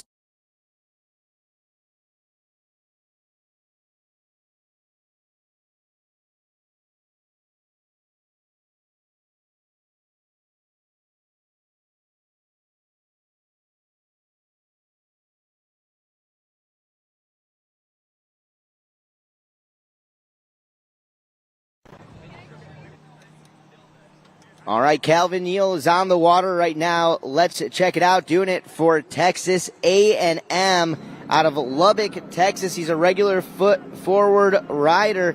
Let's take a look at it as he sets over and in, going big old back scratcher, air shifty from the heel side edge. Going to take that approach in on the toe side this time. Trick number 2. Absolutely massive, Craig. Humongous front roll. Got over onto his toes. It looked like he was going to ride that thing away, and then a little bit of load on the line pulls him over the front. That's going to be the issue. If everybody else is surprised at how big you go, and you are surprised at how big you go on a front roll, usually that's what happens. You end up below the water as opposed to on top of it. So I want to see Calvin go for that front roll again, and I want to see him go for it as big as he did. Look at how explosive he is off that H20 wake. That is a big wake. You need to be patient. You need to explode off of it. So he does that while we head down to the dock with Caro. Cole, what school are you representing? Mississippi State University. And you're last out in this division. Have you been watching the other riders go? Yeah, I've been looking. We're, I don't know. What did you watching them change your plan of your run at all, or are you sticking to the same plan? I think I'm just going to stick to the same plan, throw what I can do, and see what happens. Have you practiced a lot for this? No, not really. But what is your favorite trick that you're going to throw out there? Probably some grabs and hopefully get some 180s. What's your favorite trick? Probably indie grab. That's cool. Well, good luck to you. We hope that you have a good ride, and we can't wait to see what you do out there. Back to you guys. All right, Calvin Neal back in, straight at it. There's a tantrum with that indie grab. It was that toe side front roll that took him down in pass number 1. And, going back to that toe side front roll, man, I would have to say out of the basic inverts, the toe side front roll probably the most difficult of them. Absolutely, and when you take it over that second wake like Calvin did, landing in the flats there a little bit, that makes it infinitely harder to ride away from. So understandable he went down on that, but Calvin doesn't like to land in transition. We saw him go big on that front roll and that tantrum he took to the flats as well almost. So high-impact rider. Absolutely. Well, let's take a look as we cut back into pass number 2. Going for that toe 360 in that front side rotational direction. He unfortunately goes down, and that is going to be fall number 2. That's going to do it for Calvin Neal. Hopefully he still puts some big points up on the board for his team. But as you see right there, it almost was as if he was questioning, do I stop at 360 or do I want the 540? Off the wake, it looked like he wanted the 540. A tale as old as time. The second that you hesitate on a rotation and you kind of have to make a decision of, am I going for it, am I not? You're already gone. It's too late. So when you're mid-spin, remember that. Go for the 540. Don't try and stop it because it's extremely difficult, as Calvin did there. So he goes down. That is his second fall. And we move on in our men's intermediate division. All right, well, looking forward to watching our next rider. Graydon Swatsburg from UCF is going to be out here in just one moment. Graydon, just a couple of weeks ago, a part of the UCF team champions, the Red Bull Rivals Collegiate Wake Park contest happening down in Orlando. As a score post, not a bad score, 45.00 for Calvin Neal. So we'll see where that puts him in the leaderboard running right now. As it sits, Tyson Beach in first place, followed up by Kai Stidham, and it looked like Matt Boyd. So ASU, again, the story and the dramas are starting to unfold out here, as for the first time of the day, ASU has been pushed down into not a second position, but a third position. Nobody's safe, but before we take a look at that leaderboard, let's head down to the dock with the third member of our team, Caro. I'm here with Mike, one of Heyday's pro riders and one of the brains behind this event. Mike, tell us how it's going. Yeah, I think it's going really good. I think everyone's really excited to be here. It's awesome to just watch the kids throw down, get behind that age 20 for the first time. I think it's just all around being a good day, and I'm looking forward to seeing who takes out these podiums. Speaking of kids, I've seen your son run around here. Is he the youngest rider on Team Heyday right now? Yeah, for sure. He's probably the youngest sponsored athlete in history, I would say. So, yeah, he's cruising around, waving at all the boats and giving fist bumps. So if you see him cruising around, he's rocking white tee and diaper right now. So if you see him, that's him. Yeah, I heard your wife tell me he has some pretty amazing Heyday swag to rock. So we're stoked to see him here. Yeah, when is he going to start riding? I took him wake surfing for the first time like maybe a month ago, so I wanted it to be a wakeboard first, obviously, but surf was a little bit better. So soon, though, he loves it. He absolutely loves it. So shredder. How old is he? Just over a year. Yeah. So he's just over a year and already surfing, so we can't wait to see what Jack does next. Thank you so much, Mike. Back to you guys. Hey, thanks, Caro. Thanks, Mike Dowdy. And right now, it is Graydon Swatsburg for UCF. The University of Central Florida is on the water. Many-time National Collegiate Wake Park champions. And let's check out what Graydon is going to throw it down. As you heard from him a little bit earlier, spends a lot of his time riding the cableway here in Central Florida. But no stranger to a little boat riding. There's an explosive tantrum off the hillside edge, that straight backflip right there.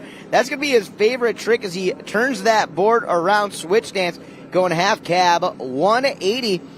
Gentleman from Pennsylvania State, now living down here in Central Florida, Orlando, UCF.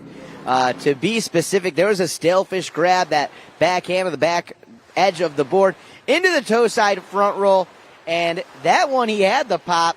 He didn't quite have the rotation on that and just undercooked it a little rare on that maneuver. Absolutely, extremely rare a little bit, but I do love, the go for it, the go get it attitude on that toe side edge in. Said, I'm going to go big, and hopefully I bring it around to my feet. Unfortunately, not doing that there, but guess what? That's just even better for us because we get to see Graydon go for that front roll again. I'm really excited. I hope he takes as much speed and gets as much amplitude as he did on that one, Dano. All right, well, we're going to go down to the dock right now. Caro is with our next rider.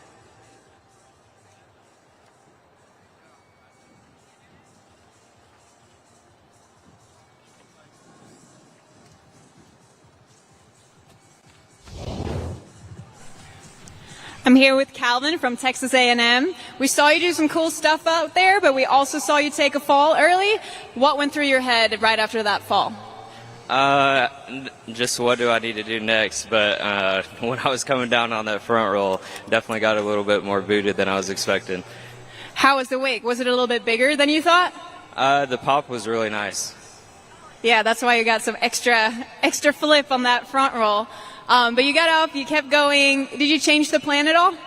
Yeah, after I fell on that front roll, I was planning on doing toe 5 on my first hit coming back, but I felt like I needed to just get something solid. When I tried the toe 5, thought I was going to come up short, tried to pull it back to 3, just didn't work out. That happens. And it is a contest, so it's way harder than just riding at home. Well, thank you so much for the interview, and I'll let you go back to your team. Thanks. All right, out on the water right now, we have got Graydon Swatsburg for UCF as the boat turns around that Heyday H20, making its debut here this weekend in Groveland, Florida. Beautiful Lake David. Check it out, though, as we come into pass number 2. That time, a little mix of a tantrum and a front flip. We'll call that the frantrum. We're going to set him back up with that opposite foot forward. There's a switch 180. So borderline the same start that we saw out of pass number 1. He's going to keep it going. There's a grab for Graydon Swatsburg, trying to continue to add the points for UCF up on the board. We're going to see how he finishes off this run. It looks like it's going to be a frontside approach. Will it be that toe side front roll?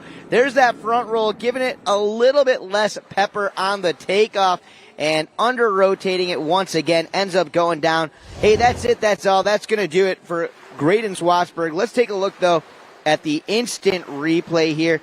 As you can see, it almost looked like he wanted to take off for that front flip and then his head kind of going backwards there, pushing him into that back flip maneuver as he pops the board around, just like we saw in pass number 1, that switch stance approach into the wake with the switch 180 back to regular, getting a piece of the grab right there, giving, again, the judges a little bit more to work with here.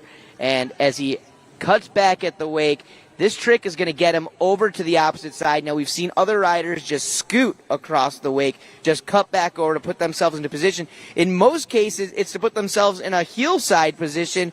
But for Graydon, he sets himself up for this last maneuver. This is the toe side front roll. And in pass number 1, although he didn't land the trick, he did get a little bit of a better takeoff. That time, not the takeoff he was looking for.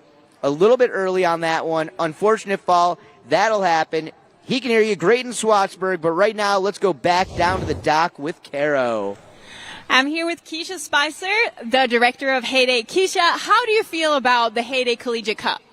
We are so honored to be out here with these incredible athletes today, having fun behind the brand new H20. We're having a blast in the city of Groveland. It's been incredible. So excited to get this boat out into the world and actually just use it. Yeah, I know you've had a big play in the development of the H20. How is it hearing all this amazing feedback from the riders today? Oh my goodness, it feels amazing. We've been working on this boat for a couple of years now, and so to release it and see everyone having fun is the biggest reward we could ask for. It's been a big secret. Has it been hard to not tell everybody? It is extremely hard to not tell people when you're so excited about something the way we are. So we've kept a secret for a while. Now it's out there. Now we get to talk about it nonstop. That's awesome. And this is a great way to launch a new product. I'm so hyped. But now we got to get back to the water. Thanks so much, Caro. Let's do exactly what you say. Get back to the water. There's a quick look at the men's intermediate leaderboard Tyson Beach of Tennessee, currently in that number 1 spot of 90. We just saw Swartzberg go. He was sitting there in the mid-50s. Now, however, our final rider of this men's intermediate division, Dano, you're a fan. That's right. Cole Fogelsong is on the water. Unfortunately, out of the gates, taking a fall, but going for the gusto on this one. A young man originally from Katy, Texas, and as he goes for that boost, didn't quite have the distance he was looking for the tail of his board. Just a lot of stuff going on all at one time, and he takes that crash. He goes down. Does give us an opportunity. We just heard Caro chatting a little bit about the new H20 from Heyday Boats. A beautiful boat and a great debut, no doubt. But you got to talk about some of the amazing partners along with Heyday. Our friends from Mercury Marine. Mercury is the engine partner, 6.2 liters, 320 horsepower, more than you need. And we've been watching it all across the morning here today. We'd also like to thank Simrad, Rockford Fosgate, Relion, Outside the Boat, Red Bull, local dealer for Heyday, Liquid Planet Marine. I know I've seen the crew from Liquid Planet hanging out around here on site. Factory representatives, local representatives, they are here to talk you through what this boat is all about. I mean, we got to thank all those sponsors. We also got to thank the third member of our team, Caro, who is dockside currently. I'm back with the Indiana crew. We're all watching their rider in the opens division getting ready over here. What do you feel like about his opening technique? He's just rebooting pretty much. Just laying down, sleep. He's waking up. He was just down in the zone. Is that how you guys get ready too? Well, I mean, we had a pretty late night before this, so he's probably just getting ready after that, but we got some solid sleep in us, so I think he's ready to go. Justin, you're alive. That's a pretty good technique you had there. Yeah, I was just recharging, getting ready to get out on the water. We're all good, though. Stoked to ride on the new Heyday boat. Was on it last year. Really great wake, so really, really excited. Yeah, just doing a little meditation, visualizing. Listen to some music, just getting ready, getting my head clear, and ready to get out on the water. That sounds awesome. Well, good luck out there. We can't wait to watch you. Back to you, Craig and Dana. Holy smokes, Craig. Talking about waking up down at the dock. If he wasn't already awake, Cole Fogelsong is now awake after that crash. He is 100% awake. On his bio, it says his best result is biggest crash winner, and guy doesn't lie. That's about as truthful as it gets out here. So congratulations to Cole. That was probably one of our biggest crash winners here at the 2002 Collegiate Cup presented by Heyday and WakeU. There's a look at the rest of the schedule today. That was the last rider of men's intermediate. So we're going to take a quick break shortly and get into the men's open division. What did you like about that?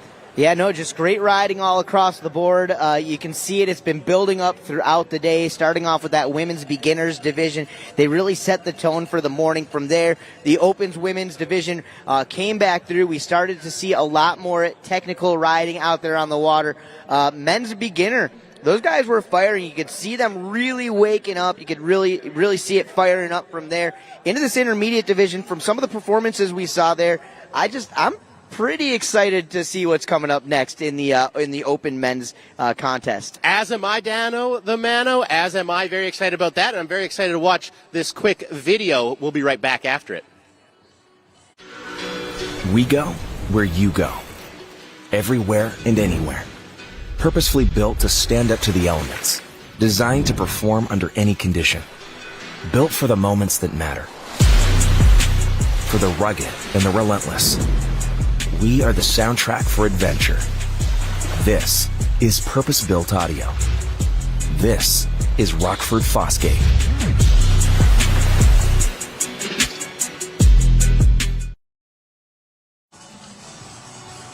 All right, well, welcome back, ladies and gentlemen, to the Heyday Collegiate Cup, brought to you by WakeU.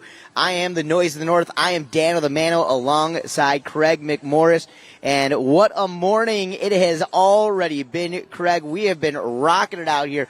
Groveland, Florida, just about 30 minutes to the west of Orlando, Florida. It's been a great day. Talk about some of these results so far. Absolutely. That's our men's intermediate division. Our second to last division, it was Tennessee's Tyson Beach taking the win there, earning his university 100 points towards that overall score with a score of 90.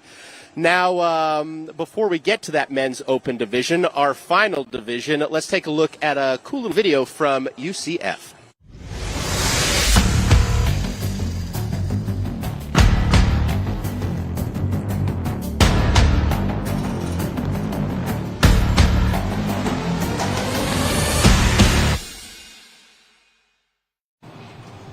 All right, well, great to see the crew at UCF. Definitely a club to watch out for. But right now, let's go back down to the dock with Heyday team rider Oh, Carol what happened Upshaw. out there? Just wasn't used to riding behind the boat, really, and didn't really know what to expect going out, and didn't go too well. You seem pretty happy, though. You and your friends are all over here giggling still? Oh, yeah, we're really just here to have fun at the end of it all, so as long as you're having fun, it's all right. That's cool. Yeah, you haven't been riding much boat lately, only on the cable, right? So you were a little surprised by that Heyday wake, maybe? Yeah, a little bit. It's pretty big. It's got some pop on it. Awesome. Well, thank you so much. It looks like they're back on the water. Oh, yeah, watch out for this guy. Comes from Mundelein, Illinois. I got the same zip code as this dude. We live on the same lake. Off Diamond Lake, this is Ty Dickey making his debut with MSU. You heard it earlier today. Rode with IU last year. Ty Dickey, one of those top young up-and-coming semi-pro riders, rocking and rolling here and really making waves, as they say, in the collegiate scene. And you see it right there, Craig. What a pass. What a run to kick things off. Clinical, surgical, if you will, from Ty Dickey here in that first pass. No mistakes, no bobbles, just came correct. So this men's open division is going to be hotly contested. Excited to see what Ty's got on that second of two passes. Well, that's right. Well, Ty now in his second freshman year of college, coming back through in his second appearance here at the Collegiate Cup, brought to you guys, of course, by Heyday and Mike Dowdy's WakeU. Getting some interesting shots there. Getting that heel side corked out 540. Landing on the knuckle, but showing you guys that control, that strength to ride away from it. Back up and over. There's a straight tantrum. That's that backflip. And once again, textbook, picturesque toe side approach into the wake.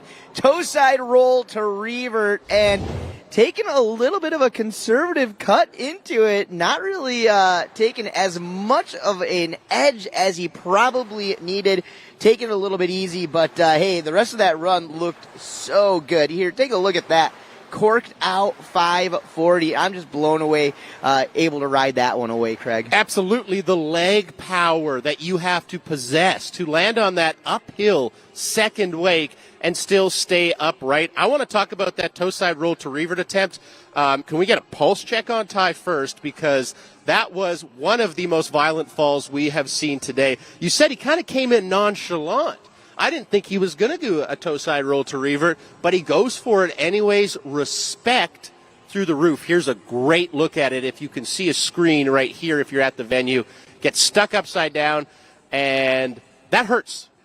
From experience, that hurts. So we'll see how Ty bounces back for that second of two passes here. Let's take a look at the start list right now. As we can see, Ty Dickey is in the water. But as you look down that list of names, That's Dan, right. who are you excited about? Yeah, well, Cam Winter, Justin Lublow out of Indiana, another name that you definitely want to watch out for. Liam Jeske from Tennessee, Jacob Keeper from Texas A&M, Gavin Giglio out of UCF. This guy is known as a cableway rider, but I've had the chance to watch him ride behind the boat at least a half dozen times in the last couple of seasons, and you better watch out, because if Gavin is firing on all cylinders, he might be the guy to watch out for in this open men's division. And Doc Bransom, another cable rider from Mississippi State. I saw him ride cable just a couple of weeks ago. A lot of style. hill and last off the dock, so he gets the opportunity to sit back, watch what everybody else does in the field. This could go any which way.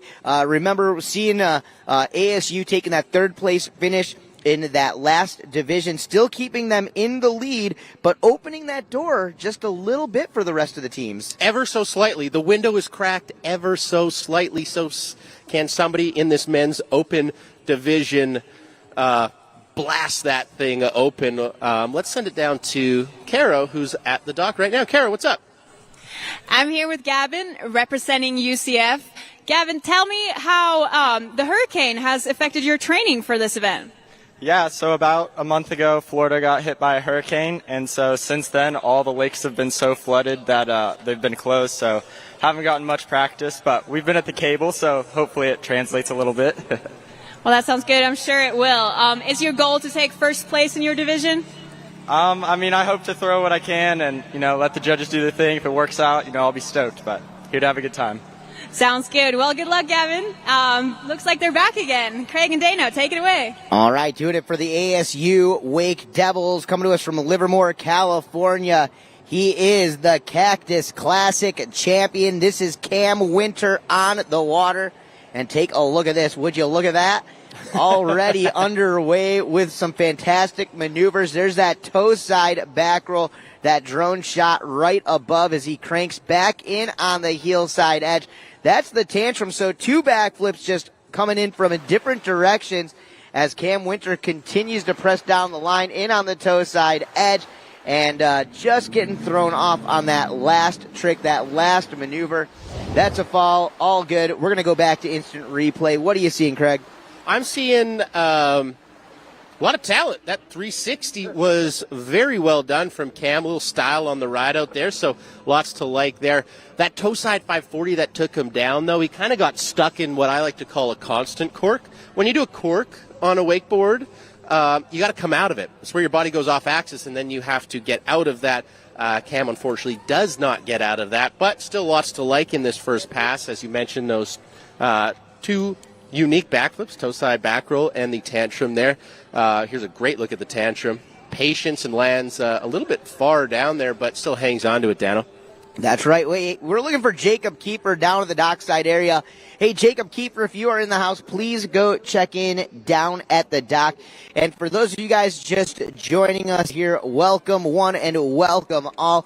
We are hanging out at the Heyday Collegiate Cup, brought to you guys by Mike Dowdy's WakeU. If you have not had an opportunity to stop up at the top of the hill and take a look at some of the beautiful boats by Heyday, please make your way on up here and check it out. We've got factory and local representatives to talk you through the latest and greatest from the Heyday brand. Of course, Heyday boats powered by Mercury Marine, that 6.2 liter engine. Head on up and find out more. But right now, let's get back down to the lake. Let's get back down to the water. This is Cam Winter from the ASU Wake Devils. We'll see how he puts it together here in pass number 2. The 20-year-old from Livermore, California. This dude just had his growth spurt like 2 years ago.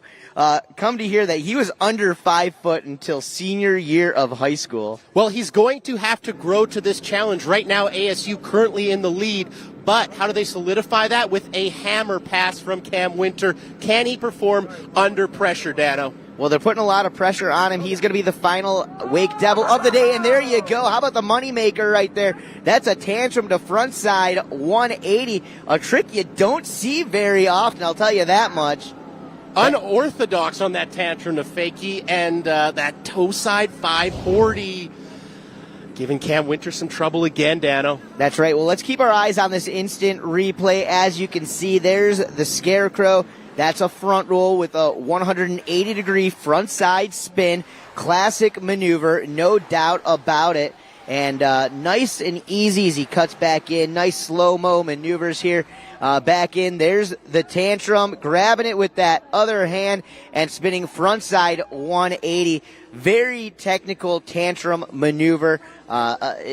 It's a variation you just don't see very often. And what we don't see from Cam Winter is going down on the same trick twice that often, but this toe side 540 was just his demise. The only thing I can see in that replay is on a toe side 540, you kind of want your shoulders to go out the front a little bit there. Cam opting for the shoulders to go out the back, making that rotation extremely difficult. So Cam goes down. What will his overall score be, and where will that put ASU in this men's open category? We're going to have to wait and see. They are pretty comfortably in first place, but they want to lock that in with a big score from Cam Winter. Let's lock it in with the third member of our team, Caro. Ty, we just watched you have an amazing run, but it ended in somewhat of a mega slam. Are you okay? Yeah, I'm all good. I was looking at the wake. I got distracted. It was looking really good. So as I was cutting there, I was looking wake, and then all of a sudden I was upside down and lost. I wish I had that trick. It was a pretty good run other than that, though. Yeah, for sure. And you had some pretty big ambitions coming into this event because of last year. How did you do? I think I threw down a pretty good run this year. Last year I fell right away. It was sloppy. It was windy. The conditions are so much better, and yeah, I'm happy with this year, though. But last year you said you got a pretty good placement. I did, yeah. Last year I won Open, and that was pretty awesome. So I'm hoping for the same thing this year.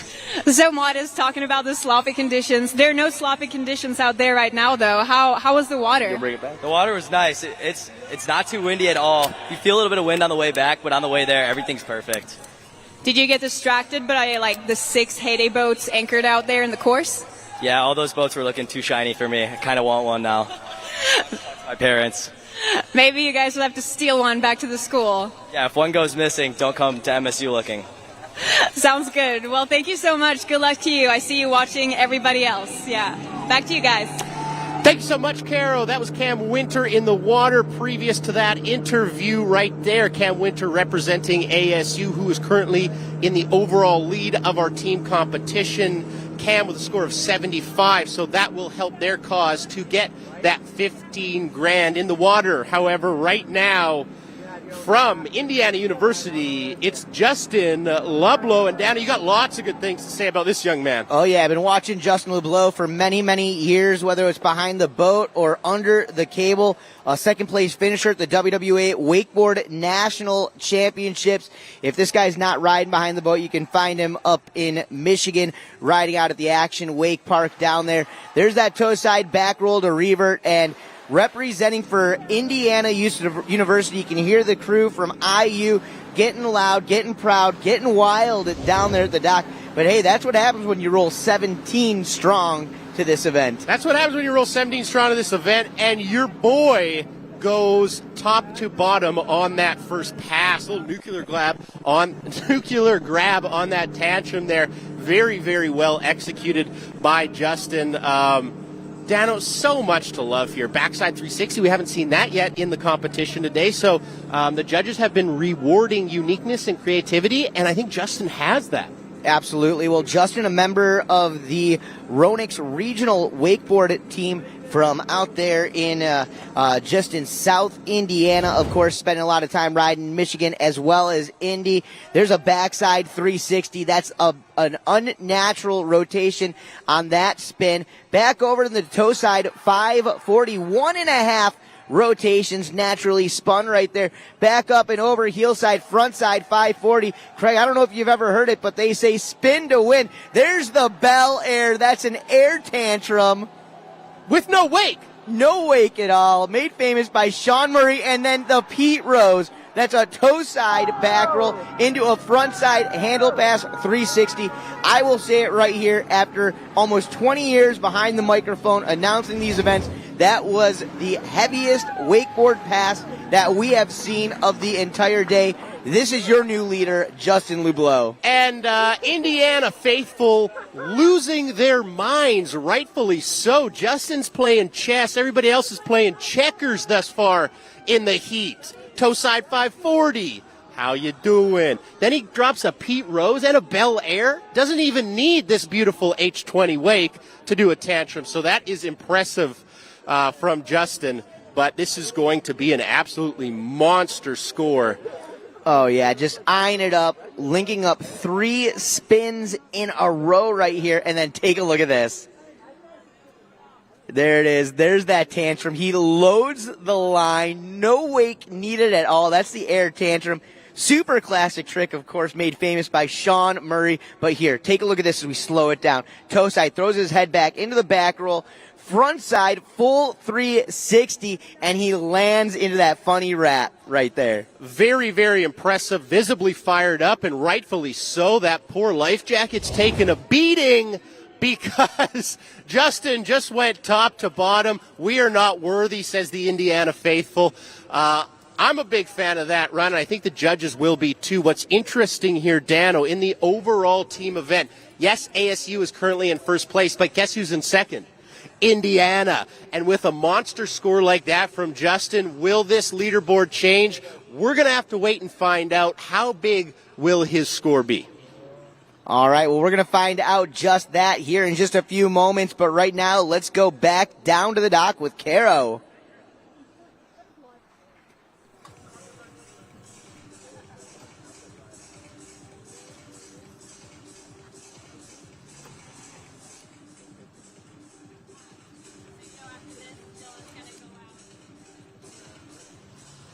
All right. Well, there you guys are getting a great look down at the shoreline area here, Lake David Park in Groveland, Florida.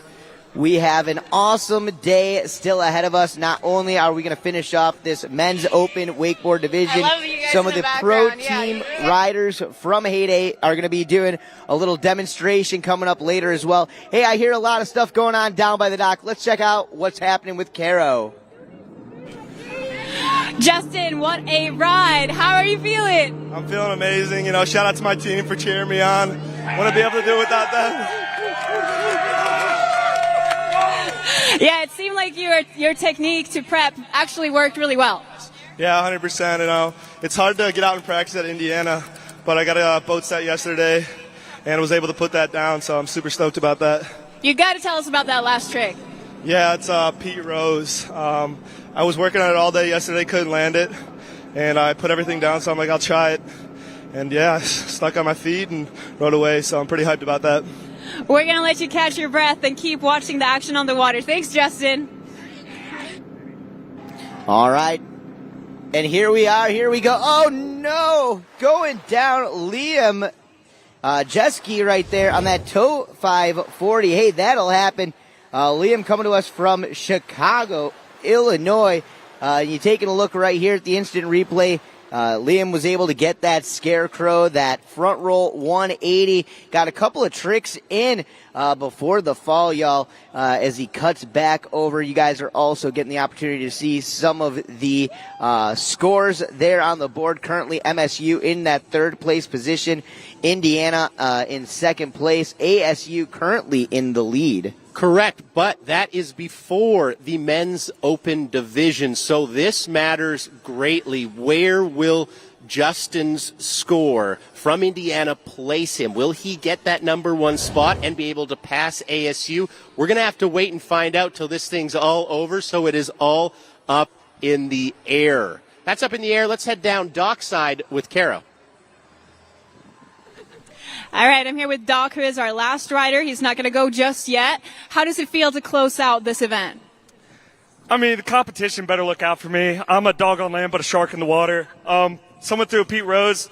Yeah, big deal. I'm going to throw double backflips, double Pete Rose, maybe a Mick double. I don't know. Look out. Look out. Oh, yeah, that's what we like to hear. So do you have like a solid plan going in, or you just kind of wing it? I don't know. I'm going to get up there, send a postcard from the moon, because I'll be pretty high up there. You know, might see some aliens. Yeah, tell them we say what's up. Yeah, well, we can't wait to watch you ride. I guess we're going back to the water. A lot of confidence down there, a lot of confidence. Here we go, back into replay, uncorking it out. That's a wrap, KGB, as Liam Jeski gets back up and goes back down. Unfortunate second fall right there from Liam. Very unfortunate from Liam, but I do have to say the 19-year-old has the best penmanship that we have seen in the booth thus far. I didn't even know they were teaching cursive in school anymore. I didn't know either, but Liam, you got great penmanship, and it was great to see you out here at the Heyday Collegiate Cup 2022, brought to you by the good folks at WakeU. That's Mike Dowdy's company, and this has been, it started grassroots. We heard a lot of the competitors say it started in his room in that very first ever digital edition, and it's amazing to see what it has become. All that hard work, all the great folks behind it, bringing it to fruition. As you can see, that Heyday H20 coming back into the dock to pick up our next rider in the men's open division. Dano? Yeah, well, we're going to get to our next rider here in a moment, but first I want to talk a little bit about that interview with handsome Doc Bransom a few moments ago. That was a lot of confidence. Yeah, and definitely, hopefully that shines through to the judges in just a little bit, but hopefully Doc is going to be able to back it up out there on the water as well. Great name, handsome Doc Branson. A lot of energy, a lot of focus from that young man. So excited to see if he can live up to that hype. I believe he can. Dano, I believe he can. Well, we're going to find out here in a little bit. We've got two riders before that, so let's get back down to the dock. 19 years young from Texas A&M. This is Jacob Kiefer. Jake Kiefer getting ready to rally down the line. The H20 coming down to the dock, of course, powered by Mercury Marine, 6.2 liter. And, guys, we're going to get back down there with the Jake Kiefer in a moment. First, let's hear what Caro has got to say. I'm here with Zach Gresham, the Director of Marketing for Heyday. Zach, tell us a little bit of what's been going on this week. Yeah, it's been a really exciting week for Heyday and for our consumers, dealers, everyone really involved in this event. Obviously, in addition to the Collegiate Cup, we've had some chances to really connect with consumers on a different basis. So 2 days ago, before the Heyday launch, we actually invited out a group of I would say about 10 to 15 really influential individuals in the action sports community. So surfers, wakeboarders, wake surfers, foilers, really everyone across the board, and really tried to build up that hype around the H20 launch. We were able to develop different content streams that we originally hadn't been involved with or working towards. So really excited to try some new methods with our marketing this year and hoping to continue the momentum into next. Yeah, for sure. It's been a great week. I actually got to watch our very own Craig try and do a handstand on a surfboard. You should ask him about that, Dano. But back to you guys. All right, well, let's find out about just that, Craig. Are we going to see the handstand on the wake surfer? Absolutely. I think that is the next progression in wake surfing. If it's too easy on your feet, just do it on your hands. I was unable to master it behind the H20, but give me a couple more shots, Dano, and I may be able to pull it off. We'll see. All right, my friend. We'll be looking forward to watching you make that famous on Instagram. But here we are, and here we go. Jake Kiefer for Texas A&M. He is on the water, the 19-year-old, getting ready to rip rally here in his first ever wakeboard competition. Check it out as he cuts in. Big old hillside approach, getting some boosted air and able to ride that first one away. Toe side approach for maneuver number 2. There's the toe side back roll, and unfortunate fall right there. And he got the back roll, but it looked like he may have been trying to take it to an extra 180 or so. Let's take a look at this right here. So going through the legs and finding that grab on that one. We'll leave it up to the judges, chicken salad or roast beef. And as he cuts back over here on the toe side, let's see exactly what happens. He throws that toe side back roll and just slides out the back. A little bit of weight on the front foot, definitely not the easiest to land, but what I do like from Jacob is attempting to grab during the flip. All right? You got to go for the grab. You got to add something. Separate yourself from the rest of the field because the rest of the field is coming correct today. As we mentioned, ASU currently leading the team event, followed closely by Indiana. There you can see Justin Lublow with a score of 96. So he is currently in that number 1 spot of our men's open division.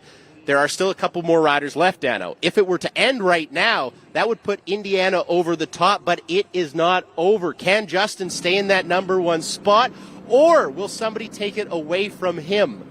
There you see the overall leaderboard, ASU just ahead of Indiana, but Indiana has their men's open rider in that number 1 spot. Dano. Oh, no. Jake Keeper going down right there on that scarecrow-esque maneuver there, almost a mix between a scarecrow and a 540. That's going to be his second fall, so definitely, unfortunately, that's going to cap it off for his day. We still have 2 riders left to go here in this men's open division, but hey, check this out. If you hear your name, you are the lucky winner, the recipient of a ride in the H20 for what's about to happen next after this division. We're going to get a live pro demo from Heyday team athlete Dylan Miller and Windsor Williams, Alyssa Williams, Veji Melnitsky, and Tyson Beach so far. So Tyson Beach, Veji Melnitsky, along with Alyssa Williams and Windsor Williams, please get down to the dock. You have won a ride in the boat for the Dylan Miller demo coming up next. So all of our first place finishers so far in the day, they get a little personal demo here in a few moments. What aren't we giving away here at the Heyday Collegiate Cup? A $25,000 cash purse. And if you win your division, you get to watch Dill Mill, a.k.a. Pickle, ride. That's going to be pretty exciting behind the Heyday H20. I got to see him go a little bit over the past couple days behind this beautiful machine, and he rides it right. Dano, he rides it correctly. Oh, yeah. Well, you had the opportunity to sit there and get to watch Dylan grow up together up in Canada, and I know throughout the grassroots days into his semi-pro, into the full pro days. And the cool thing about a rider like Dylan Miller is that he has pushed all aspects of wakeboarding, whether it's boat riding, whether it's cable riding, whether it's two-tower, whether it's winching. He always has brought his own unique style to it, and just very well diverse across the board. Absolutely. And speaking of board, let's take a look at the leaderboard right now. There you see Indiana University's Justin Ludlow in that number 1 spot. Remember, they are in second place in the overall event. If they finish in second, great. They walk away with $7,000 and silver medals. Great. Happy for you. But if they can leapfrog ASU, they are walking away with $15,000 in cash, the Heyday Cup, and gold medals for everybody on the team. That is a big difference. So can Justin Ludlow stay in that number 1 spot, or will UCF's Gavin take it away from him? He's coming up next. You're a big fan, right, Dano? Well, absolutely. The fact that I've been around for so many years, getting to announce some of the biggest events in wakeboarding, been watching a lot of these riders come up through the ranks from their days as junior athletes into the boys athletes, into junior men athletes, and now into this semi-pro pro field here. And Gavin Giglio, one of those guys to watch out for, represents for Ronix. This guy has traveled the world doing cable wakeboarding last season, spent a bunch of time in South America. If you've never actually watched this guy ride the cable, I definitely recommend you hop on YouTube, you look him up, and you check out some of his past action. This guy, absolutely amazing. I don't think so. He is unbelievable from Belle Isle, Florida. Ladies and gentlemen, give it up. This is Gavin Giglio. The 20-year-old sophomore, born and raised here in Central Florida, Orlando. Definitely been spending a lot more time under the cable over the past few seasons, but this dude knows how to ride a boat, and he knows how to do it with style. Beautiful execution right there on that method air as he pops that board around, setting back up, over and in. Take a look at that 1.5 rotations, the front side 540, regular and switch heel side tricks. Boom, mirrors it right there with that front side 540. So cab 540 into front side 540. Gavin putting on a demo, and then toe side. Down. That toe side 3 ends up taking him down. Take a look at this though right here. There's that method, bringing that board all the way up and nice and proper. Maybe not quite the grab he fully wanted on it, but he knew it. He knew it. But right here, take a look at these spins as he goes back to back heel side 540s. Here's the switch 5. Just a little miss on the nose there, but still great execution on the rotation. Absolutely. I like how he mirrors these back-to-back, right? The switch 540 into the regular 540, doing the same grab. So that first one, switch nose, and that second one, regular nose there. So very, very solid from Gavin. Speaking of solid, I think it's time to head down to the third member of our team, who is dockside with some of Gavin's fellow competitors as we see Gavin go down. All right, I'm here with Jacob representing Texas A&M. Tell us about your ride. I mean, it wasn't what I wanted. I had this whole ride planned out. I think that was my downfall. I was thinking about it too much. But, I mean, I can't be mad. I'm still in Florida. I still might go ride cable later, so it's not a bad day. How was that Heyday Wake? Have you ridden behind one before? I've never ridden behind a Heyday before, and I was pleasantly surprised. The pop was very solid. No complaints. Did you ever think about that it's only a 20-foot boat, or was it kind of like what you're used to? No, I was definitely thinking about it, but like I said, I was pleasantly surprised. It was great. I had no problems. I was still getting up. Nothing wrong with it.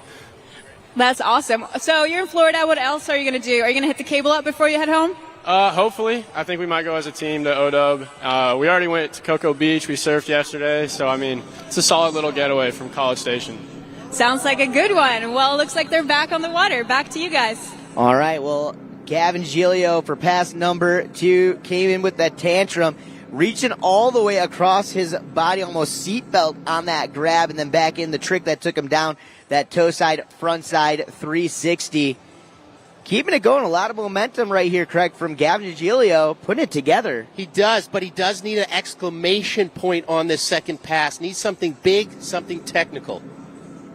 And there's a backside 540. That would have been the exclamation point. You talk about a high-risk, high-reward trick. That maneuver with that backside landing, we'll see exactly what happens. But as we come back to instant replay, you see how he reached all the way across his body and grabbed the nose of his board with his backhand, making that tantrum, that basic backflip, that much more technical. Add a little spice to it, and that's what you got to do with some of maybe a simpler trick with the tantrum. Make it more difficult. Show the judges you can do it, and you can do it really well. Dana, what I'm excited to talk about is his final trick, Gavin's final trick there. It was a switch backside 540 attempt. In my opinion, probably the most difficult trick, if landed, we will have seen today. What goes wrong for Gavin here, and what is most difficult about this trick is patience. You got to be so patient riding up all the way up the wake and then initiating rotation. You could see there the rotation is what took him down, lack thereof. That's right. You got to have that confidence and know that board's underneath your feet, and we're going to ride it away. Getting a little bit too much load on that back arm upon landing, just getting snapped out of his fingertips. Hey, it's all good. We'll wait for some scores, but there you see the leaderboard with LeBlanc, Dickey, and Winter holding down the top 3 spots as we get down to the final rider in the contest of the day. Don't forget, we still do have some pro demos coming up along with our award ceremony happening right here at Lake David Park. Doing it for Mississippi State, 22 years young. Just 2 weeks ago at the Red Bull Rivals event, he won the belly flop contest, and I believe their entire team won the Spirit Award. Give it up for handsome Doc Branscombe. And once again, we do need Windsor Williams, Alyssa Williams, Veggie Melninsky, and Tyson Beach down to the dock. You are all going to be invited to ride in the boat for the Dylan Miller Heyday Pro Demo. So once again, Windsor Williams, Alyssa Williams, Veggie Melninsky, and Tyson Beach, we need you down to the dock right now. All right, handsome Doc Bransom getting ready, the final rider of the day. As you see the Heyday H20 heading out towards Lake David. We're going to put the throttles down, and our last contestant getting ready to stack some points up as we see a score posted from Gavin Giglio of an 83.00. What's really interesting about that score, Dano, is it doesn't affect that number one spot. Justin Ludlow of Indiana still in that number one spot with 96 points. Only one rider left. This is the entire fate of the competition, this team event. If handsome Doc Branson can get into that number one spot, this entire event could be different. It's musical chairs up there. Can he perform, Dano? Well, my guess is yes. We'll find out here and now that Boat Wake has shaped out. The Heyday H20 is on the water in its debut performance here as a part of the Heyday Collegiate Cup, brought to you by WakeU. And here we go. The Doc getting ready to rock it. Here we go. Hillside approach. Oh no! Going for the back roll and taken off slightly early. Craig, I heard you talk about the patience that these riders need to have into the wake, and you see it right there. A little bit different than when going off a kicker there. And again, maybe getting a little excited a little bit early and looking for that pop just a little too soon. Absolutely. You will be burned every single time if you start that rotation at the bottom of this massive H20 wake. Remember, this Heyday H20, brand new, so a lot of these riders have not got to ride behind it yet. That first hit sometimes can be a little bit surprising, so that could have been the issue for Doc right there on that back roll. Remember, he's still got another fall, so he can get back up and really make something happen here once they pick him up. All right, well, they are bringing it around. We're going to get him back up and at it on the water here momentarily. Another beautiful view of that red Heyday H20. And if you guys are just joining us here at the Heyday Collegiate Cup and you want to find out more about these amazing boats, stop on up. We've got Heyday Factory representatives in the house as well as local reps here to answer any questions that you may have. Be sure to check out the Heyday Who's Next tour coming to a town near you, whether it's this fall, this spring, or next summer. I know this week heading to Central Florida, up to Atlanta, over to Dallas. So a great opportunity for you folks throughout the nation to get in and behind one of these great Heyday boats and find out for yourself what they are all about. Now, Dano, it was a little bit unfortunate for Doc there, the location of his first fall. It put him in a situation where he couldn't really get another trick in on that first pass, so he will have to jam-pack that second pass here if he wants to play up in and amongst that 80-90 score range. Let's see what Doc Branson has on his second pass. All right, lining it up, eyeing it up. Handsome Doc Branson getting ready to fly. Hillside approach will be the back roll. He goes for it again, and this time he rides it away, just powerhousing through that second wake. He wasn't going to give up, I will tell you that much. If I was a betting man, I probably would have put money on that last trick. Going for the toe 540 into some sort of Olay 7 maneuver. Takes him down, and that's going to do it for handsome Doc Branson. Let's take a look right here at this instant replay. Landing on top of that wake, but again, powerhousing and never giving up. But let's take a look and fully see exactly what happened here on this spin. He wanted to throw some extra points up on the board. He knew a nice, perfectly executed spin of some sort would help do just that.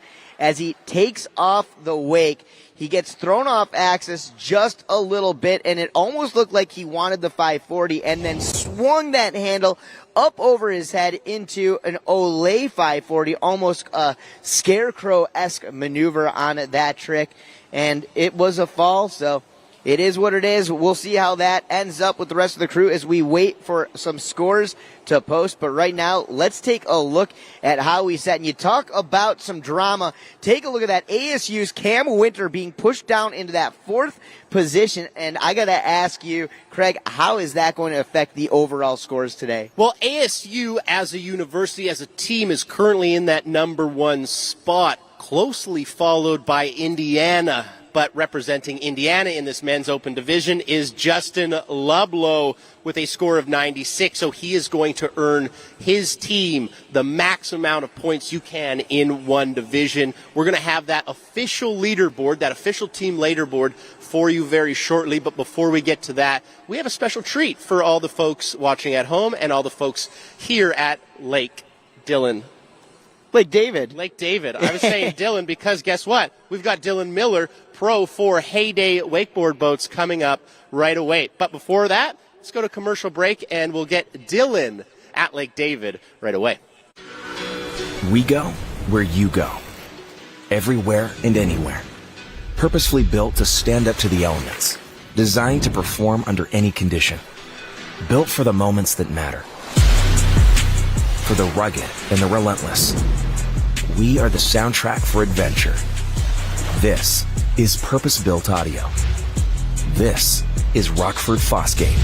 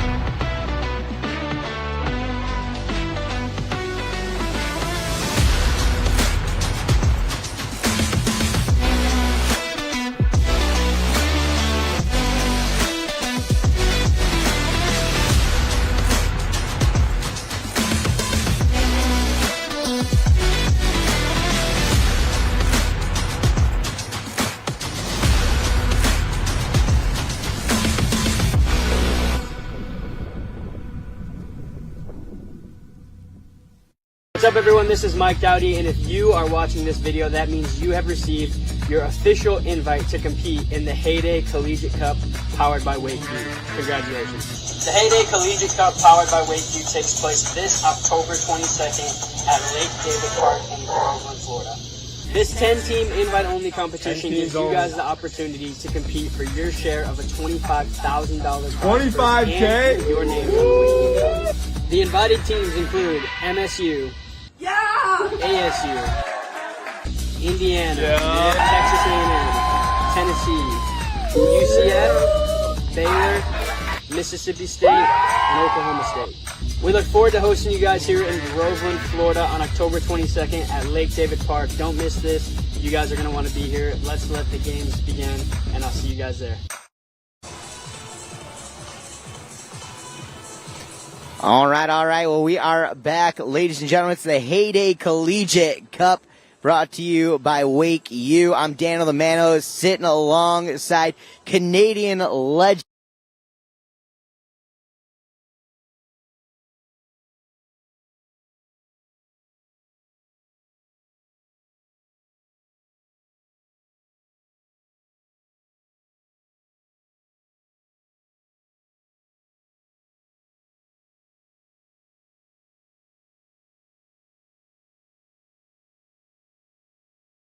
Williams and Justin Lublow. We need you all down to the dock. You guys are all getting front row seats for what's coming up next, the Heyday Dylan Miller Pro Wakeboard Demonstration. And we're going to go right down to the dock here. Craig McMorris, I got to ask you, so far so good as we get ready to watch Dylan. Some of your highlights from today so far.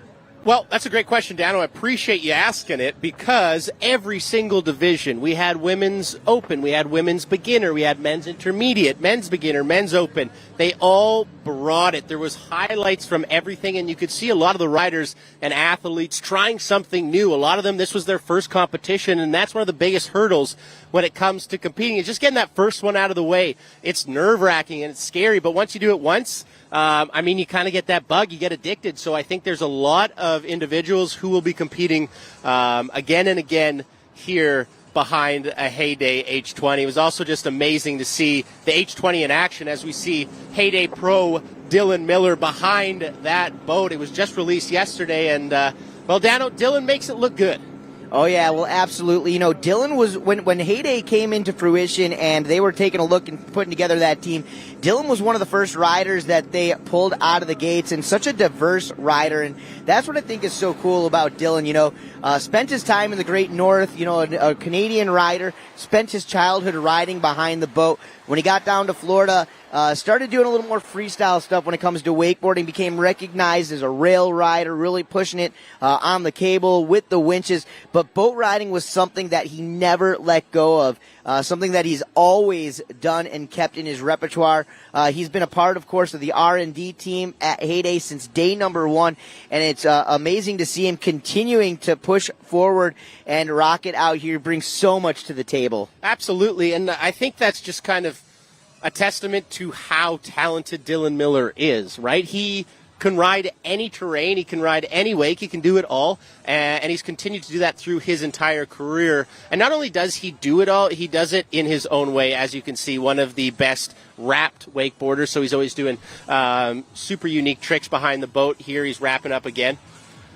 Yeah, what I've always liked about Dylan is, you know, he makes the simple amazing out there. You know, he's the kind of guy who can take a 180 or a 360, really tweak it out, and when he's out there, people can look at him and say, hey, that's Dylan Miller. Absolutely. Here's a good look at that cab 360 wrapped up. Style, holds the grab, pokes it, does it correctly. And you can see a good look at that H20 brand new boat released yesterday from Heyday.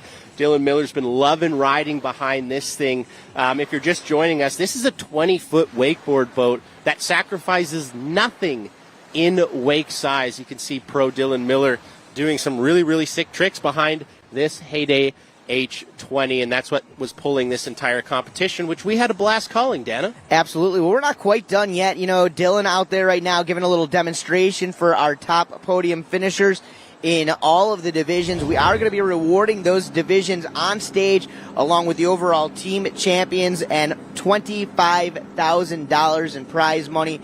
We're also going to be awarding the WakeU MP4 Challenge winner here as well. These teams have also been tasked with doing with a little bit of a digital contest. Mike Dowdy and the crew started years ago. The MP4 Challenge gives them a chance to show the lifestyle, not just the wakeboarding, but the lifestyle behind the teams as well, and some of the behind-the-scenes stuff. So looking forward to announcing the winners of the MP4 Challenge. Also going to be coming up here in just a little bit. But as you mentioned moments ago, Craig, the Heyday H20 making its debut here in Groveland, Florida, Lake David for this event, of course, the Heyday Collegiate Cup. And this boat also comes out with some new industry firsts as well. Absolutely. One of my favorite industry firsts in this boat is that power platform. All you have to do, hit a button, and your platform raises up, making it perfect for storage. They have incredible bucket seats right at the back of the boat. That used to be illegal to sit there.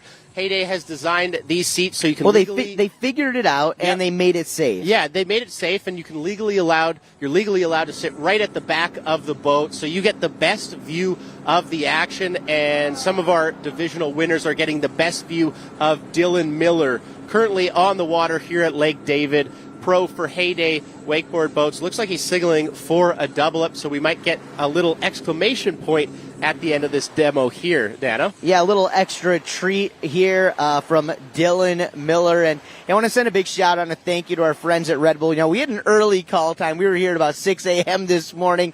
And a big shout out to Red Bull for keeping us awake all throughout the day. But one other thing I want to mention about Red Bull is over the past month or so, they have put on some incredible events here in Central Florida, kicking off back in September with the Parks Double or Nothing contest. Just a few weeks ago, there was the Red Bull Rivals contest. But here's Dylan Miller as those wakes converge. The natural kicker, the double up, going for that double 360, that hillside 7. What do you think, Craig? I loved it. I like how you mentioned Parks' Double or Nothing competition. That's exactly what it is, double up competition. Dylan must have heard you and said, hey, give me a left-hander. So that's what he got on that brand new H20. Looking good for the nose grab 720 attempt. Let's take another look at it here, Dano. Oh, yeah, as he pops up into the air, he gets that full rotation right there, but maybe just a little bit excited there on the landing. Hey, that'll happen, but always fun nonetheless to watch Dylan Miller out there. And I got to ask you, though, over the years, I know you and your brother did a little bit of wakeboard competition. Did you ever get to compete against some of the Canadian greats, guys like Dylan Miller or Ollie and Raph Jerome, anybody like that? Absolutely. Competed against them all, honestly. A lot of worlds, a lot of nationals, and it was a great way to grow up, spending time behind the boat and kind of honing your competitive prowess, if you will. Wakeboarding is very unique. You're very solo. You're very by yourself, and you have to coach yourself when you're out there. So I think it's great for any competitive career, which is pretty amazing. So thanks for that shout out. Great to see Dylan Miller. But we have another surprise for you. A little video from St. Augustine's. Let's take a look at that right now.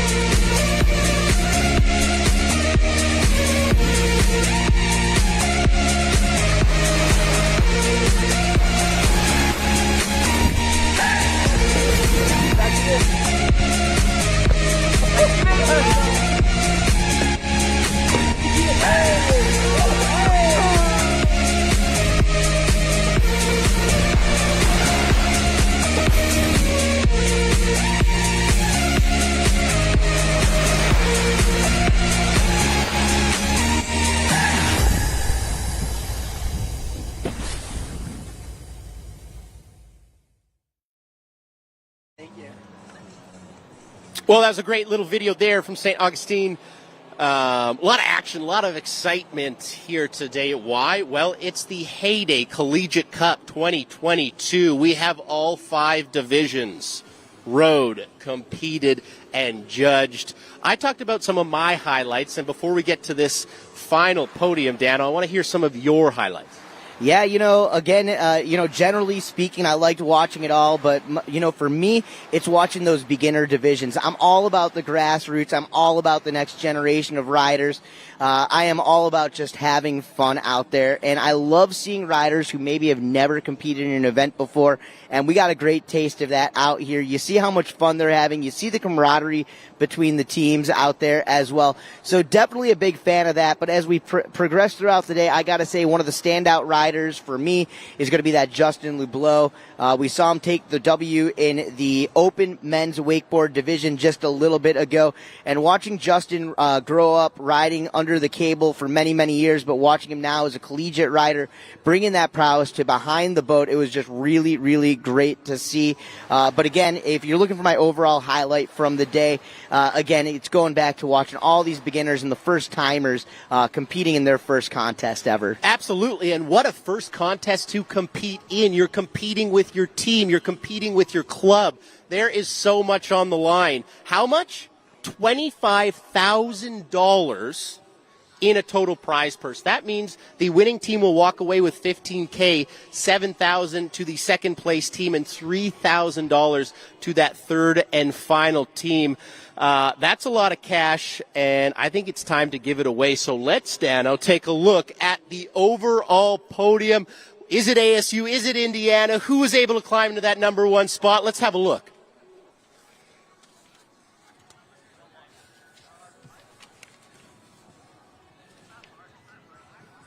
All right, as we await, there it is, showing you guys. And you talk about the drama, only 20 points separating from first and second place on the screen there, as you guys see it. Taking a look at throughout the day, ASU going to take home the overall title. So we are going to be heading down to the podium here shortly to celebrate it. But Michigan State University holding down the number 3 spot, number 2 going to Indiana, and defending their title for the thrice year in a row. Big shout out to the ASU Wake Devils. So we're going to be awarding the overall podiums along with the division podiums as well as the MP4 Challenge Awards. That's going to be coming up here in just a few short moments. Again, a big shout out and a thank you going to all of the amazing sponsors, of course, the entire team from Heyday Boats, along with, of course, our friends here in Groveland, Florida at Lake David. I'm talking Mike Walker, Frankie, Steven, Bubba, and the entire crew from right here locally. Of course, the WWA, the World Wake Association. If you guys have not already downloaded the Rideline app from the WWA, make sure you guys do that to keep up to date with any news, contest results, and so much more. Of course, the engine partner of Heyday Boats and a great contributor to this event, Mercury Marine. Keep in mind, inside that boat, 6.2 liters. 320 horsepower. That's the base engine you guys are going to get inside of these Heyday boats. Of course, our friends from Simrad, the marine electronics partner, Rockford Fosgate, the audio partner, Relion, the marine battery partner, Red Bull, the local dealer here in Central Florida, Liquid Planet Marine. We had all 7 teams representing Michigan State, Arizona State, Indiana University, University of Tennessee, Texas A&M, University of Central Florida, and Mississippi State University at this year's Heyday Collegiate Cup, powered by WakeU. It has been an amazing day, morning, and now into the afternoon as we get ready to go into the awards ceremony. Craig, I mean, you really can't ask for much more. Absolutely. There are so many people to thank, so we thank them all. We thank everyone in the truck. Thank you so much for all your hard work. I think it's time to go give some cash and some hardware, so meet us over at the stage as we give out the big bucks. Thanks, Dano. All right, we're going to do that here in just a moment. Let's go to some quick words from our sponsors, and when you get back, we will be down stage side.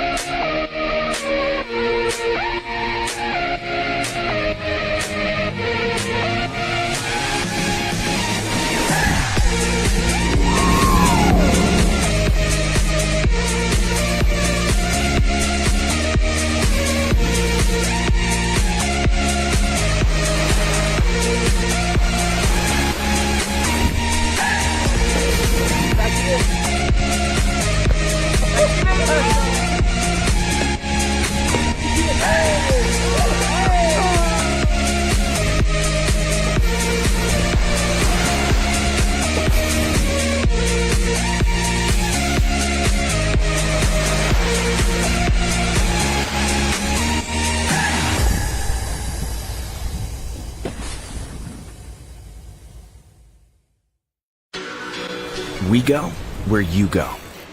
Everywhere and anywhere. Purposefully built to stand up to the elements. Designed to perform under any condition.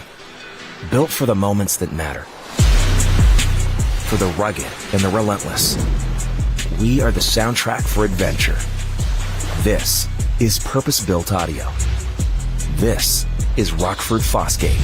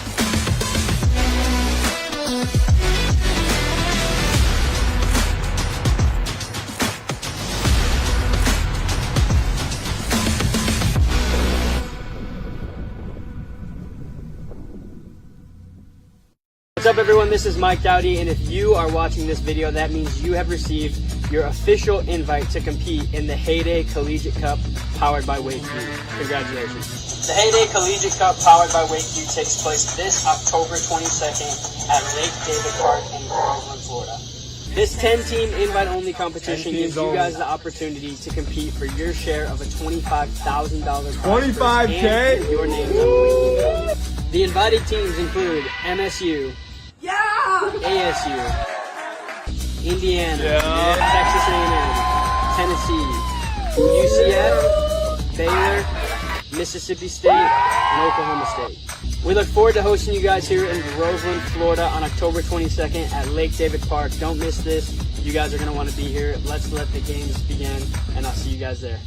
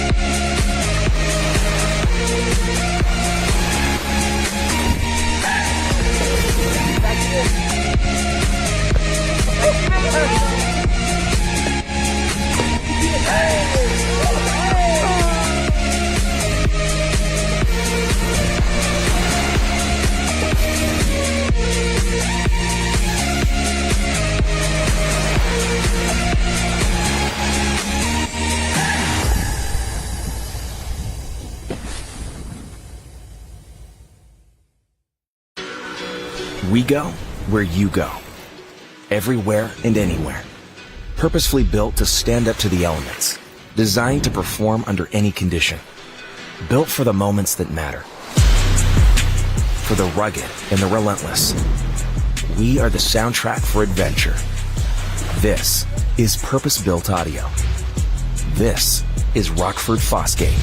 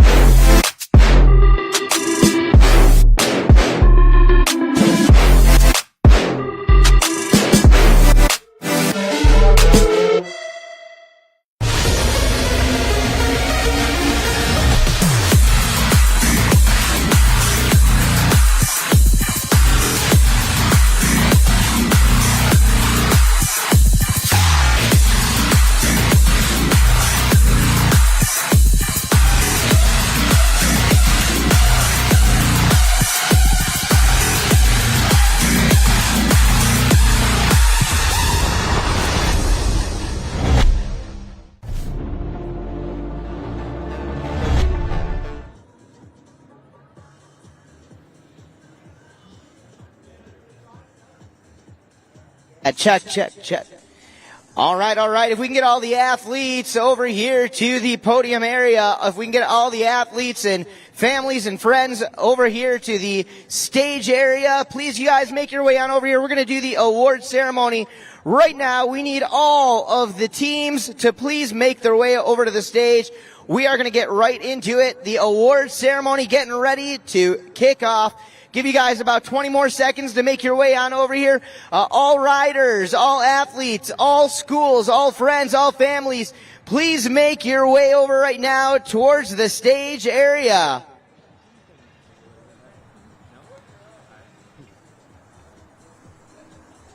Oh yeah, don't be shy or bashful. Come on, crew, make it on over here. Don't forget, we are live webcasting all around the world. So please make your way on over right here, right now. Right here is good. Let's bring it all, y'all. I know Indiana's in the house. Let's get the rest of the crew out here. That's what I'm talking about. What's up? What's up, Indiana? You guys feeling good out there? Make some noise. Oh yeah, that 17 plus deep right there. Come on, y'all. Let's not let them be the only ones that shine. Hey, Doc Branson, I know you guys won the Spirit Award 2 weeks ago. What about the rest of your crew? Where y'all at? Hey, Doc, where's your crew? Give it up, Mississippi. You guys in the house, make some noise over there. Come on, Mississippi. I know you guys can do better than that. Get loud. All right, we're going to get the whole crew over here. We want to thank you guys for coming out so far, so good. Hey, college riders, what do you guys think of the Heyday Collegiate Cup? You guys having fun? Make some noise. Well, we want to thank all of you all for joining us out here. Big shout out to Craig McMorris, my co-announcer out here. Give it up for Craig McMorris, everybody. We want to thank all of our sponsors here, of course, first and foremost, the entire crew from Heyday Boats. Give it up for Heyday Boats, everybody.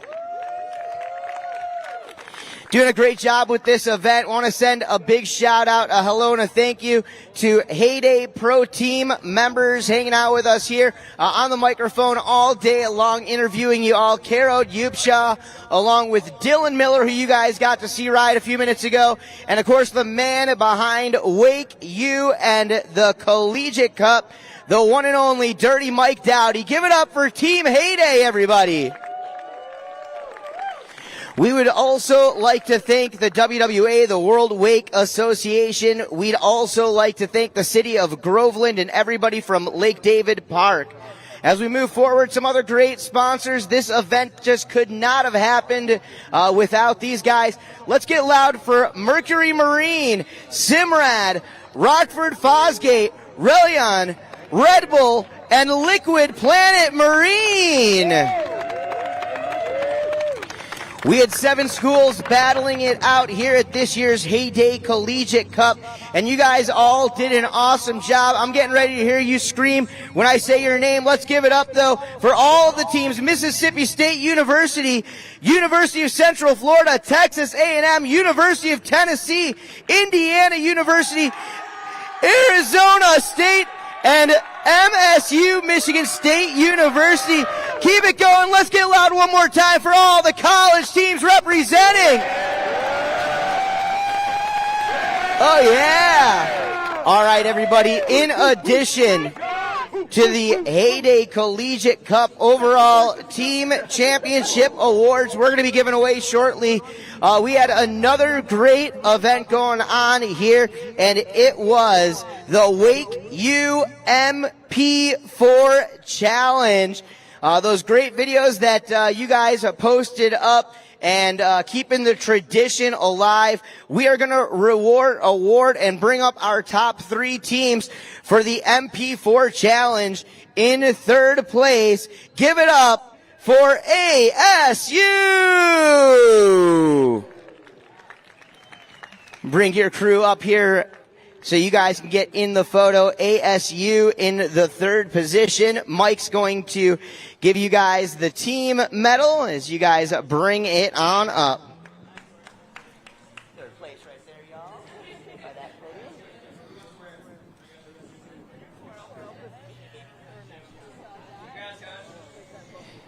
The runner-up in the MP4 Challenge, Mississippi State University.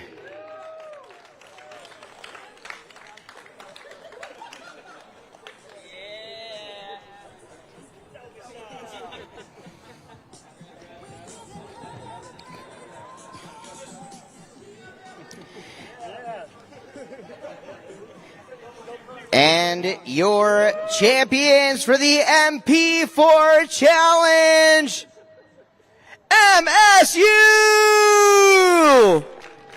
Michigan State coming on up to the stage. Congratulations, MSU.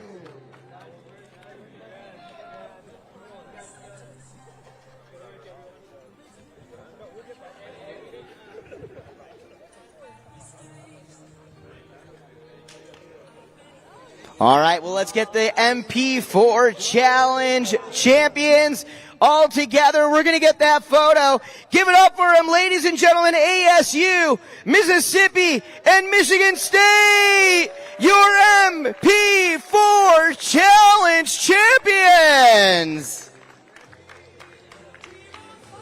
All right, well, very good. Congratulations, you all. Do not go too far, because right now, to announce the award winners for the overall Heyday Collegiate Cup Championship, give it up for Craig McMorris.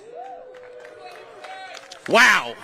That was an intro. Thank you. Get off the stage. Come on. Let's get some hustle here. Okay, this is the moment that we have all been waiting for. Everyone rode so well. That was so much fun. Before we get to this, let's just give it up for Dano the Mano, the voice of wakeboarding. I've been listening to him for my entire life. Dano the Mano, thank you so much for your time. We appreciate that. Okay, what are we doing this for? Why are we here now? Well, $25,000 cash purse. Okay, that's a lot of cash. Not only that, but the Heyday Cup. This thing's beautiful. You can drink out of it. You can do whatever you want with it. It is yours for a day. So that's pretty exciting.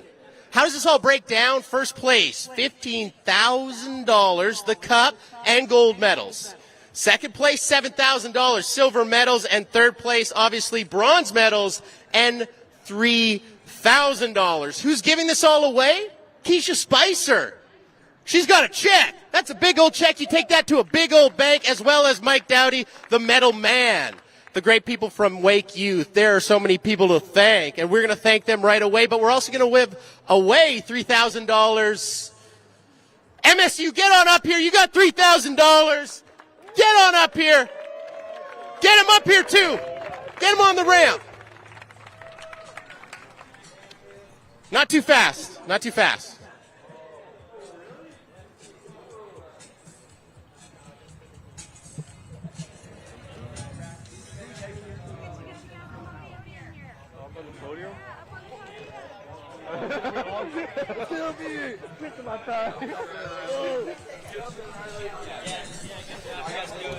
I look forward to you guys' events every year. I'm looking forward to it. Nice job, guys. Little three-point turn there. There we go. That's a giant tag. That's Keisha Spicer, the director of Heyday Wakeboard Boats, who have been so generous in this Collegiate Cup. Thank you so much. Congratulations. Stay up there. We're going to do a big team. Stay there. Get used to it. Put on your sunscreen. For $7,000 and silver medals. I said $7,000. I did not stutter. I mean it. With a score of 430 points in the overall. Give it up for the loudest team. Indiana, get on up here!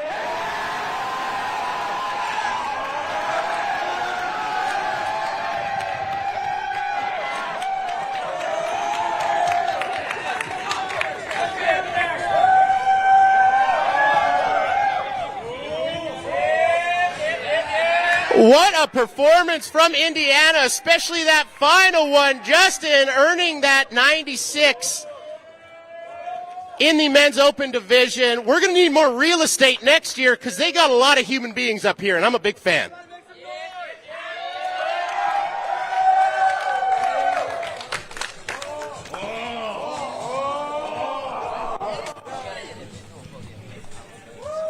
$7,000 to Indiana University wakeboarding team. That's exciting. Get your photos. All right, let's move on. Who's ready for this? $15,000. That's a real cup in his hand. That is a real cup and gold medals. Walking away with a big $15K. Give it up. For ASU, get on up here. You win a bunch of money. Go crazy.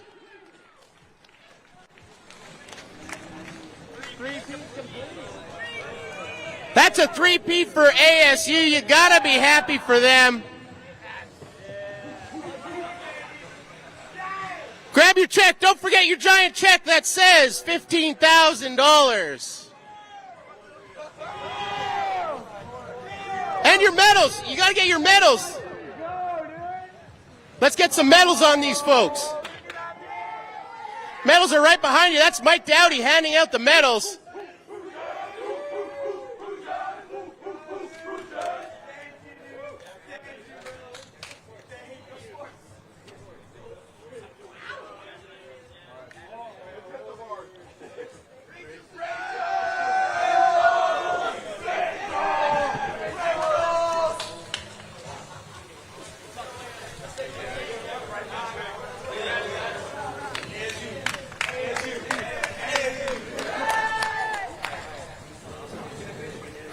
Yeah, keep staying in there, keep staying in there. Let me know when we get all the photos because we're going to get the rest of our teams up here and we're going to do a big photo shoot and the wave. That's going to be a fun way to end it.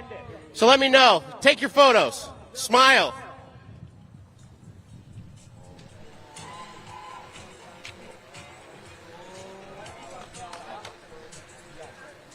Okay, that's got to be enough photos. I mean, we have technology now. This is no film, okay? Let's go rapid fire. Everybody else that was in the contest, get up here. Let's take a big photo with everybody.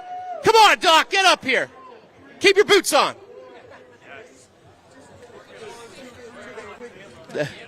Everybody get up here. We're going to do a big photo with everybody before we close the Heyday Collegiate Cup 2022 out. That was an absolute blast to see y'all compete, see y'all put it down. That was so much fun.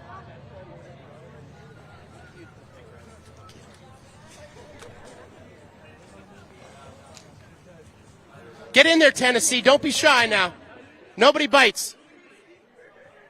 Nobody bites here.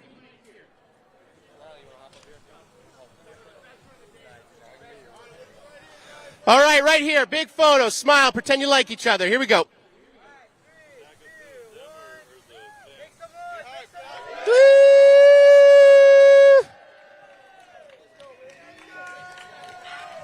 Now do a fun one. Do a fun one. Pretend you're crazy. Ah! Never mind. Either way's fine.